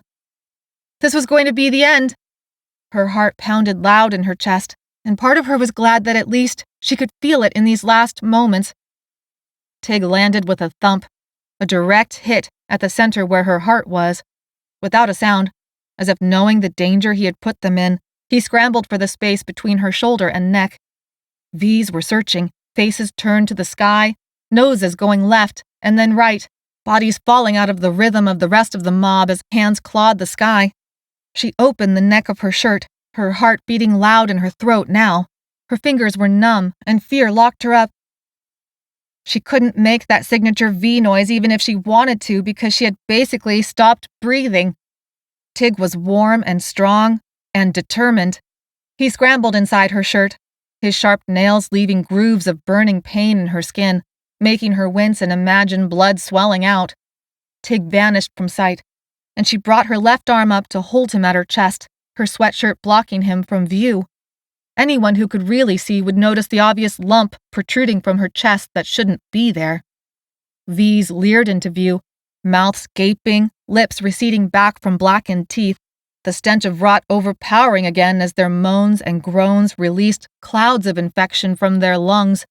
She braced her arm around Tig, trying to fall back into the rhythm, as she silently begged him to settle in and not move. He hadn't made a sound, but the V's were still on the hunt. She returned to her sway, brushing the clothes and bare skin of V's on either side of her. Their hands groped at the air, pawed at her hair, explored each other, but failed to grab, pull, or rip. She slowly brought her other arm around that warm lump at her chest, carrying Tig against her like he was her very own life vest, acting like there wasn't anything else more important in the whole entire world than the 2 inches right in front of her feet. Dessa kept walking. The V's began to drop away, and she plugged back into that current of hypnotic movement. She was another V in an ocean of V's, except for the warm, living cat lump at her chest. She could breathe again. Barely. Her throat was still closed up, and the air came out more like a hiss, but she was moving toward Sanctuary again. Anonymous. She still had control of her mind, and she carried Tig at her heart. Chapter 27. Dessa stepped over more bodies, V's or Sanctuary staff, she couldn't tell. The dead were still soft as she walked on them, making it hard to stay on her feet. At the next step, her Sanctuary-issued boots slipped off the ribs of someone wearing eggshell blue. She flailed, reaching one arm out while her other arm pinned Tig in place. To keep from face-planting on the gravel, she grabbed for the shirt of a V in front of her. The V's crusty shirt fell apart in her hand, but gave enough leverage to keep her upright. An involuntary breath burst loose, loud from her lungs. Tig released one meow. Several V's turned their heads, searching, but she knew the game now. Controlling her breathing and allowing herself to plug back into the wave, she continued forward. Come on. Almost there. Somewhere inside Sanctuary was the treatment she needed to keep from turning V. She had to believe Sanctuary would have been smart and already evacuated the scientists, which meant Cole and the kids were gone too. They wouldn't have risked the flamethrowers and guns and bombs putting Project Paulus in danger. She was running out of time, but she was so close now. The thought that Ms. Winters might have taken the treatment with her crossed Dessa's mind, but she refused to consider it. She would know soon enough, one way or the other. If there was anyone left alive to shoot the V's, she couldn't hear it over the groans of rage. Infected spread out in all directions around her, forming a monstrous herd. All of Sanctuary's grand reinforcements hadn't stood against Delmar's plan for more than a few hours. V's pressed in on her through the tight funnel the entrance doors created. Crossing Sanctuary's threshold into ground level left her feeling strange. She held on to Tig, reminding herself not to crush him, reminding herself that she was still herself. But now she was an outsider, riding the flood of infected that filled the place where she had lived for the last 3 months, where she had laid Riley to rest, where she had fought so hard to stay safe. Ground level was large, but the V's filled it. Even with its high ceilings, there was nowhere for the rage and rot to go. The volume of groans rose, bouncing around, becoming painful as the place filled up. Somewhere on this level was the pile of rubble that marked the destroyed elevators, the door that led to the incinerator where Dessa had made sure they laid Riley to rest as she had wanted. But all of that disappeared under the onslaught of infection, moving bodies of rot that shouldn't have ever lasted this long, but somehow did and were still going. She struggled to make her way through to where she thought the stairwell was without triggering any more notice from the V's. There were bodies. Not many. If Dessa had to guess, most of the reinforcements had made theirs stand outside, trying to keep the fences up. Not all the bodies wore the blue suit uniform. Some she stepped over wore the signature khaki jumpsuits of support staff. That bothered Dessa a lot. She struggled through the ocean of infected while trying to figure out exactly why it bothered her so much. Then, like a lightning strike, it came to her. There should have been none. If Sanctuary had evacuated, why were their Sanctuary staff dead from V attacks inside the building? Why were their support staff dead on ground level? They should have already evacuated with the others. She pushed her way through the bodies, the broken arms, the dislocated shoulders, the leering blackened teeth that showed from cheek to cheek on some of them, the lips having already decayed. Blood and intestines turned the floor into a slippery red slide. The rage began to claw at her chest, threatening to spill into the hollow space where Tig rested. She picked up the pace, fearing she didn't have long now before she lost it. At the base of the stairs, she looked up. These hadn't found the stairwell yet, maybe because there wasn't anything to draw them to it. The industrial concrete steps were lined with metal conduit on the wall and metal railing on the warehouse side. The first level vanished into more concrete above her head. 3 stories. She had to go to the top. That's where the new lab level had been set up. That's where her final treatment would be. Taking the first step, her activity drew the attention of 2 V's, who followed her like she was a bird leading the migration. Dessa stopped. She couldn't allow them to flood the stairwell and destroy everything, She couldn't allow them to flood the stairwell and destroy the lab before she could search for and find her treatment. Turning around, she slowly unsheathed the knife she'd taken from the hobby tool shed. Holding her breath and moving in slow motion, she dealt an underhanded blow to the closest V that put the knife deep into its chin. With a slurp, the knife entered and the V's eyes rolled up into its head as it dropped back into the ocean and was carried away by the current of infected. But the strange noises were enough for the next V to look her directly in the face, like it could see her through the cloudiness of its irises, even though she knew it couldn't. Rage was in its eyes, rage mixed with confusion. She was in that club now. Rage and confusion just about summed up her entire life. The V held out a claw-like hand, grasping at air, trying to find the thing it wanted to rip apart. Dessa took a step away and turned, making sure her back was to the V so that it couldn't find Tig. Then she kicked out a leg, slamming her foot into the V's hip, which sent the V tumbling off the stairwell and back into the ocean of infected below. But like the first, this activity attracted the attention of more Vs who separated themselves from the other infected and headed for the stairs. Dessa decided it was time to get out of there. She raced up the stairs, taking care to keep her steps as soundless as possible. Heading for the third story, beginning to breathe hard, her pulse pounding loud in her ears, and her hands sweating from tension, she considered again how foolish this plan was. But she didn't have a choice, at least if the treatment wasn't here. She could turn V and not hurt anyone else. Tig repositioned himself at her chest, hunkering down, as if determined, by all the considerable willpower a cat could gather, to keep his place, to keep her in place. Her heart ached, trying not to imagine what would happen to him when she turned. He'd lasted this long. Maybe, somehow he'd find his own way out. Dessa pictured the bulky, solid metal door that separated the upper level. In the rush of evacuation, she hoped they had forgotten to lock it. Otherwise, everything would be over soon. Maybe it was already too late for her to come back from this, but she had to be sure. It comforted her to imagine Cole and the kids whisked away from all of this. Amos, Tiana, and Egg would be ready and waiting to grab them from the scientists and take them far, far away. Ivan would still grow up protected by so many people who loved him. They would survive.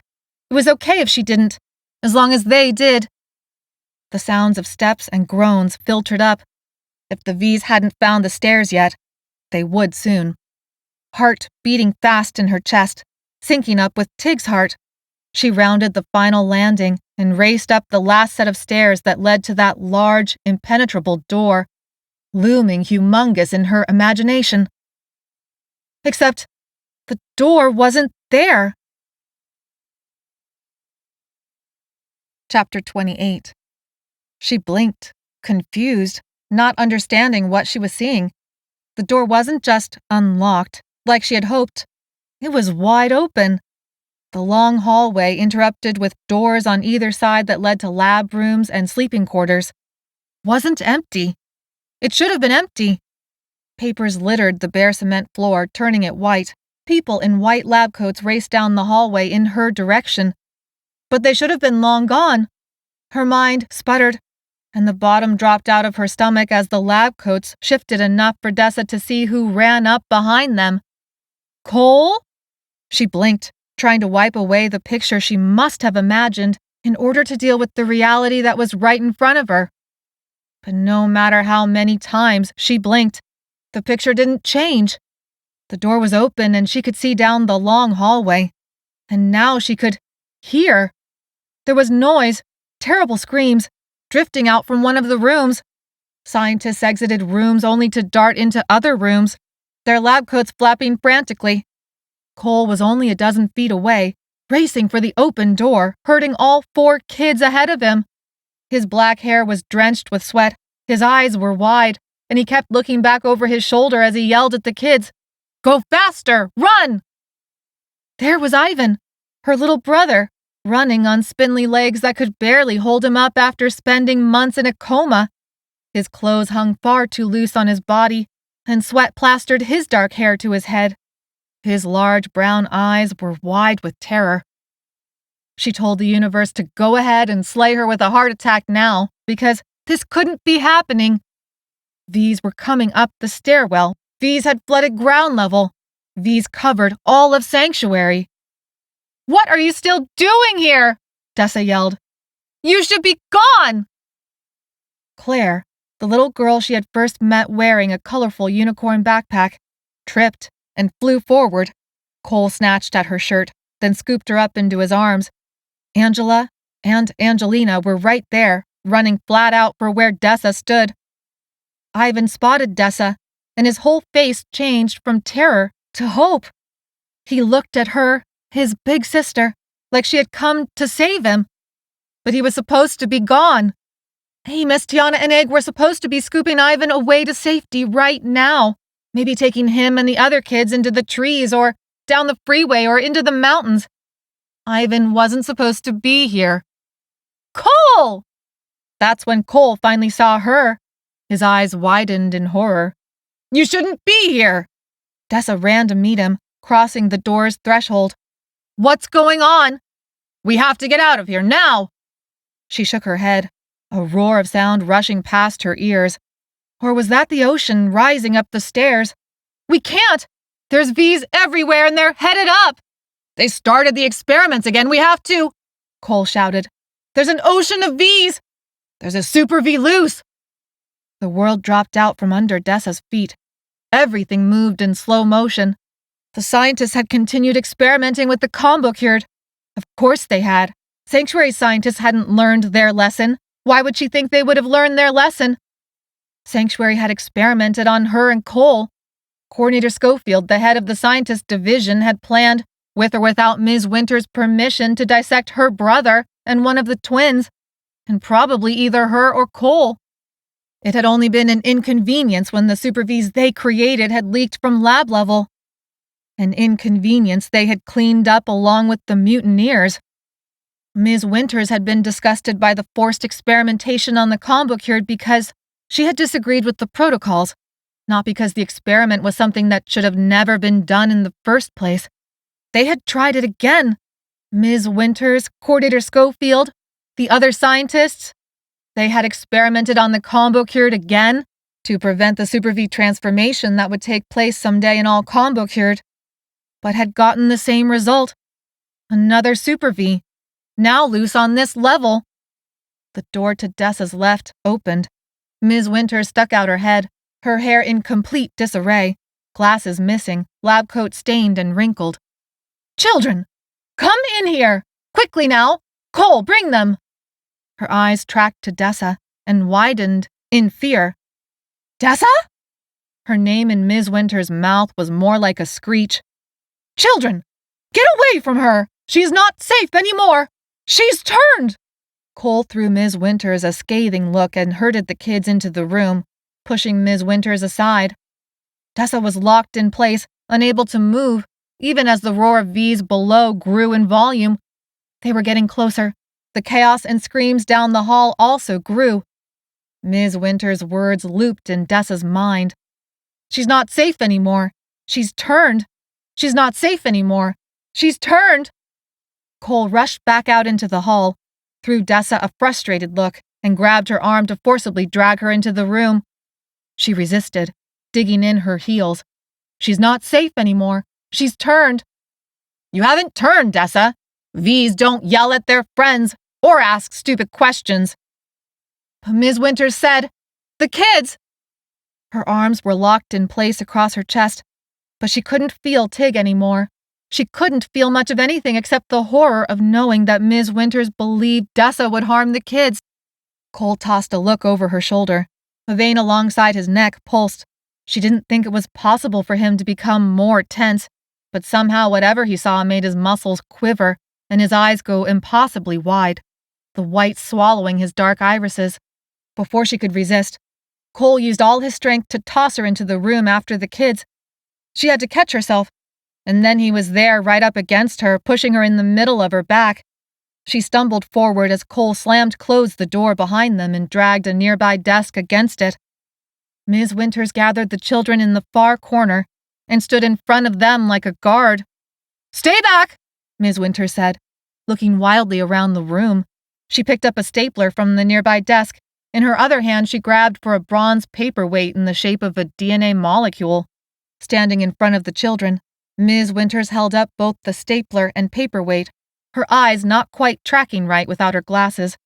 "It'd be really nice if someone could help me barricade this door." Cole's voice was sharply sarcastic as he went for a large metal desk and started dragging it over. Ms. Winters didn't move from her position in front of the kids, acting like some superhero willing to do whatever it took to save them. But she was the one who had infected them with the Lissa virus in the first place. They never would have gone through any of this if it hadn't been for her. That's when Dessa felt the hollow place in her chest begin to rumble as her internal temperature rose. She tried to pull back from all of it, horrified at what might happen next. And that was it, wasn't it? Ms. Winters was right. Dessa had turned, and she was now locked in a room with her little brother, with Cole and Claire and the twins. So many of the people she loved. She told herself to breathe. She wasn't completely gone yet. She still had her words. Cole was here. He could put her down before she hurt anyone. "Cole, you have to—" "The desk, Dessa. Maybe you could help me save the kids for a sec and let Ms. Winters mess with your head after?" But the rumble at her chest grew into this strange vibration that shook her very bones. Claire stepped around Ms. Winters, slipping through her grasp, still the tiniest of the 4 surviving Project Paulus children. She darted for Dessa before anyone could stop her. "Claire! Get back here!" Ms. Winters said, that uncharacteristic screech still in her voice. Dessa stepped back and back and back until she ran out of space and bumped hard into the laboratory countertop, the glass beakers clinking together. Don't! But Claire approached with arms outstretched. "I can hear him purring from here. Can I have Tig, please? I've missed him so much." Chapter 29. Dessa gently handed the cat over to Claire. Tig grumbled at being moved, but when he saw Claire, released a loud meow of relief. Ivan rushed up behind Claire. Tears filled his eyes, and suddenly Dessa's vision went blurry from tears too. For one brief, glorious second, all the terrible noises outside the room faded. Her little brother fell into her arms, and she hugged him to her chest. His hair was all messed up, and he smelled like a little boy who needed a shower. It was glorious. Ms. Winters lowered the stapler and snow globe, setting them back down on the desk. Ivan burst out a sob. "Desi, I thought you were gone for good." Hey, it's okay." She stroked his head like he was a kitten who needed soothing. "Desi, I'm sorry." His words carved her inside out. She held on but pulled back to look him in the eyes. "Ivan, you don't have anything to be sorry for." A tear tracked down his cheek. "But every time before, I knew you would come back. I knew it. Except I got really scared this time and I didn't know. Not like before and—" "Ivan, it's okay to be wrong," Dessa said, her heart breaking. But she put her feelings aside because her brother was in pain and she needed to fix it. "We can't be right all the time. No one can. And I'm here now." Ivan sniffed, nodding. "Dessa!" Cole shouted. She kissed Ivan on the head, even as her gut twisted in fear. "Go back with the others, okay?" She reluctantly let Ivan go and rushed to help Cole with the barricade. "Finally," Cole said as she helped him move another desk. "Took you long enough." "Sorry my mental breakdown inconvenienced you," Dessa shot back. "I'll try not to let it happen again." Their eyes met. Cole swallowed hard as his tone changed into something vulnerable and raw. "Glad you're alive, Dessa." "We weren't sure. Do you know?" Cole stopped, unable to finish. "They're alive," Dessa said. "All 3 of them. It almost destroyed Tiana to leave without you before. She would have totally yelled at you for still being here. Why didn't you all evacuate when Sanctuary saw the V's coming?" "The reinforcements thought they could handle it, of course," Cole said wryly. "They swore we had hours and hours left before we needed to even think about getting out of here." Dessa thought she could no longer be surprised by human pride, but Sanctuary had really taken the cake on this one. "Well," Dessa said, "Tiana basically told me if you don't make it out of here alive, that she's gonna hunt you down and kill you. So, try really hard to survive this, okay?" Cole closed his eyes, and a ghost of a smile crept onto his lips. Claire held Tig like her hands were a throne. Ivan, Angela, and Angelina crowded around the little girl and cat. This gray-striped wonder had managed to survive an ocean of bees after a foolish jump into Dessa's arms. Claire cuddled Tig as the other 3 kids cooed at him and scratched him behind the ears exactly as he liked it. In one quick motion, Ms. Winters headed with deliberate, almost ferocious intention to the mini-fridge. Retrieving a small bottle and a syringe, in just a few seconds, she crossed the room again. Before Dessa even knew what was going on, Ms. Winters plunged and emptied a full syringe of golden liquid into Dessa's shoulder. A fire began to spread where the needle stuck into her arm. The burning moved from the needle to her hand, then her torso, into her legs and her other arm, and then into her head. "What the hell?" "That is the second part of your treatment," Ms. Winters said. "I do not know if you received it in time, but I guess we will see, won't we?" "It's not as bad as the first one," Cole called out, not looking at her. "You won't lose it like we did the first time." "We'll see?" Dessa shook, not from cold, but from the core of her, as if from a million little earthquakes. She didn't know if that was because of the shot Ms. Winters had given her, or because she was turning after all and the treatment hadn't come in time, or because she was full of justified rage at Ms. Winters for everything she had done and undone. "You know you're the monster, right?" Dessa said, even as the children stared at her, wide-eyed. Her tongue felt thick in her mouth and her throat felt dry, but her mind was clear. Dessa pointed at the children. "You did this to them. You took them and you infected them with the Lissa virus on purpose, not knowing whether it would actually work or not. Not knowing if your treatment would hurt them or help them. You act like I'm unfit, like I'm not safe anymore. You're the monster, and they have never been safe with you, not since the first moment you took them." Dessa's chest heaved with great gulping breaths that were almost sobs. Everyone stared at her, but that didn't matter. She knew she was right. "And then you baited me and Cole. You forced us to take your newest version of the treatment." Ms. Winters' eyebrows drew together in the middle of her forehead. Her eyes looked vaguely unfocused. Maybe the world was blurry without her glasses. Maybe the world had always been blurry for Ms. Winters. What was right or wrong? What was safe? What it meant to be fit enough to take care of someone? Ms. Winters had never known how to do any of that. Not really. "I did only what was required." "You forced us," Dessa interrupted hotly. "How could you even say otherwise, with an ultimatum Schofield threw at us about dissecting one of the twins and my own brother?" Maybe Dessa shouldn't have said that last part out loud, not with the kids listening to her every word. Ivan wasn't even paying attention to anything but Claire and Tig. But the shocked looks on the twins' faces told Dessa they hadn't known. Why would they? Ms. Winters loved her secrets. She kept knowledge locked close to her chest, like it was this precious resource in limited supply.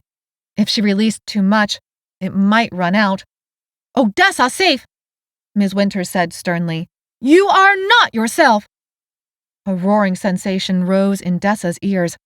Ms. Winters was trying to make Dessa feel like she was the one overreacting. She could see it in the twins' eyes, in Ivan and Claire. The kids wanted to believe Ms. Winters. Of course they did. She would never hurt them. Except they knew she already had. She had infected them on purpose, and they had accepted that fact as just part of how things worked now. Ivan had revealed the truth to her so easily, the truth that had stared Dessa right in the face this whole time, but she had been unwilling to see it. She had needed to deny it, to stay sane and keep going. But she should have faced it. She should have confronted the truth and dealt with reality, not the dream world that had never existed. The noises in the hallway grew louder. Shrieks and screams punctuated the groans. They didn't have much more time, and they needed a way out, but it wasn't going to be through that hallway. "Dessa's not lying, and you know it." Cole tossed the words over his shoulder, even as he kept guard at the door. That's what you told us. Don't try to deny it. We took your treatment because you promised it would save them. But that was a lie too, Dessa said. Eventually you would have agreed with Schofield. You would have. A wail rose from Angela and Angelina, so closely in sync it sounded like a single voice. Ms. Winters winced. I had thought you understood by now the importance of what it is we're doing here. I am the closest I have ever been to saving the world from the Lissa virus, to changing what it means to be human, the very core of our DNA, in order to make sure that we can survive as a species against this incredible pathogenic foe. Project Polis, do you even know where that name comes from? I do nothing without carefully thinking through the consequences of my actions and understanding a dozen moves ahead of where things are likely to go. Hollis was the god of knowledge, of questions answered, of... Something clicked inside Dessa at Ms. Winters' words. You changed me and Cole and the kids? At the genetic level? You're saying we're genetically engineered monsters now? You're not monsters, Ms. Winters said. You're something new, still very human, but the kind of human that can survive unscathed amongst the Lissa virus. Is that why they can't smell me? Dessa said. I was able to move among the V's like it was nothing. As long as I didn't make any noise or quick movements, it was like I had become invisible. Ms. Winters raised an eyebrow. Interesting. I had suspected a possible side effect on the hormone or possibly pheromone level would impact smell, though not necessarily to such a thorough degree. Of course, there was no way to know until such a time that it could be tested. But what about Dawson? Dessa said, reminded of one of the Project Polis children early on. They had been traveling in the taco truck and encountered a mob of bees. He had been pulled from the cab and torn to pieces right in front of their eyes. He had very much not been invisible. I do not know if the children, having received the original protocol, will experience the same side effects as you. I did not feel it was appropriate to test it. You received the upgraded version, of course. There will likely be differences. Ms. Winters moved her hands toward the countertop, reaching for a notebook and pen, as if itching to write down these current observations into her logbook. Always the scientist. The treatment was incomplete when Dawson was taken. So you're saying we could walk among all those V's? Ivan said, finally paying attention again. His face scrunched up like he had tasted something sour. We're like them? They won't even know that we're different? Dessa didn't like the look of pain on his face. Not that she felt much different. Sure, it had been nice not to be ripped apart while walking among the V's, but it didn't make her feel so good about her own personal humanity. You experimented on children, Cole said, looking back at Ms. Winters again. Nothing that comes from that, even if you end up saving the entire world, makes up for it. Ms. Winters looked down her nose at him. That seems rather short-sighted. Do you understand the history of science? Why we no longer die of smallpox, for example? Louis Pasteur conducted his original, groundbreaking experiment on a child. He purposely infected that child with cowpox, a milder version of smallpox. He didn't know what would happen, but he knew that sometimes limits must be pushed forward because of the potential benefit to the entirety of the human species. So he infected this little boy with cowpox. And when that boy healed, he purposefully infected the boy with smallpox. Smallpox has a 30% mortality rate. That's nothing compared to the mortality rate of the Lissa virus, of course, but was one of the most deadly pathogens of its time. And the boy didn't even sicken. It was a scientific breakthrough that saved millions of lives, and that has continued to save lives. The Project Polis protocol is not a vaccine. It is a modification of the human genome at the nucleic level, but I follow in the footsteps of many great scientists who did what was necessary. And here we are, here you are, a group of extremely special humans who will never need to worry about the Lissa virus again. The human species will survive because of what I have done. I cannot regret any of my actions. A great noise erupted on the other side of the hallway door. The door itself shook in its frame as monsters of scientific making pounded on it from the other side, ready to fill all the world with their lab-created rage. Cole raced for the door to help brace it. "Dessa!" But she saw it wasn't going to hold. The force at work against it was too powerful for their meager barricade. Dessa looked wildly around the room for a way out. This was the laboratory with the viewing window. A quick glance showed the kids' room was a mess of scattered toys and bedding. No exit there. The door on the other side of the room that led to the dentist chair experiments was closed, no longer looking square in its frame. She tried the handle anyway, but it wouldn't budge. "The room is filled with rubble from the previous attack," Ms. Winters said. Dessa scanned everything, taking in the mini-fridge, microscopes, scattered test tubes, broken beakers, logbooks, and the insulin machine Magdalena's group so desperately wanted. Then she noticed the small exterior window on the far end that let in barely any light. She sprinted for it. "Everyone! I need you to go and get all your bedding. I want sheets, pillowcases, blankets. We're going to tie them together and get out of here." The kids raced away to follow her instructions. It was a long shot. She knew it, but it was their only chance. Dessa grabbed one of the microscopes and used it to smash the window open, the glass creating an incredible racket that increased the rage surging at the hallway door. "We don't have much time," Cole said. His face flushed red as he struggled to keep the barricade of desks in place. The kids raced back, their arms full of bed sheets and pillowcases. Claire held Tig, while Ivan took a pillowcase and tied it around her neck as a secure cradle for Tig.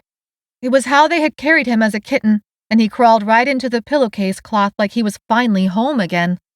Working fast, Dessa instructed Ivan and the twins to help her tie all the bed sheets together. They laid them all out across the floor of the laboratory while she went through and tied the knots tight, straining her muscles to make sure the knots would hold. It was a 3-story drop to the ground. The bed sheets would get them most of the way there, as long as the knots didn't come undone. Ms. Winters headed for the mini-fridge again. Dessa kept an eye on her, afraid that Ms. Winters had lied and there was another treatment and a plunging syringe headed Dessa's way. "What are you doing?"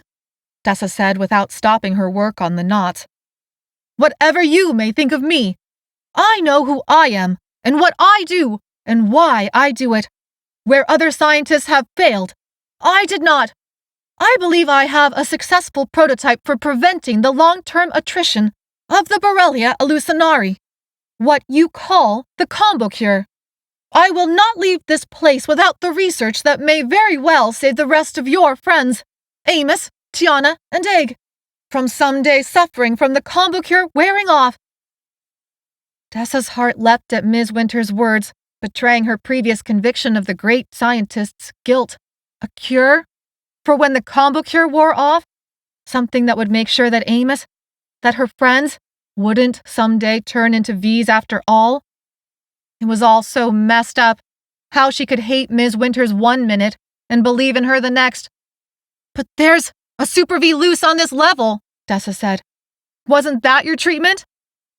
Ms. Winters sniffed. "Certainly not. My protocol was next in line for human trials." Dessa finished tying up the last bedsheet. She and Cole switched places as she watched the desks, while he used his extra muscle to check the knots.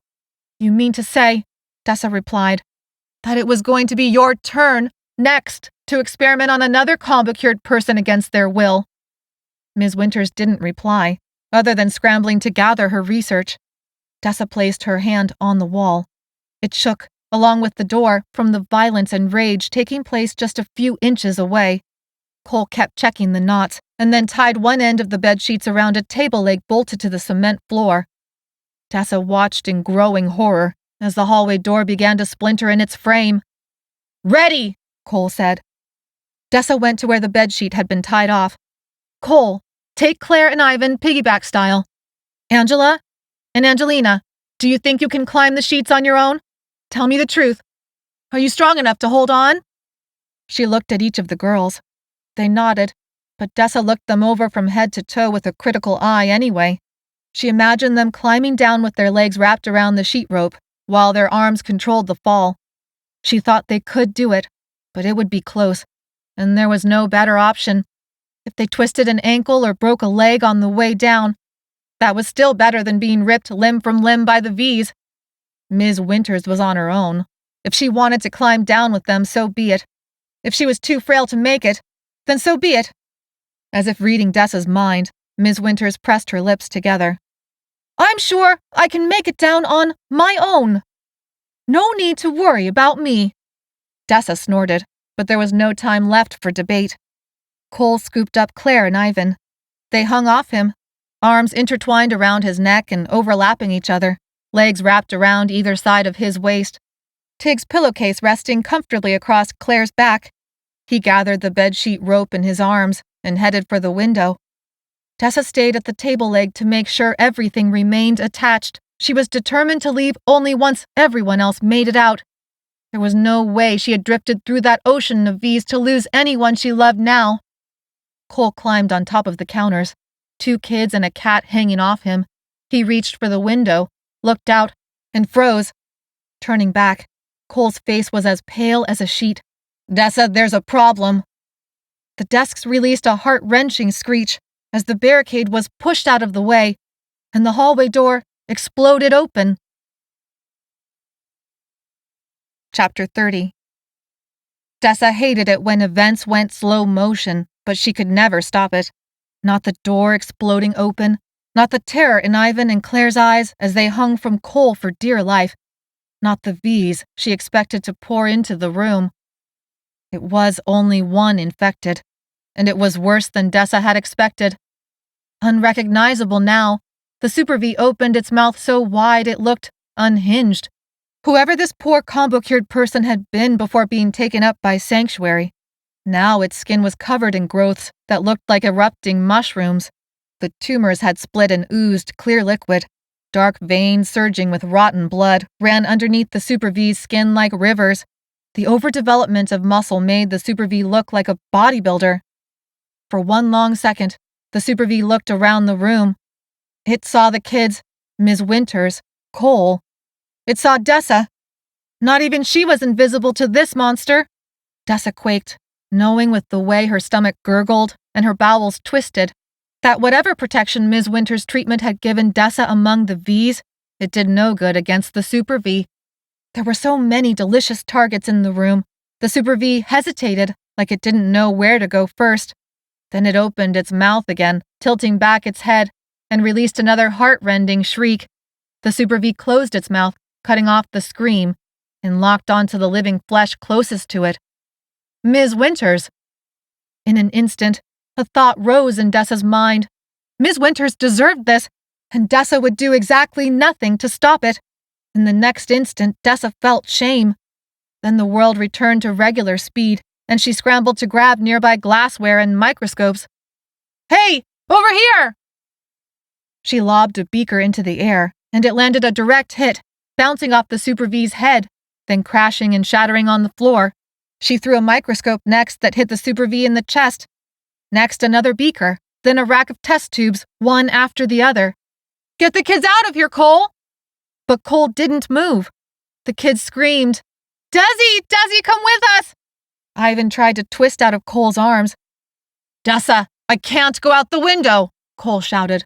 The ground is covered. Dessa lobbed more glassware at the Super V, even as its eyes locked onto the screaming kids and Ms. Winters racing for the window with a small box clutched in her arms. Cole, take them out of here! It's the only way, you'll figure it out! Dessa shouted.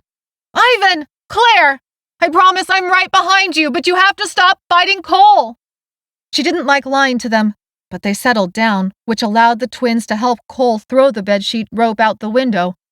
Ms. Winters reached the countertop, clutching the combo cure treatment box in her arms, and climbed on top. Most important of all, the Super V turned its focus on Dessa, no longer conflicted. Well, that was fine.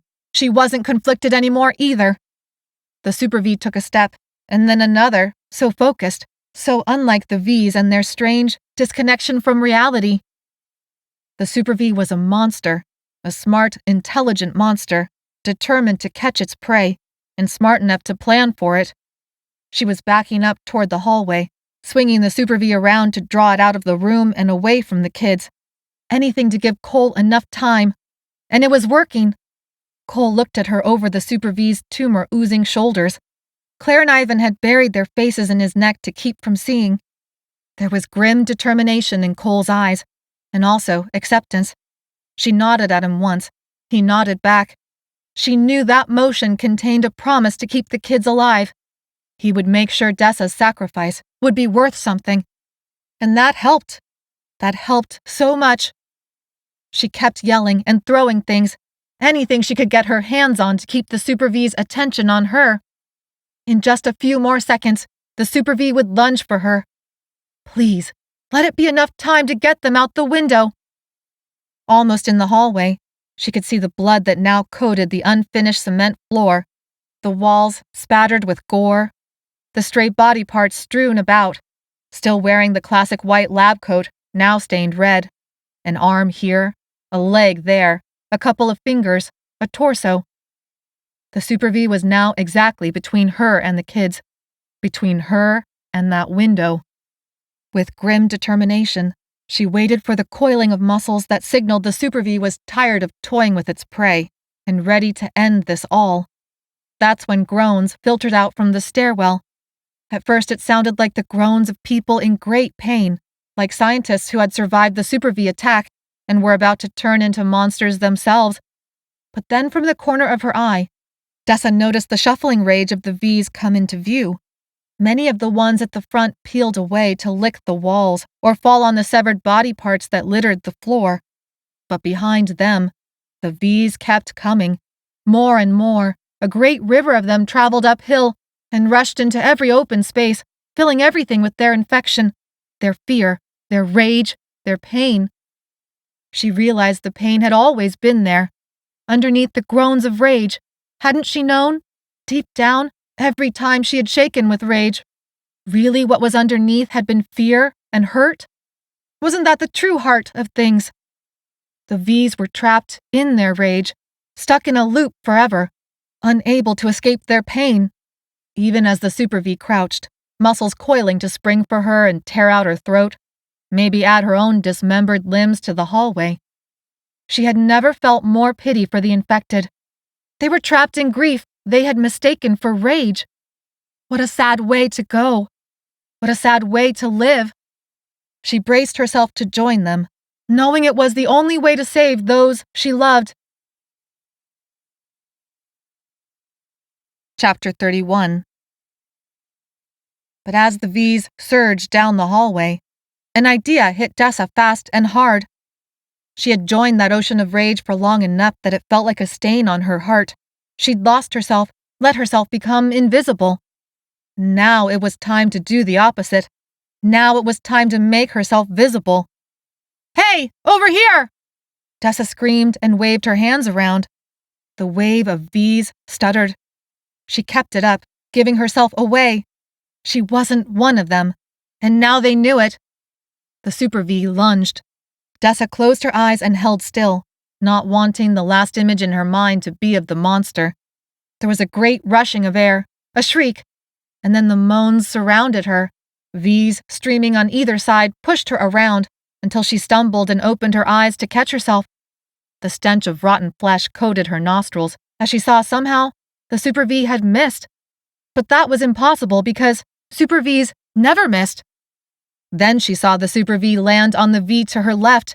Its grotesque jaws snapped down on the V's shoulder, and then the Super V reared back, tearing muscle and tendon off the bone. Smells of sewer and swamp made bile rise in her throat as V's flooded the room. V's combined, 5, then 10, then more than she could count, converging on the Super V even as it lashed out, ripping and biting. The push of the V's forced Dessa back into the lab room, up against a wall, the countertop digging into her lower back. She still held a beaker in her hand and set it down on the counter as the pile of infected grew over the Super V until they touched the ceiling. Ms. Winters had feared exactly this would happen someday, the results unpredictable. It was one of the reasons the scientists gave for why all of Sanctuary had needed to be gassed, to make sure no Super V survived to make it topside and meet a regular V. And then the scientists had made more, and now there was no stopping this. What new monster would rise from this combination of V and Super V? Muffled by the pile of infected on top of it, the Super V shrieked. The regular Vs answered, groans rising in volume and intensity as they sensed flesh upon which to take out their rage. Their bodies were wasted, fragile shadows of the human form compared to the monstrous, overdeveloped muscles of the Super V. But there were a lot more of the Vs, and even more Vs pushing through the hallway to join the feast. The pile that reached the ceiling now moved, as if stuck in labor pains. Up the pile would go, then expand out to the sides, to shrink down again as Vs added their weight, scrambling with broken arms and blackened fingers to reach the juicy morsel hidden in the middle. The pile shuddered again. Body parts from the Vs flew into the air, the Super V fighting its way out. A terrible stench rose. Rotting flesh, split intestines, all with a metallic overtone. Cole stood on the countertop, still at the window, covering Claire's and Ivan's eyes, but not daring to move. The twins closed their eyes and buried their faces in Cole's back. Dessa's heart felt struck by lightning. Why were they still inside? These continued flowing into the room. Some passed the pile, heading around that prey for something in the back corner. Ms. Winters! But it was too late. The Vs fell upon Ms. Winters. More than a dozen of them, ripping her limb from limb with the last of their strength. Dark red blood spattered the lab room walls. Wet, slippery sounds cut through their groans. Ms. Winters went under, lost in a sea of Vs. Everything was snarls and grunts and ripping flesh, and then the shriek of the Super V was cut short. Dessa's heart was trapped in her throat as she waited for the Vs to leave Ms. Winters and turn on the kids. She jumped onto the countertop, determined to fight her way to them, to die with them. But in an instant, she realized the Vs didn't sense the kids or Cole. It was like they didn't exist, just like it had been for Dessa. The room became choked with infected, and Dessa stepped off the countertop, back into that sea. She moved with the rhythm of its current, heading for Cole and the kids. Vs filled up every corner of the room, brushing by the counter where Cole stood with 4 kids hanging off him, and then moving on. They circled the room, searching, but not finding. Slowly, Dessa rode the wave. Slowly, the wave of rage ebbed like the tide. As Ms. Winters and the Super V were fully consumed, and all that was left were some bones and a ripped, red-stained sleeve of a once white lab coat. Ms. Winters was dead. Dessa thought she would feel relief, but all she felt was horror. Ms. Winters had done terrible things, but what would they do without her? Dessa's mind began to loosen as she took in the laboratory room turned into a butcher shop. The Vs kept coming, as if now that they had found this level, every single one of them was determined to explore it. She told herself to get it together, and edged toward Cole. Her foot hit something square on the ground. She looked down. Among the mass of infected legs, raw with injury, rot, and grime, was the container that Ms. Winters had pulled from the mini-fridge. A supposed treatment that would prevent the combo cure from wearing off, if it even worked. It might turn whoever used it into Super Vs, just like all previous treatments had done. Slowly, she bent down and picked up the box, tucking it underneath one arm. She reached Cole and the kids, and saw they were about to lose it. Tears streamed from closed eyes, and they all shook from fear, adrenaline, terror. Hanging from the window was their bedsheet rope, sheared at the ledge, where broken glass had cut through it. Cole held on to the kids, but blood seeped out from between his fingers. He must have tried the window, and as soon as he put weight on the cloth, the glass had ripped it. She imagined him grabbing the ledge barely in time to pull himself and the kids back through. She couldn't dare even a whisper. As the Vs moved in swaying waves through the room, and their groans filled the air with so much noise it made it hard to breathe, she reached for each kid, gently putting a soft finger to their lips for silence. All 4 kids opened their eyes. All 4 looked like they were in shock, eyes glassy and desperately locked on her so they wouldn't accidentally see anything else. Slowly, Dessa motioned as best she could, her body blocking her hand signals from the Vs. Stay silent. Keep eyes closed. hold on to Cole. Ivan's saucer-like eyes gave her back an image of herself, blood-spattered, crazy-looking, and determined to move heaven and earth to save them all. He reached for Cole's shirt, nodding. Claire sniffed and hugged Tig's pillowcase close. Cole held the 4 kids in his arms like they were as much a lifeline for him as he was to them. Dessa made herself smile for Ivan, for all of them. It's going to be okay. Cole knew she had waded through this ocean of bees untouched, but it was different seeing it, different doing it. He had gotten his second treatment in time. He hadn't felt that empty place in his chest fill up with rage the way she had, losing herself for almost 2 days, almost losing herself completely. I can lead you out. Follow me. Stay close. The message was in her eyes. She offered him her hand. Cole understood. He accepted this strange state of affairs, like he had accepted so much else, always going to the darkest places with her, but every time coming back from them. The only way out now was to go through the ocean of V's. They all needed to be invisible for just a little longer. Staying invisible, that was her superpower. She used to hate that quality about herself, about her life. But now Dessa realized she'd trained for this moment her whole life. She would use her superpower now, and always, to save her little brother. Cole eased off the counter and set his feet on the floor while Dessa guided both twins down. She took their hands, placed Cole's shirt in them, and then pantomimed for Angela and Angelina to close their eyes again. Ivan and Claire buried their faces on either side of Cole's neck. Dessa adjusted Tig, still safe in his pillowcase, to rest at Cole's chest, now protected in all directions with people the V's couldn't sense. She pinned the box underneath an arm and grabbed the twins' free hands. Step by step, she led the twins, who guided Cole, who carried Ivan and Claire and Tig, through the room.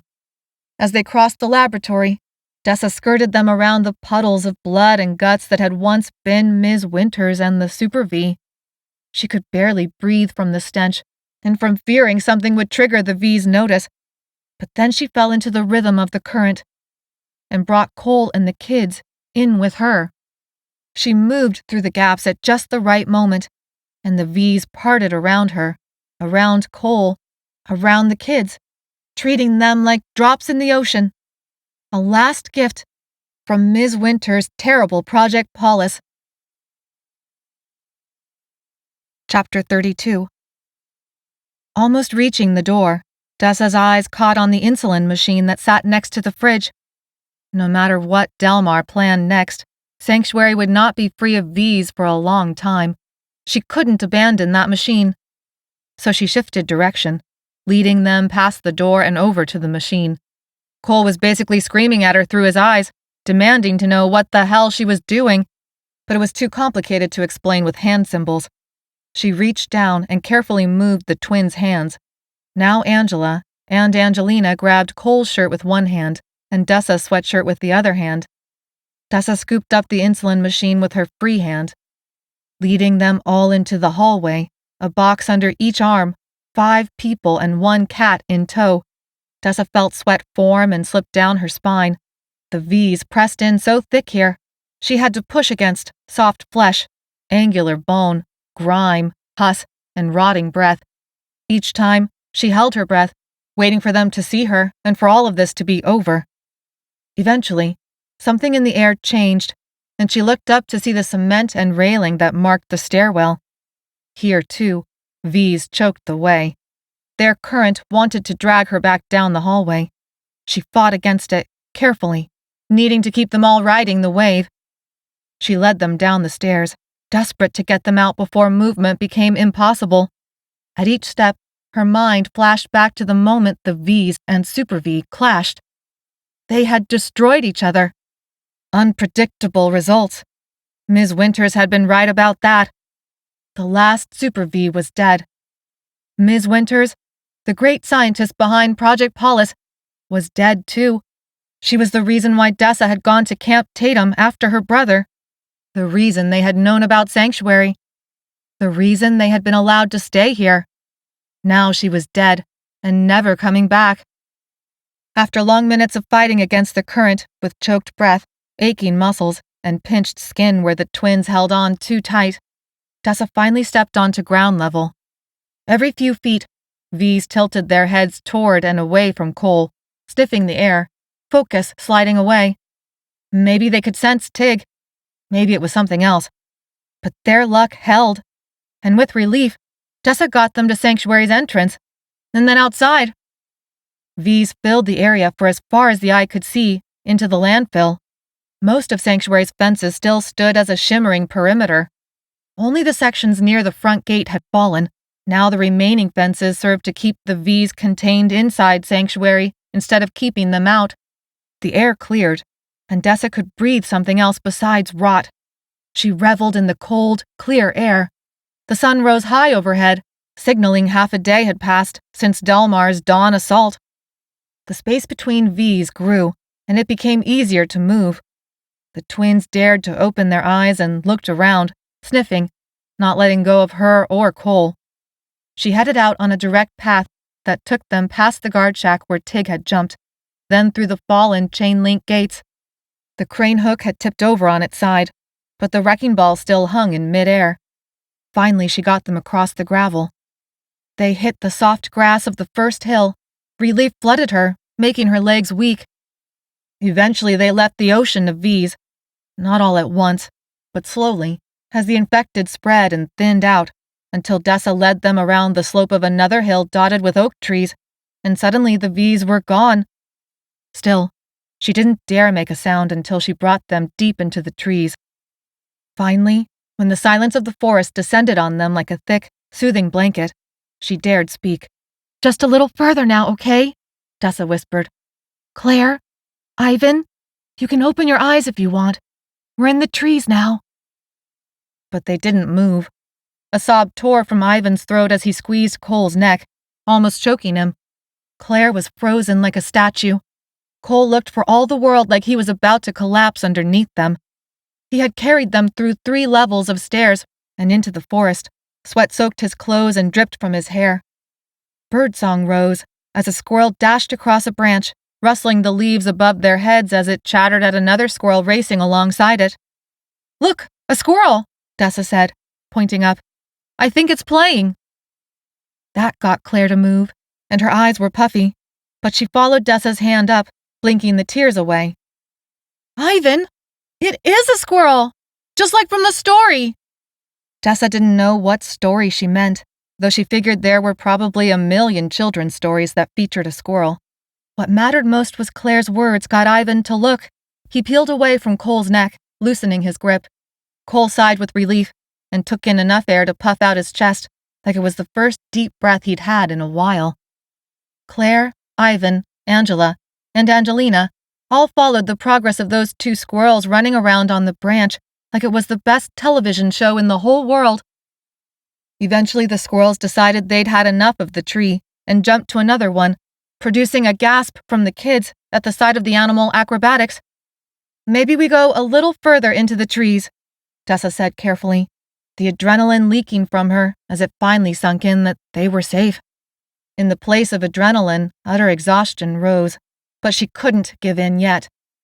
"I bet there's more squirrels up to no good over there. Maybe we'll even see other animals." Ivan and Claire asked to walk on their own. Cole let them slip down until their feet touched the ground. Angela crouched and picked up a stick with moss covering its underside bright green. "Oh, that's pretty." Angelina found a piece of quartz rock that fit in the palm of her hand. The white base blazed with pink veins and sparkles. "Look at this." The twins showed their finds to Ivan and Claire while giving Dessa and Cole a knowing look over their heads. They were trying to help the little kids deal with what had just happened. Dessa knew it would help the twins deal, too. The need to take care of someone else was a powerful antidote to pretty much everything. "Do you want this?" The twins said in unison as they held out their finds to Claire and Ivan. Taking the bait, Claire and Ivan nodded. "Okay," Angela said, "but you have to help us find more," Angelina finished. They all walked deeper into the forest, the 4 kids just ahead of Dessa and Cole, searching the ground. The trees acted like a magic bubble that somehow had turned back time, and undone, at least for these few seconds, the trauma of the last few hours. Cole fell in step next to her as they walked on the cushion of oak leaves and long grass. "Do you know where we're going?" Cole whispered so the kids wouldn't hear. Dessa looked for signs that they were headed to the spot where Magdalena's group had camped. She thought maybe, just maybe, there was a chance. "Not really, but I'm hoping." Eventually she found the logs and a large area where the grass had been flattened by sleeping bodies. They settled against those logs, letting the sunlight filter through the leaves in a dappled pattern on the forest floor, and waited. They had no food, no water, no weapons, but Tig emerged from the pillowcase, and the kids took turns showing him their finds and tempting him into play. He was game, and soon swatted at sticks and launched himself after flying grass stalks, which produced quiet giggles from the kids. Dessa finally let herself set the insulin machine and combo cure box on the grass. "That may be the greatest sound I've ever heard." Cole slid off the log until he was fully laid out on the grass. Here in the trees, under the blue sky, on top of the green grass, they were all just worn-out, dirty, blood-streaked kids. "I think Sanctuary's done for," Cole said, staring up at the leaves. "I know." Cole looked over at her, squinting. "Yeah?" "Kind of hard to miss, even for me," Dessa said. "Also, I'm pretty sure Delmar's army isn't going to leave anytime soon, no matter what he tries." Cole snorted. "Delmar. I can't believe he pulled this off. I can't believe he made sure that if he couldn't get Sanctuary, then no one else could," Dessa finished. Cole closed his eyes and covered his face with his arm. "Yeah, exactly." Dessa pulled out some grass and brought it to her nose, breathing in deeply so that beautiful smell replaced the stench on her clothes. The grass reminded her of Amos, and she missed him. "I'm sure Delmar will work long and hard to figure out a way to get those V's out. And then wherever Sanctuary got its reinforcements from, they'll get more, and try to take it back again, and on until they're all dead." A familiar voice from behind them spoke. "Freaking Delmar! I can't believe he got his way." Chapter 33. Cole and Dessa shot up from the grass like rockets. From deeper in the trees, 3 figures emerged. Egg appeared first, his goofy smile lighting up his face. "Ah, 4th time's the charm. We've been looking for you guys everywhere." The kids stopped playing and stared at Egg, stunned at the sight of him, while Tig bounded between their feet. Tiana ran to Cole, launching a hug that took him down to the ground. And then Amos walked up, and Dessa actually shook at the sight of him. He held out arms opened wide for her. His broad shoulders and tired smile went all the way to her heart. As he hugged her so tight, she almost couldn't breathe. Emotions raced through her. His body was a familiar anchor to a world she never wanted to leave. He was alive. They were all alive and together again.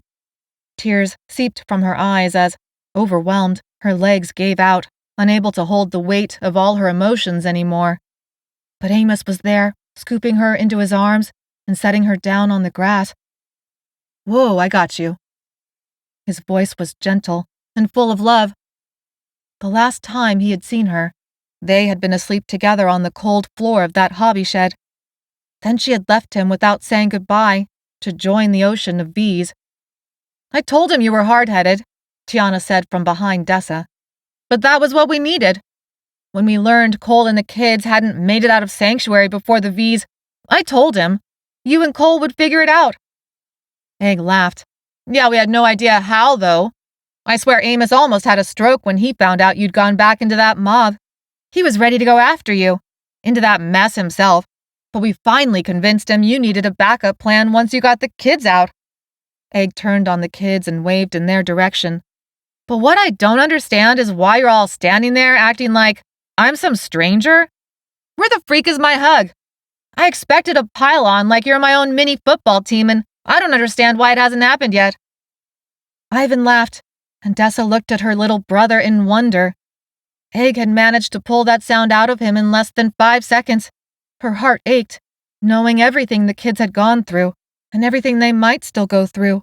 Yet there was Claire, laughing along with Ivan, running over to Egg, the twins at their heels, ready to tackle Egg just like he demanded. Tig got in on the fun by playing king of the mountain, first jumping onto the grass and then to the top of the pile of kids. Egg made some jokes about how strong they were and how he didn't really mean the whole football tackle thing and, geez, could they lay off a bit? Even as he plopped himself on the grass and set about checking shoes and socks and making sure everything was in top running shape. "Hey, I'm here too," Tiana said, letting go of Cole. "Just because Egg lost the football game doesn't mean I don't want a hug either." Tiana opened her arms wide and joined the pile. Amos still held Dessa, and she looked into his brown eyes, desperate to drown in their gaze and rid herself of the ocean of V's that had consumed her mind and body these last days without him. Like he knew what she needed, he looked at her, letting the intensity of his feelings take her over. It filled her up and pushed against the small hollow part that remained in her chest. She didn't know if that feeling would ever go away, but at the same time, it hadn't gotten worse. She hadn't turned. Ms. Winters had delivered the second treatment, in time for Dessa to stay herself. "You made me crazy going off like that," Amos said. "I didn't even get to say goodbye, and you were gone again. I woke up with empty arms and—" "I'm sorry, Amos," Dessa said, meaning it. "I love you, but I couldn't do anything else." Meaning that, too. Amos paused for a long moment as emotions swirled in his eyes. "I know," he said finally. "I love you too." It was too much. She didn't know how to bear it, so she made a joke. "It probably helps that I got out alive and it all worked out."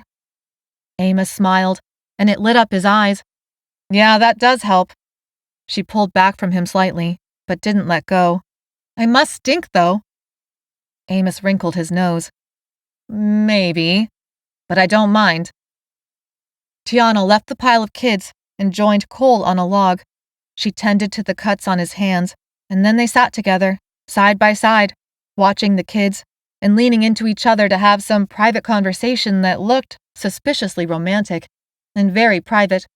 It thrilled Dessa to see Tiana and Cole getting along. Actually, more than getting along, since they had started off hating each other. Tiana was proudly ace. She was also super into romantic stuff, even if she would never admit it for fear of damaging her street cred. Deep down, Dessa was pretty sure Cole liked the romantic stuff too. She wondered how much she could tease them about it all before they started plotting her murder. "Tiana doesn't seem to mind it either," Dessa said. Amos kept up the banter. "We've got some extra water. I can help you wash up." It was nice to pretend they were having a silly conversation about nothing, instead of enduring some epic crazy crap that was going to scar them for life. She laughed and moved as if to stand on her own, but he held on and said, "Not yet, please." It only took 3 words to warm her from the inside out and make her believe for one brief, brilliant second that everything might turn out okay. Amos's attention landed on the box and machine at Dessa's feet. "What's that?" "What Magdalena was ready to kill for," Dessa said. That made Tiana's head whip around. "What did you say?" Dessa nodded at the machine. "That thing makes insulin. Obviously it's got to have a generator or whatever." Tiana bit her lip, thinking hard. "What is it, Tiana?" Cole said. "I'm not sure yet," Tiana said. Egg withdrew a colored ribbon from his pocket. The kids tied it to one of the sticks they collected and took turns playing with the ribbon so that Tig would chase it. "And the other box?" Amos said.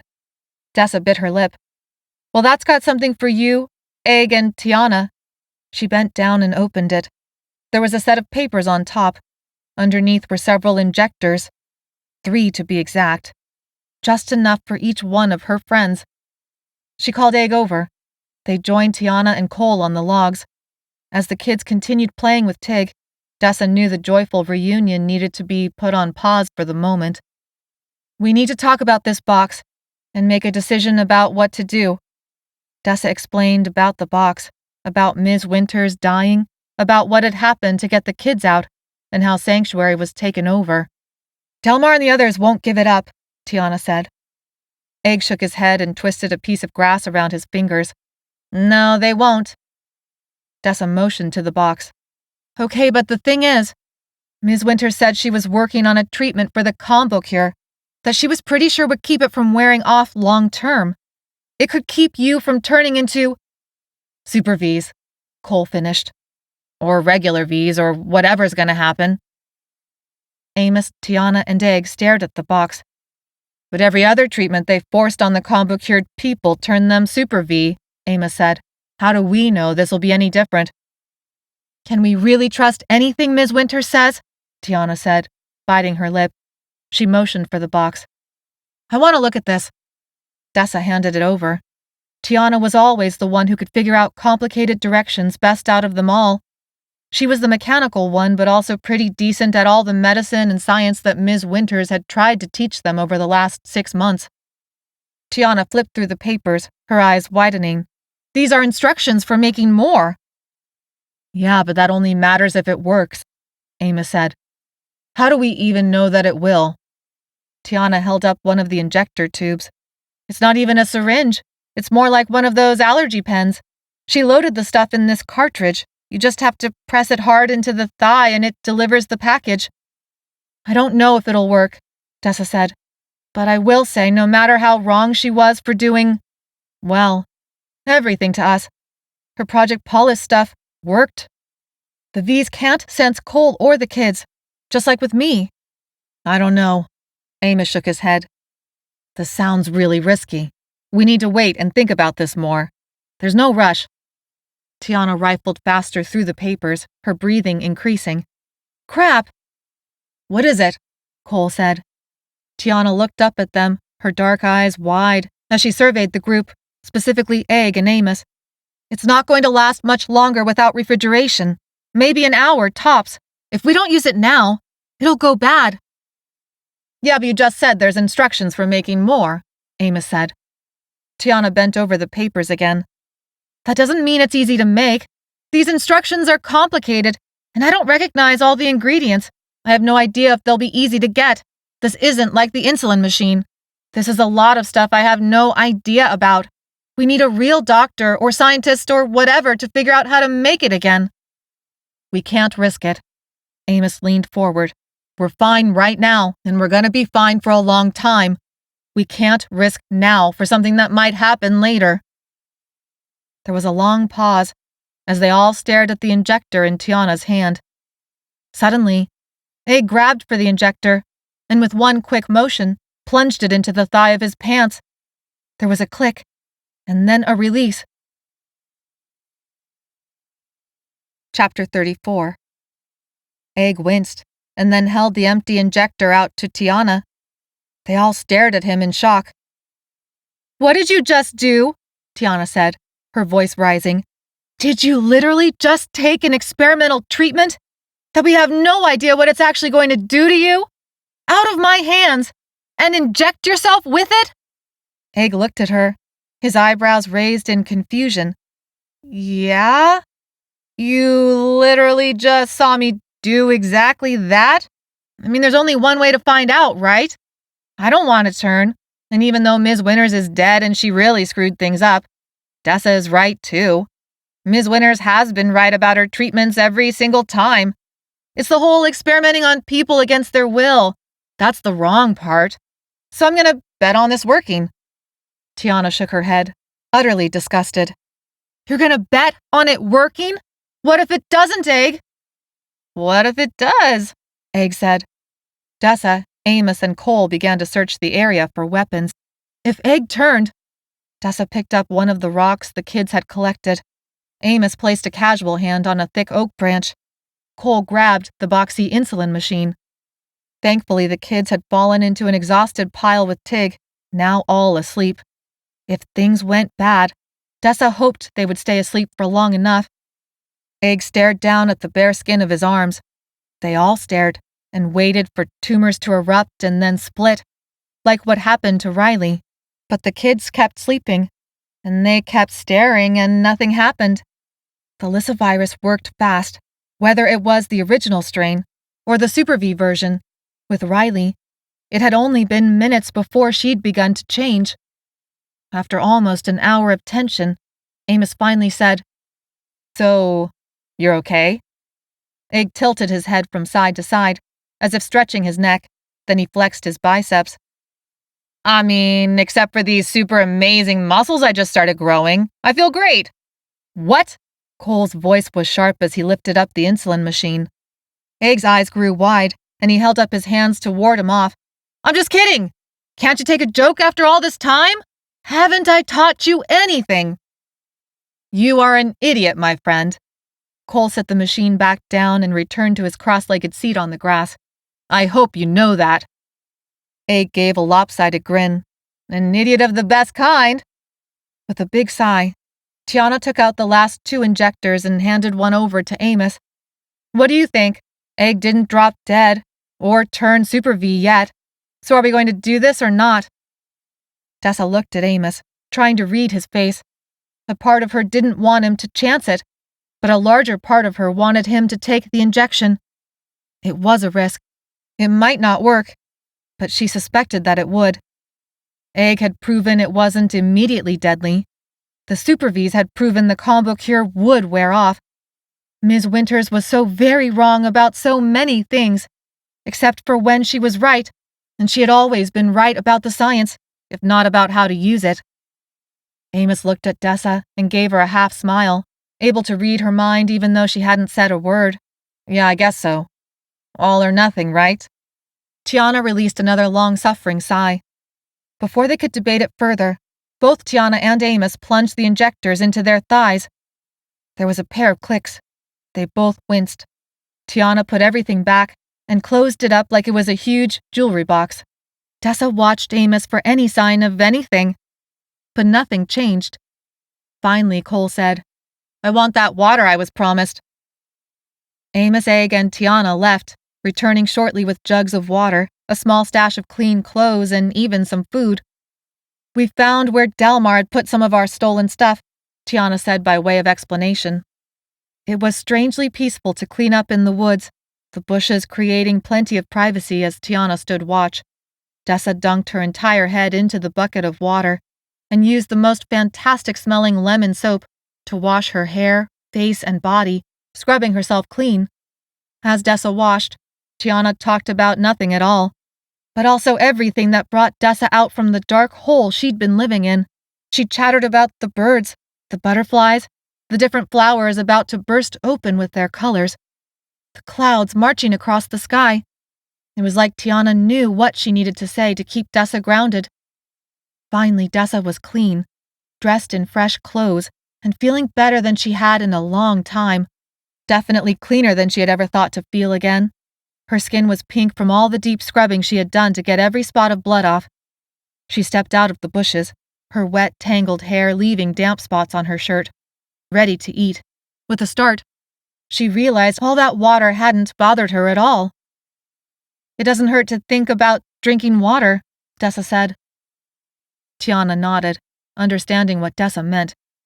The hydrophobia was gone, and that was a really good sign. "I wasn't sure you were going to make it happen," Tiana said. "I mean, if anyone could, I knew it was going to be you, but I still wasn't sure if even you could pull it off. I can admit that. Now that you did pull it off." Dessa smiled. "You're not the only one. I wasn't sure I could do it either. But I have no idea where Magdalena's group is. I've got the insulin machine, but—" Tiana gave her a lopsided smile. "Yeah, well, I kind of have an idea about that." Chapter 35. The 5 of them returned to the logs. Sunlight streamed through the trees at a low angle now, signaling late afternoon. The kids and Tig still slept in a pile on the lush grass. Soon, they would have to figure out a safe place to sleep tonight. After all, Delmar and the other combo cured were around somewhere. There was an ocean of Vs nearby, and who knew how many of Sanctuary's staff had survived or were coming to take Sanctuary back. None of them were fool enough to think, even with Ms. Winters dead, that it meant Sanctuary's mission was over. Maybe the mission was wounded, maybe delayed, but wherever they had gotten these reinforcements, there were probably more. "So what's your idea?" Dessa said. looking meaningfully at Tiana. Does it have anything to do with all those parts Cole has been stealing from you all this time? Of course it does, Tiana said. I told you I have multiple escape routes set up for us. I've got this whole rail bike thing for the train tracks, a working car for the back roads, a raft if we decide to take the aqueduct down south. Of course you do, Egg said. I knew you were building something. I just didn't think it was multiple things. But both Cole and Amos didn't look surprised. They had known all along. Dessa felt both grateful and embarrassed. This was part of that whole thing you were afraid to talk to me about? Someday leaving Sanctuary? Tiana, Cole, and Amos nodded, apologetic. I get it, Dessa said. There wasn't any getting through to me about Sanctuary until there was no denying it anymore. Super Vs and dissections. And Delmar, Egg added. I was snowed for a while there too. Yeah, but just because I have all these escape routes set up for us, Tiana said, doesn't mean I know which way we should go. Just because we can't imagine something more crazy than what we've been through doesn't mean the world isn't going to figure something out anyway, Egg said, suddenly glum. I know we don't want to head for any cities, Cole said. Amos stayed quiet until Dessa prompted him. Do you think you know where to go? Amos tilted his head. Maybe. Tiana made a rolling motion. Any day now, Amos. I really don't want to spend the night in the forest with Delmar and all those Vs crawling around. But Amos held out a dramatic pause for another beat. Finally, he said, I think I could get us pretty close to where Magdalena's group calls home. That stopped them all in their tracks. Dessa stared at Amos, hope fluttering in her chest. She'd thought Magdalena, Arturo, and the rest of their group were long gone. They had vanished overnight to escape any retribution Delmar might dish out. Really? Amos nodded slowly. Dessa hated to admit it, but even she had admired that last move of Magdalena's. Making Delmar, making them all believe their group would help attack Sanctuary, had allowed them to escape without any trouble. Yeah, Egg said, perking up. Yeah, they've got to have a really great hideout, especially if they're so keen on keeping it secret like that. I wouldn't mind following up on that promise of cowboy boots either. We all need new shoes.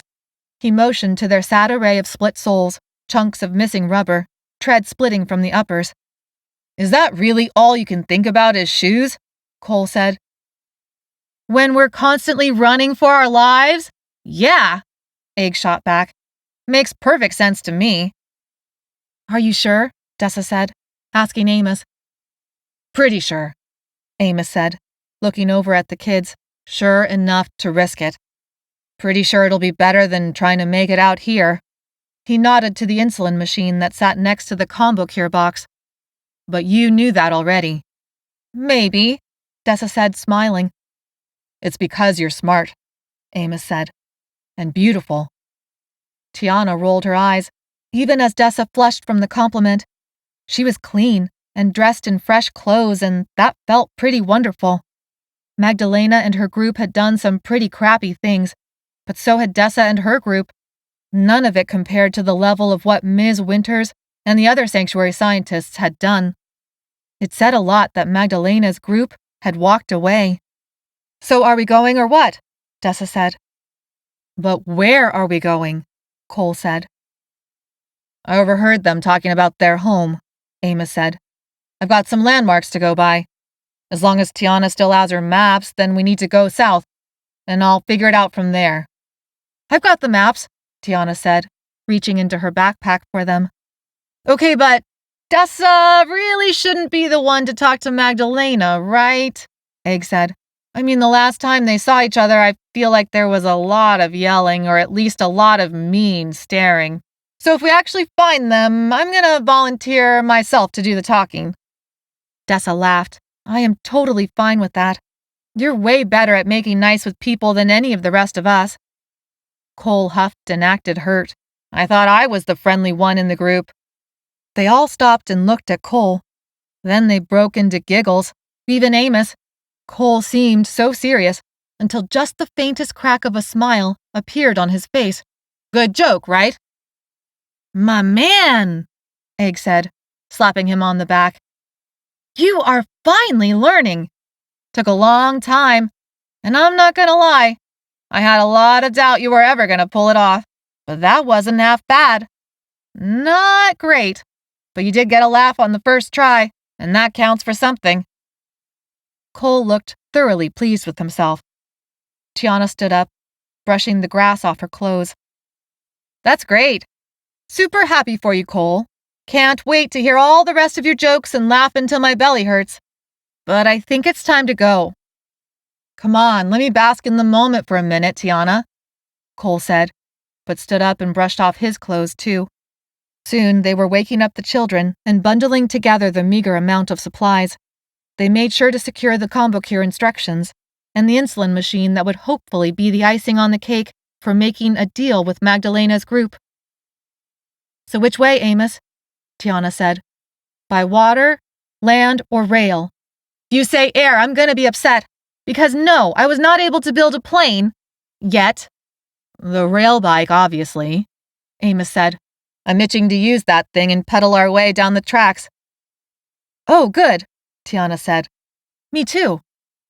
As one big group, the 9 of them with one cat, headed away from Sanctuary. The forest was empty of human sounds, except for their steps, and yet full of life. Birds, insects, squirrels, the sound of the breeze through the leaves, dappled light on the green grass. Dessa walked hand in hand with Amos and Ivan, gently squeezing her little brother's hand. She silently renewed the promise she had made to her dead parents so long ago. I'll take care of you. We'll be together. Chapter 36. The rail bike was both a simple, yet complicated contraption that worked well, except for a squeak that drove Dessa crazy. Built from parts stolen from Sanctuary and scavenged from the landfill, the rail bike had 3 bench seats and all-metal wheels that straddled the train tracks. Pedals were hooked up to those wheels, and an old-style friction brake was made from a stick and some rubber gaskets. They made good time. There were no V's in sight. Maybe Delmar had accidentally done a good deed. By rounding up all the V's for his army, he'd cleared the area. The rail bike wasn't exactly comfortable, but it did fit all of them as long as the kids basically sat on top of each other in the back row. Amos and Cole took the first round with the pedals. They biked through piles of leaves and small branches, but otherwise the tracks were clear. Eventually the boys tired out, and they all took turns. Leaving Sanctuary behind, Dessa almost felt like she could imagine it had never existed. This section of the state of California was wide open and empty, and that felt good too. They passed through no cities, no military bases, no secret research centers.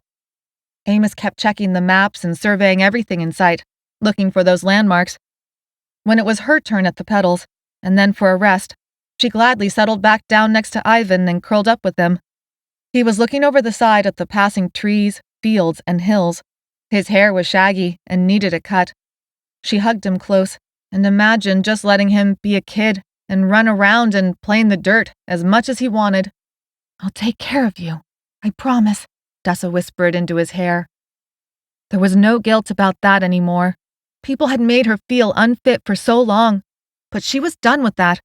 Time and again, the people who thought they had known better than her had ended up making things worse. The sun began to set in the sky and turn the clouds vivid orange and pink. I know, Desi, Ivan said, not looking away from the view. You always did. Amos and Cole were back at the pedals when Amos finally called for them to slow down. They slid to a stop and all the kids stretched and looked around, rubbing their eyes. Tig stayed firmly curled in Claire's lap. He looked up once, disgusted at the interruption in the rhythm that had rocked him to sleep, and then buried his head under his tail. I think this is it.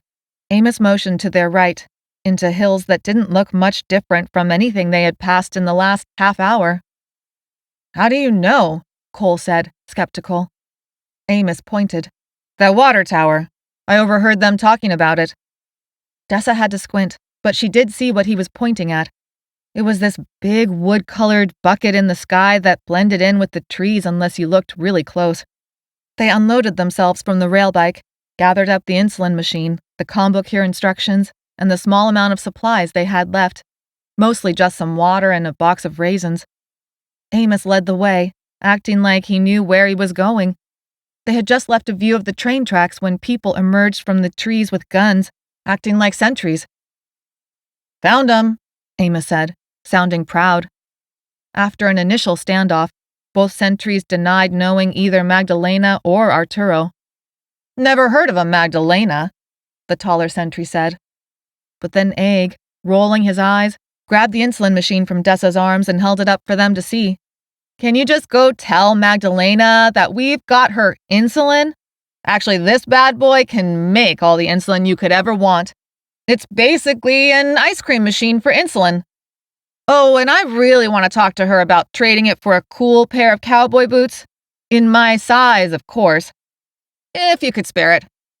That stopped the sentries. They spoke together in low voices for several minutes. Finally, one stayed while the other melted back into the forest. The sunset colors brightened, and Dessa held the insulin machine in her lap as they all waited. Eventually, the sunset almost done, bright colors fading into pastel and then gray, the other sentry returned, with Magdalena. Magdalena still wore her turquoise cowboy boots, though they looked freshly cleaned up. Her poncho was off, revealing a buttoned and collared shirt tucked into jeans. She scowled, looking thoroughly unhappy to see them. "You shouldn't be here. We do not take uninfected. You are too big a risk." Dessa began to stand, heat rising in her. "You are—" Egg jumped up and sort of mashed himself between Dessa and Magdalena. "Ha ha, Dessa, you're so awesome. Always making sure we're gonna be safe. But, let me take this one, okay?" Dessa bit her tongue, remembering Egg's advice. "Hand that over, would ya?" Egg, all lazy and relaxed, held out his hands. Reluctantly, and definitely against her better judgment, Dessa gave Egg the insulin machine. She had argued to hide it away as a bartering chip until Magdalena agreed to let them in, but Egg had convinced them otherwise, and this was Egg's show. So she bit her lip even harder and hoped Egg was right about Magdalena. "You shouldn't have come," Magdalena said, sighing. "We don't tell anyone about our home for a reason." "Oh, yeah," Egg said, turning around. "Of course, we totally get that. And even though we know your group has a problem with taking in uninfected, I promise you that's not the case at all here. No matter what it looks like. They're good. Really good. Like, better than good. And there's some things we got that you might like." He wiggled his eyebrows at the machine in his hands, tilted his head at the combo cure box Tiana held protectively in her lap, and then tilted it the other way toward a tree. "Can we talk over there for a minute?" Magdalena shook her head, but her eyes didn't leave the insulin machine. "All right. I'll hear what you have to say, as long as it's quick." The two of them walked far enough away to discuss things where no one could overhear. They could hash it out, and Egg could use all his charm, or whatever it was that made Egg, Egg, and maybe, somehow, actually get them inside somewhere safe with food and water. Magdalena had brought a lot of guards with her, but they remained relaxed and didn't point their weapons at anyone. Dessa, Amos, Tiana, and Cole sat with the kids and Tig. One of the guards, the tall one, came over. Dessa tensed, but all he did was look down at Tig. "I love cats. Is it okay if I pet him?" "Sure," Ivan said. Claire sighed. "Are you sure?" Ivan nodded solemnly. "I promise. I'll watch him. He won't hurt Tig." He looked hard at the guy. "Right?" The guy was young, not as young as them, maybe in his mid-20s, and he crossed his fingers over his chest, making an X. "Cross my heart and hope to die. My little sister had a cat she loved, and I really miss them. I miss them both a lot." Claire gave a long-suffering sigh and tickled Tig's ears until he stretched and rubbed his cheek against her knee. The guard crouched, making sure his rifle was well out of the way, and held out a finger for a sniff. Tig checked him out, his whiskers working overtime, and then bumped his head on the guy's hand for a scratch. The guard broke into a big smile. That's a good kitty. What a good kitty. Egg and Magdalena returned. Magdalena carried the insulin machine and handed it off to one of her people. Egg approached, beaming. They're gonna let us in.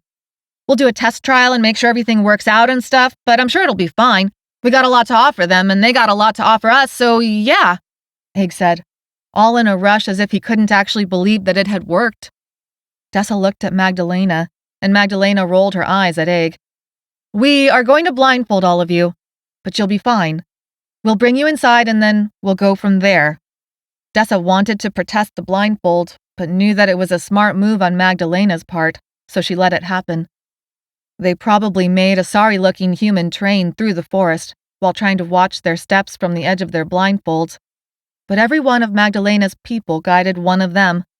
Cole carried Claire and Amos carried Ivan. Egg and Tiana stayed near Angela and Angelina. Dessa took the combo cure box and stayed at the front. Eventually they stopped, and the blindfolds were removed to reveal large gates made out of tree trunks. Dessa wasn't sure exactly how far they had traveled, but the sunset had gone from brilliant colors to dull gray. It's like a castle! Claire exclaimed. The gates were made out of huge tree trunks set into what looked like the exposed granite of the hills themselves. There were more people operating the gate, but most importantly, Dessa could hear just the faintest sound of children playing on the other side. Magdalena whistled. There was a grinding of gears as rope pulled open the doors. Tiana scrutinized the setup like she was trying to understand how it worked and how she would improve it. Cole seemed like he was analyzing the security features and was satisfied with the results so far. The gates opened, and Dessa looked inside. Then she looked at Amos, unable to believe what the gates had revealed. Are you kidding me? Amos returned her gaze. It's like something out of one of your magazine pictures. All it's missing are a few sunflowers. Not the season for it yet, Dessa said, laughter bubbling up in her chest. Give it a few more months. Amos laughed, and they herded the children in front of them, crossing into what seemed like paradise. Part of her knew it wasn't much, not really, not by standards from before the Lyssavirus had wiped out the world. Spring had added its own beauty to a place that might feel very different in the heat of summer or the bitter cold of winter. A common space stood in the center, just bare dirt. Houses ringed it, but not true houses. They were basically cabins, a little better built than the shacks that had been on farm, but looked sturdy and cozy enough, especially with the vegetable fields all around and already growing food. Everything was lush from rain, brilliant green, and bursting with life. A number of cook fires blazed bright, and with pots over them that steamed. People moved around, winding down for the evening. Women, children, men of all ages, maybe a couple hundred just from what Dessa could see. This was a good-sized place, as big people-wise as Sanctuary had been. This was a whole town. Arturo met them with water and some food. They washed up and were allowed to continue further inside. This was all already set up before the infection, Magdalena said, falling in step beside Dessa and Amos. My grandmother came from this place. Kind of a commune. You know, one of California's experiments with hippie living or whatever. But when we needed a place, we came here. We found it empty and built the gates. And it's been working so far. There is a lot we need to stay on top of, but... She waved her hands around. It's amazing, Amos said. A boy and a girl emerged from one of the cabins and raced for Magdalena. They hugged her and chattered on about Arturo and grandfather, and where had she gone and who were all these new people. They looked to be both maybe 13 years old, barely older than the twins.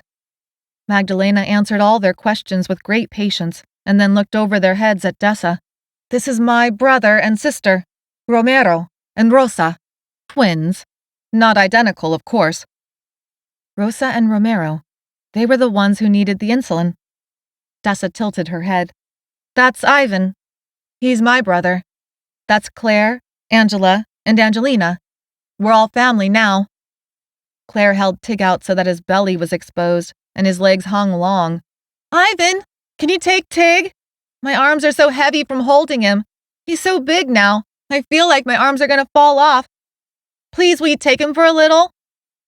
Ivan scooped Tig up in his arms. Rosa and Romero froze and stared. You have a cat? Rosa said. We love cats, Romero said. But we lost ours. There hasn't been one in town for forever. It hasn't been forever, Magdalena said, chagrined. Just a few months. Forever, Rosa said, with a hint of sarcasm. Angela and Angelina approached, flanking Claire and Ivan. Oh, we've been taking care of him for ages, Angela said. Ever since he was a kitten. Yeah, this whole 6 months, Angelina said. We feed him and play with him, and he sleeps with us. Can we hold him? Romero said.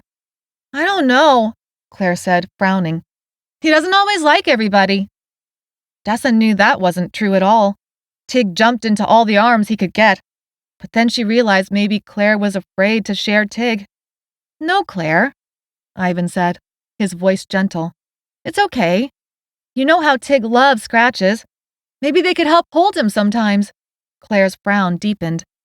But only when you're tired, Rosa said, catching on. She elbowed Romero in the ribs. And only when you give us permission.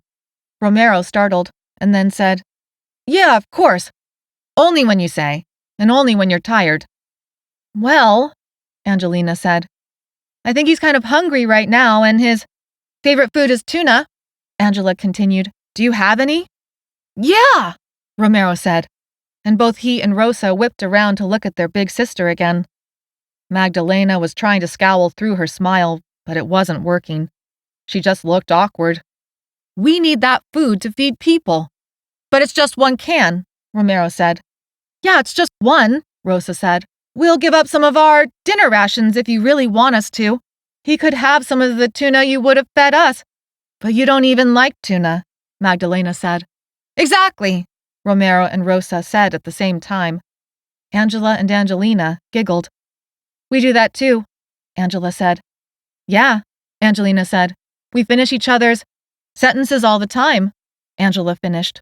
Tig meowed, upset that the attention had veered away from him somehow. Rosa and Romero both looked at Magdalena like they could either hate her or love her forever and ever. The decision was in her hands, so she better make the right one. Dessa worried for the day Ivan would grow up to be 13 years old like them. He already got his way with her plenty by throwing around looks too cute to stand up against. Add teenage angst to that? Dessa was both not looking forward to that day, and also thrilled that Ivan stood a good chance, better than ever, of making it to 13.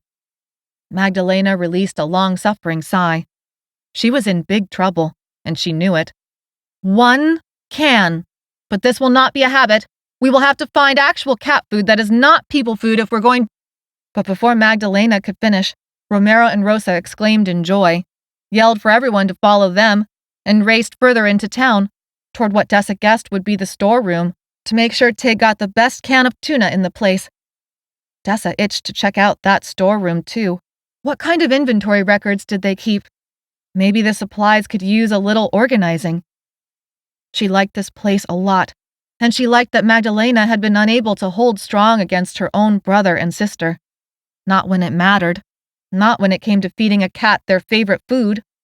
It's something Dessa would have done. They're the ones who needed the insulin, Magdalena said, looking after her brother and sister, and then at the machine she carried in her hands. I'm sorry for before. I know I owe you. Thank you for this. I would do anything to make sure the people I love stay safe, too, Dessa said. The women looked at each other, recognizing themselves, and in that silence reached an understanding. They could make this work. Egg approached, looking at Magdalena with a concerned expression. So, Magdalena, is this a good time to talk about those shoes we discussed earlier? Egg, Tiana said, scolding him as she approached with Cole. Egg looked at her. What? Is this really the time to be asking about that? Tiana said. Egg threw up his hands. Do you know me at all? Of course this is the time. Egg, Tiana said. Cole shook his head, but he was smiling. It's fine, Magdalena said, laughing. I'll show you. Egg looked at Tiana and then at the rest of them. Come on, you guys, I didn't just negotiate shoes for me. I got them to agree to give us all new shoes. Next to Dessa, Amos chuckled. He threw a deliciously strong arm across Dessa's shoulders, and she leaned in and wondered which cabin or dark corner they could sneak away into. Together, the two of them followed after Tiana and Egg, still arguing. Cole laughed and trailed at their heels.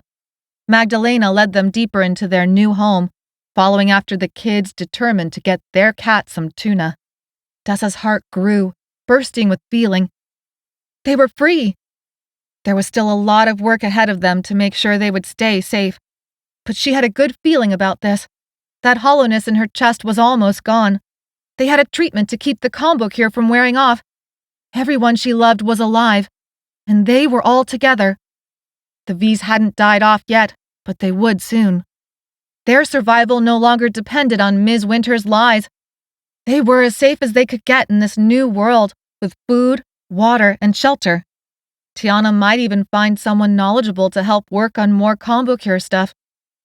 She looked at Amos, and he looked at her, and she wondered if maybe, just maybe, somewhere inside this place there might be a little bit of soil where they could grow a few sunflowers.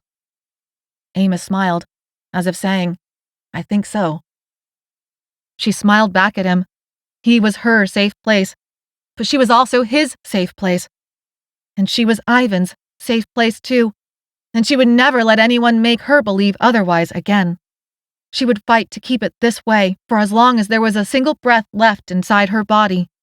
And maybe, just maybe, they could stop running for good.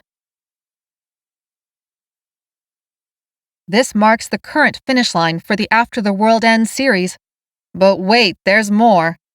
If you're hungry for more zombie action, check out my Zombies Are Human book series, set in the same universe as this one, where another group of California teens get into some serious zombie trouble, fast.